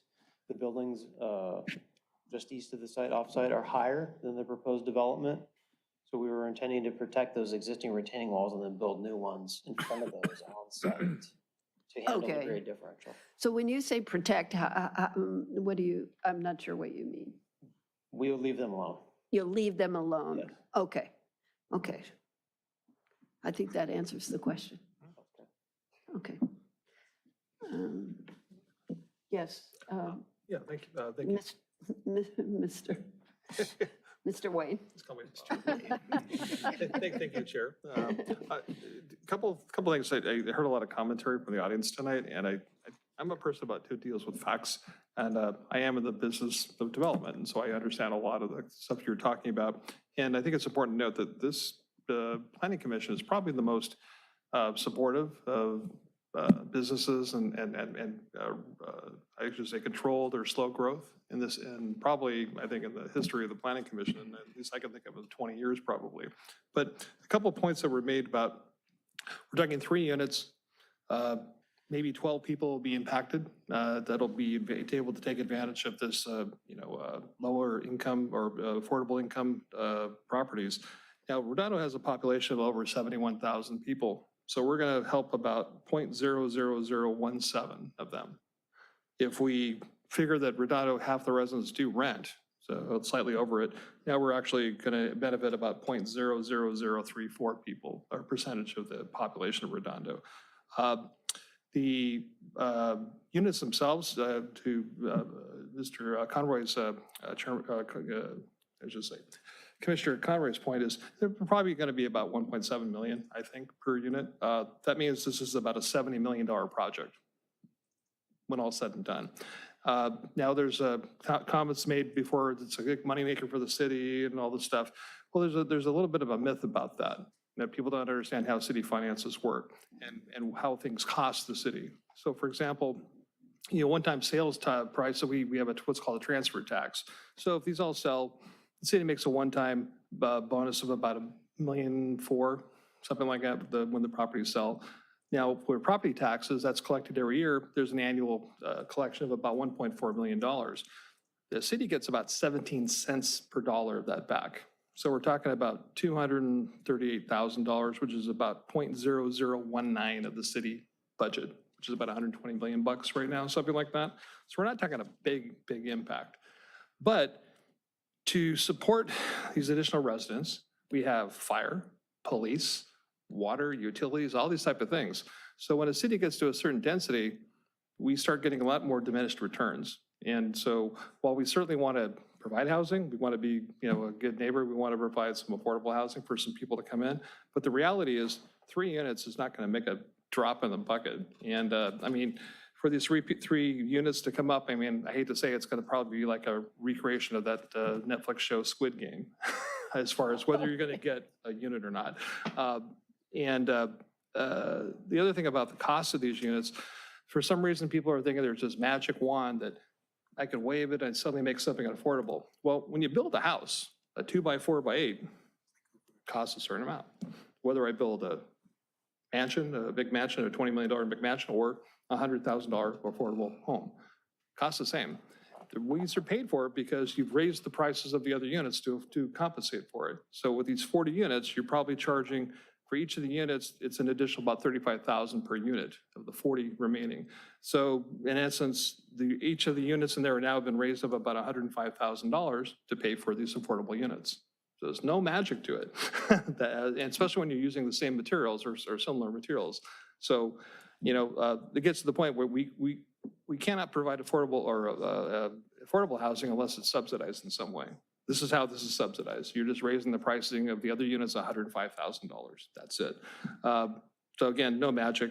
And finally, I'd like to address one comment, which, it just sticks out because we're all volunteers here. We care about the city. We're up here spending our time. We've been here for almost, 5-6 hours now, 5 hours tonight.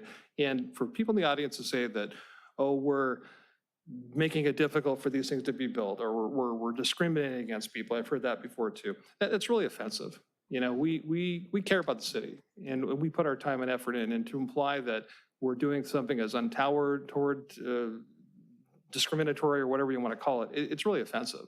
And, we're doing the best we can within the constraints that we have available to us. And, I think we've added some components to this that could help it out. With the parking, I think having a CCR amendment makes some sense.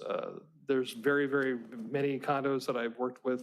They have that as a requirement. You can't park your cars outside. And that could help the neighbors in the community quite a bit. So anyway, those are just some of the points I wanted to circle back about, just to let people know this isn't real rocket science. It's pretty straightforward. Thank you, Commissioner. Well, shall we close the public hearing? No. Chair,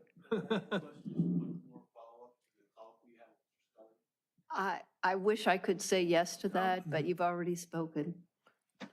Chair Lamb, Yes. before a motion to close the public hearing is entertained, if you could just ask the developer if they have anything else that they want to add. You may want to ask your fellow commissioners the same question. Okay, yeah. I don't really have any more to add. I feel like we've designed a very good product over here in conjunction with the planning department and city staff. They've been tremendously helpful in trying to guide us to a project that suits us as a company and then you guys as a city. So I appreciate the time that you've taken tonight to look at this under the microscope. Thank you very much.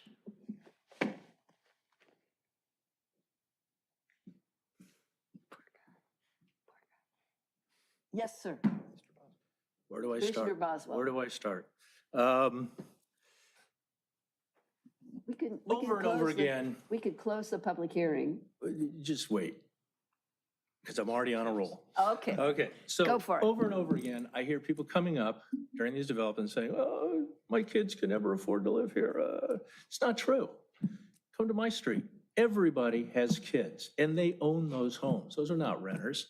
There's plenty of people in this city who are living here and raising a family, coming here, getting married, having kids.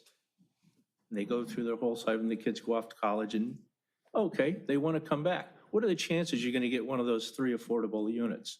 0. The other thing is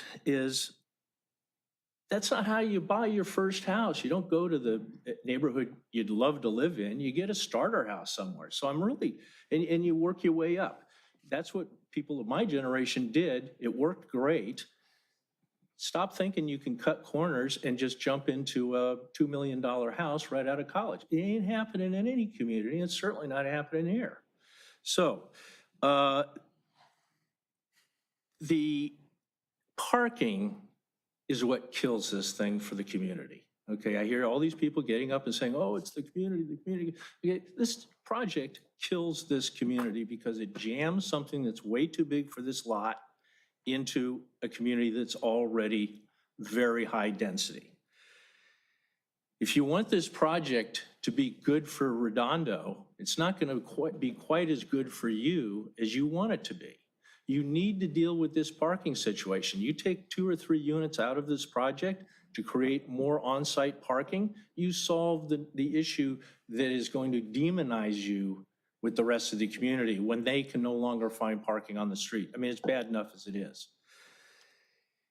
The 3 affordable units, like people have been saying, it's a drop in the bucket, it's insignificant, and the fact that it isn't 12 means we're now gonna have to get other properties to add more because you didn't carry your weight.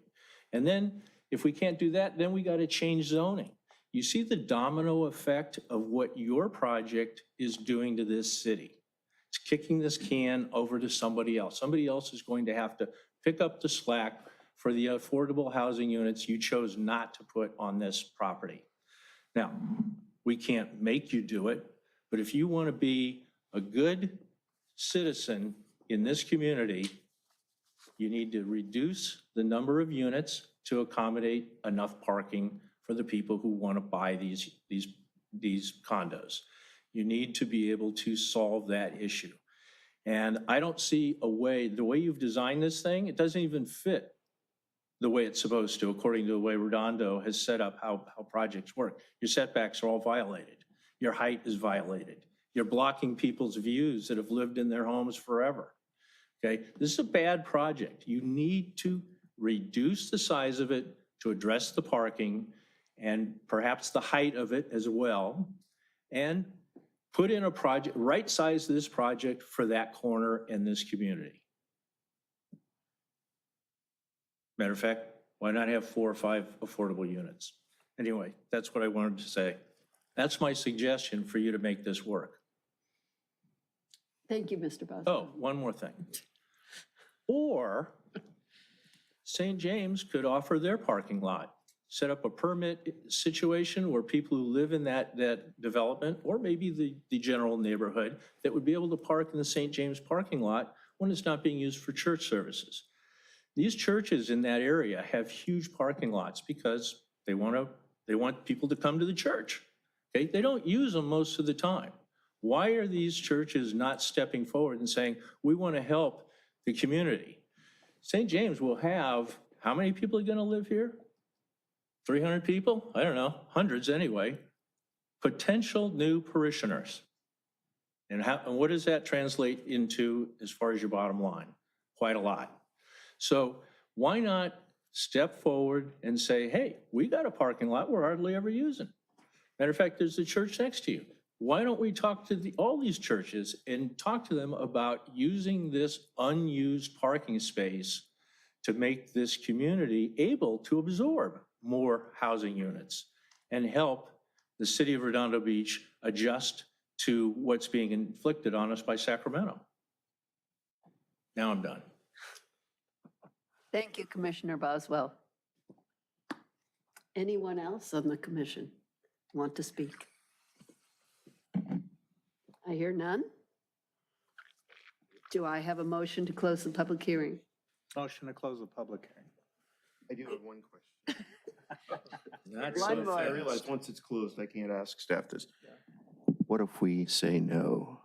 What happens Oh, next? that's what I was gonna ask. Yeah, what happens? Well, the project is appealable to the city council. And then ultimately, if it's denied at that level, and you could approve it and it could get appealed and denied, then it would be determined in court, I would imagine, if the applicant decides to sue. Maybe Cheryl could speak to that. And before you get to that point, if the commission is inclined to deny this project, you have to keep in mind the findings that you will have to make. And unless this commission is, if you're going down that road and you're looking at the reasons for denying the project, then you would have to articulate that, and that would have to go into the resolution. Staff would have to, probably the most practical solution to that would be for the commission to continue the hearing, allow staff, provide direction to staff as to what grounds the commission is denying the project. So you would have to articulate, objective standards that are not being met because there's a significant impact that can't not be addressed. And then staff would come back and provide the commission with a resolution of denial. And then at that point, I'm assuming the applicant would appeal it. It would go to the city council. You would have a hearing before the city council, and their decision is final. And then depending on what that decision is, parties may, file suit. Right, and the resolution would have to have specific references to objective design standards that development standards that the fact that it doesn't meet those standards causes first, harm to individuals. It's a safety issue. What were the other two? There were two other things. There are health and safety issues, significant impacts to health and safety that cannot be mitigated, and that has to be based on specific objective standards. And that's how a project can be denied on pursuant to SB 330 for the state density bonus law. You would have to make those same findings, basically. I mean, it's pretty much the same standard. And I don't know if,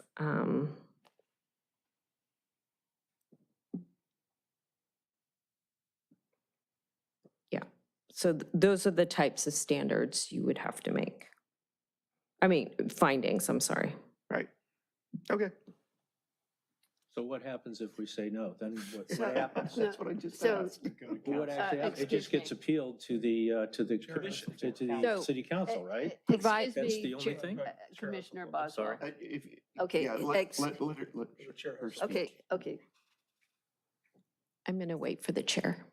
you have the floor. Thank you, Chair. Sorry. So exactly the same response that I gave to Commissioner Gaddis. So if you were able to make the requisite findings for denial and you deny the project, or that's the way you're, I got that.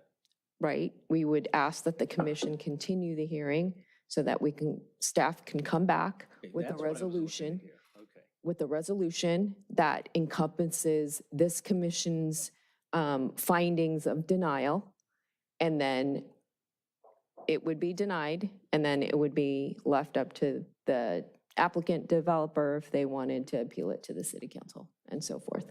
Okay, then the follow-up question is, what are the legal ramifications of the planning commission doing that? So Does that Let put me the city in any kind of legal I'd like to danger? interject here. Excuse me for interrupting you. Okay. So far, we have no findings that these, that anything here is a threat to health and safety. Just the fact that it's making me sick is not good enough. Does it qualify? Yeah, Does but it? that's not what I'm getting at. No, That's, no, no, you see, that's Mr. not what Boswell. I Mr. understand Boswell, that. I understand Let that. me finish. Yeah, Let me but finish. I could save you Okay. the trouble because I understand that. Okay. All I'm There trying to is- find out is Mr. what Boswell. happens. Mr. Boswell. Okay. We want to move forward here. We don't have the requisite findings to deny this project. And I would like to hear a motion to close this public hearing. Motion to close the public hearing. Second. All in favor? Aye. Any opposed? Opposed? Can I say Motion passes. Can I say something, Katie? Yes, You you know, may. we'd be in a whole different situation if we were on the other side of the highway in the coastal zone, and we're not. Right. So the project meets the requirements that it's supposed to be met. So denying it, we don't have any grounds to deny the project. Not my And, question. well, I know, Doesn't but matter. Commissioner Boswell, we already know what happens. We know what happens. Do we? Yeah, we could, they could come back Because- and they could make some changes or something. Final? Okay, the final question is, if we deny this, does it put the city in legal trouble? Well, there's a lot of issues. It's in our housing element. It We- is in, We Is it- can't does it or deny does it it. not? no, we- it would, City council. there We would cannot be deny no it. reason. It would go to city council and they would pass it. There would be no reason. They've met the requirements. What the attorney on the line said was, can you guys come up with some ways if you want to make the project better? Make the project better. Think of something that you might add that these guys can agree with. They don't have to agree all with the- anything. It's not in a location where we can fight this. And I they understand met that. the requirement. As far as design goes, I don't know how to nicely say this. I mean, that ship sailed a year ago. Maybe when they were working on it in planning department, they could have said the planning commission is going to ask that this place conform. And I get what these guys are saying. They're saying the architects have already drawn it up. I mean, you're asking me to put a beach craftsman style house here. It's already been designed. We can't ask that. That should have happened a year ago before it got here. So, That's not what I'm asking sorry. either. Sorry, Sean. I'm not asking that either. But it may be next time because we're going to be bears about it. We're going to say, does this fit? Maybe it doesn't. Okay, but we don't have a choice. That's what I keep saying. Why are we having this discussion? Well, then why did you ask it? I only wanted an answer to one question. I still haven't gotten it. Does this decision put the city in any kind of legal crosshairs? If they want to sue us. Does it?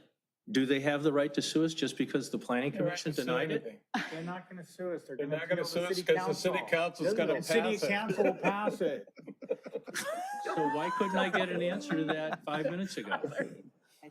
I think we're good. Maybe We we're can't good. open Everybody the- just we wanted have to read the sorry, Encyclopedia sorry. Britannica. Don't- It was a simple He was question. just getting started. Yeah, but we already got that answer. We already. I could come up with more stuff if you want to keep it open. No, please Okay, don't. but does anybody have an idea to, sorry Sheila, to make it a better project? It's, public hearing's closed. Do we have any other ideas?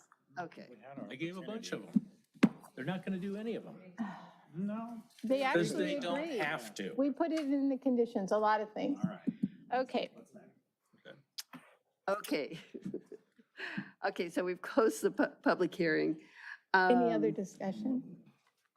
Okay, is there a motion to approve the staff's recommendation?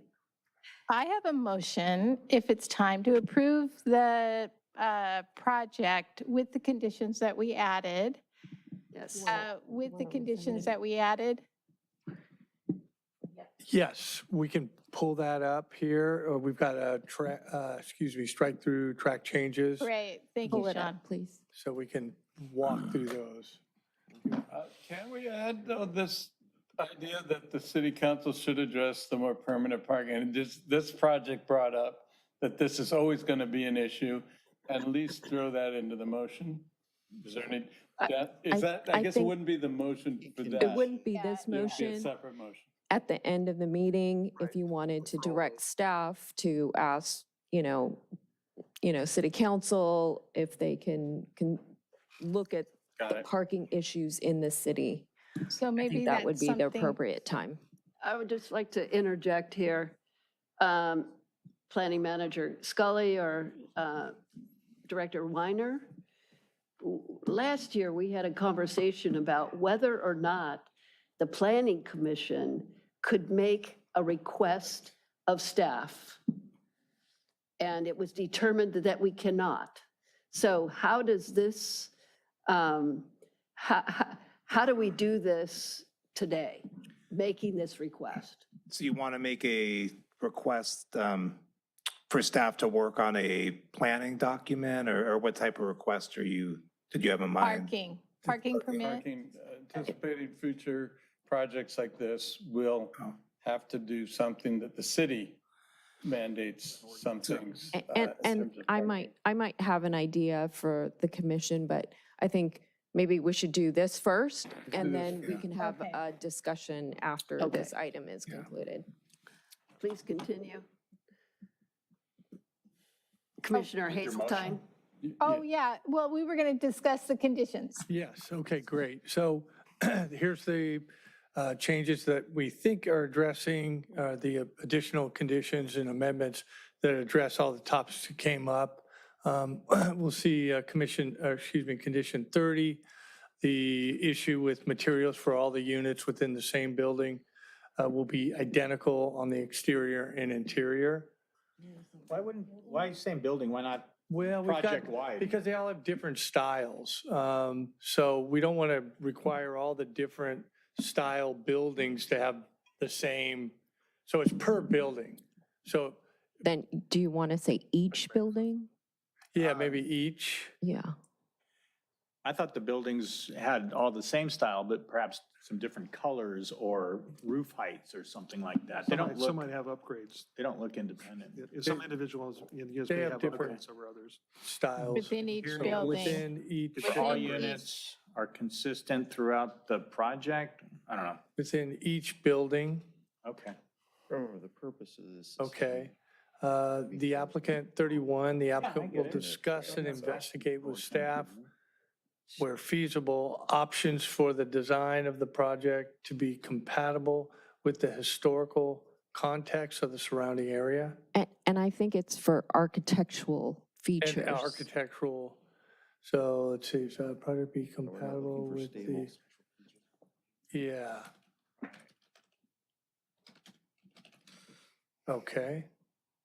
32, the applicant shall require in the CCNRs for the project that the residents of the project park their vehicles within the garages of their respective units. I think you should write, the applicant shall include a requirement Include a requirement. in the CCNRs.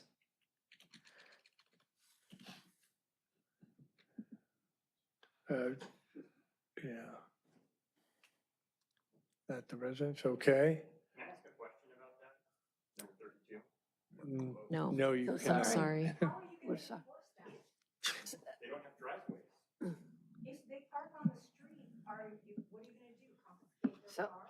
Good I'm idea. sorry, we can't take your questions. I wish we could take your questions, but we cannot. Okay, please proceed. Yes.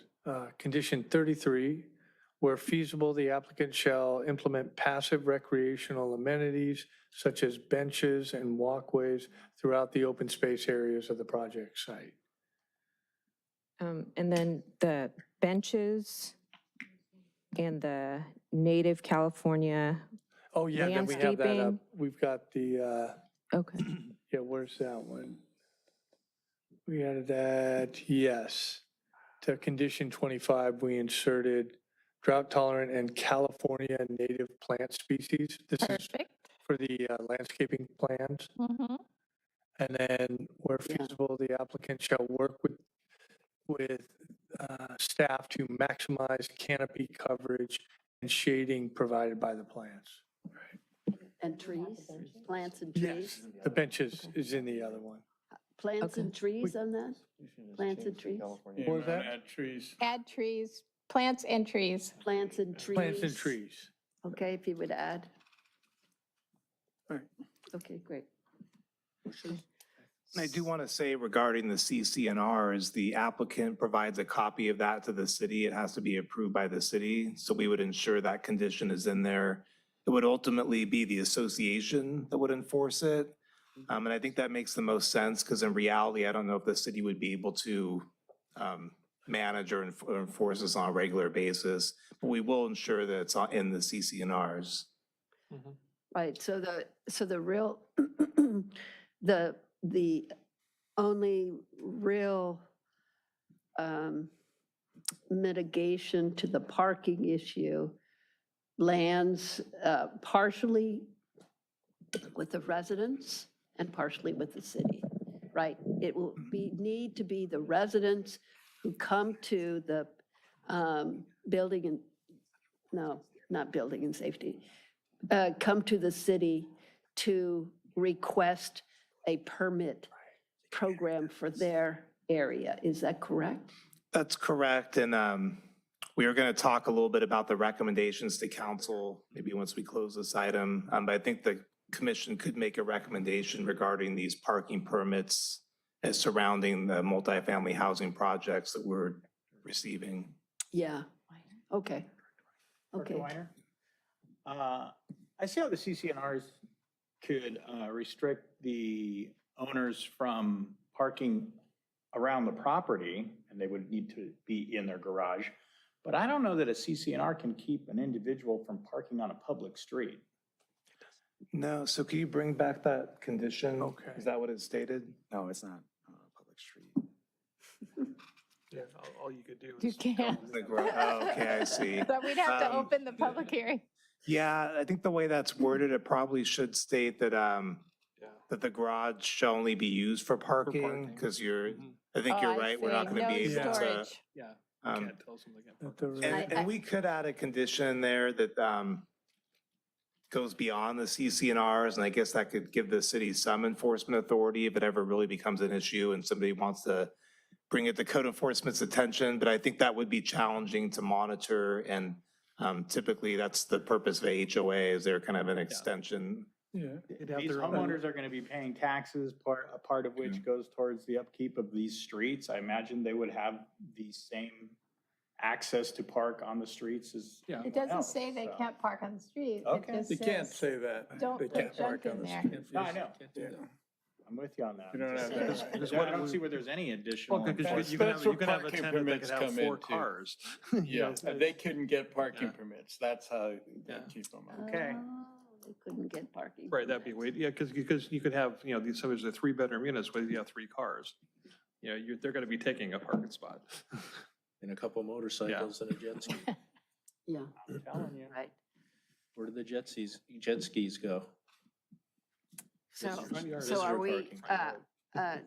ladies and gentlemen, where are Do we? we have a second on the The changes? conditions and the, Let me just ask, are we finished with these conditions? We believe we've covered all the items. Okay. Are you satisfied? I The am. conditions? I am. Okay. Anyone have any questions about the conditions? Okay. So then, do we have a motion?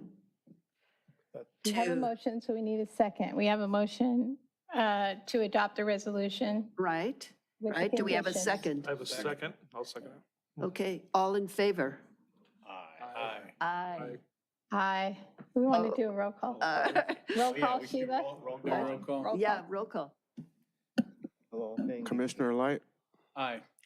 Commissioner Boswell, Abstain. Commissioner Craig, Aye.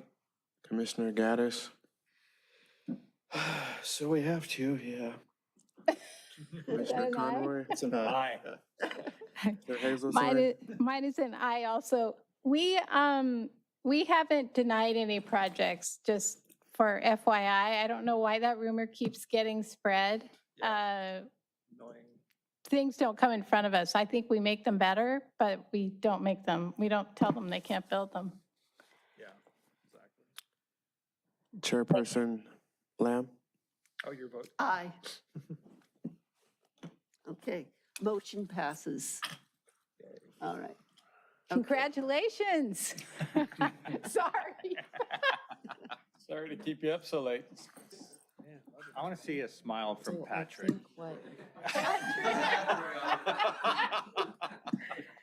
Patrick doesn't smile? That's true.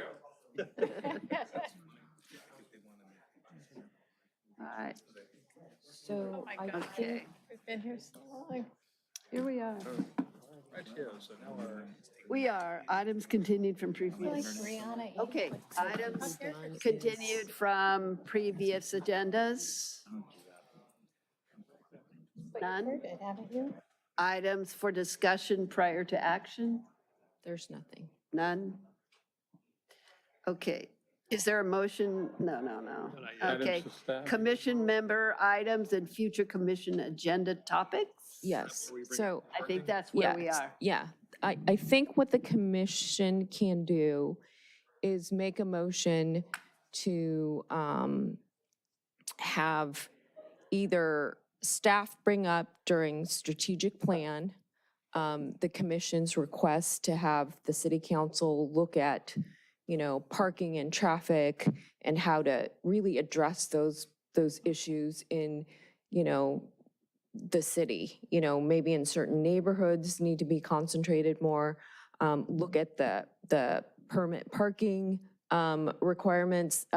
I'm not super familiar with them, but maybe I know that it's a pretty intensive process to get those permits. So you could do it that way. So you could. Can we say something to the extent, I don't know if you have to cite 330, but any project that will trigger waivers of reduced parking should be ones that the council come up with a plan on how to address that with some mitigation. Right, make that a priority. Make that a kick, something that triggers. So maybe in the areas surrounding the parcels that have been identified for affordable housing in our housing So, element. yeah, anytime that waiver of parking, because that's where it becomes Trigger it, Right. if we could suggest that you go to council with that, that would be great. I don't know how to word that motion, but. And I see planning manager Scully writing. So I think that's something that you can do. You can direct staff to go to the strategic plan and bring up the issues that the planning commission have around this parking. You can also make a motion that the director,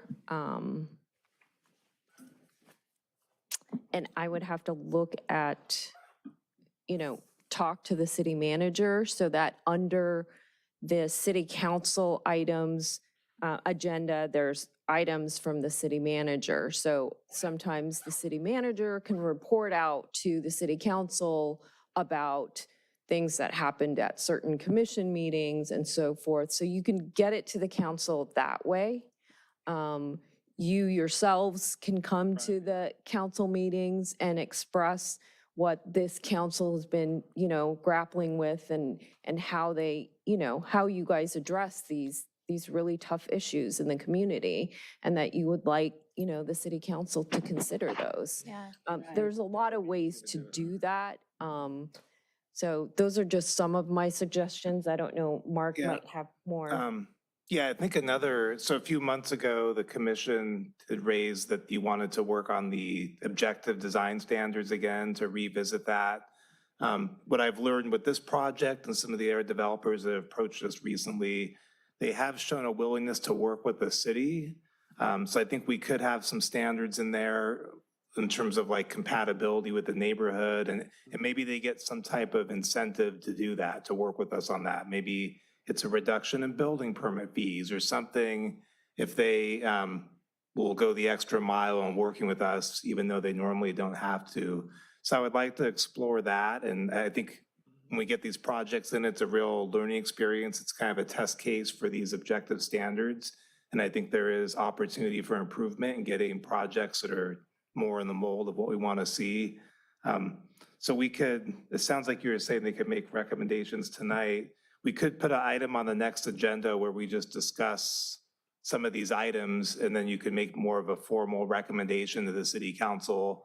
And we can propose a few, like raise them in a staff report, and just have a special discussion on this topic.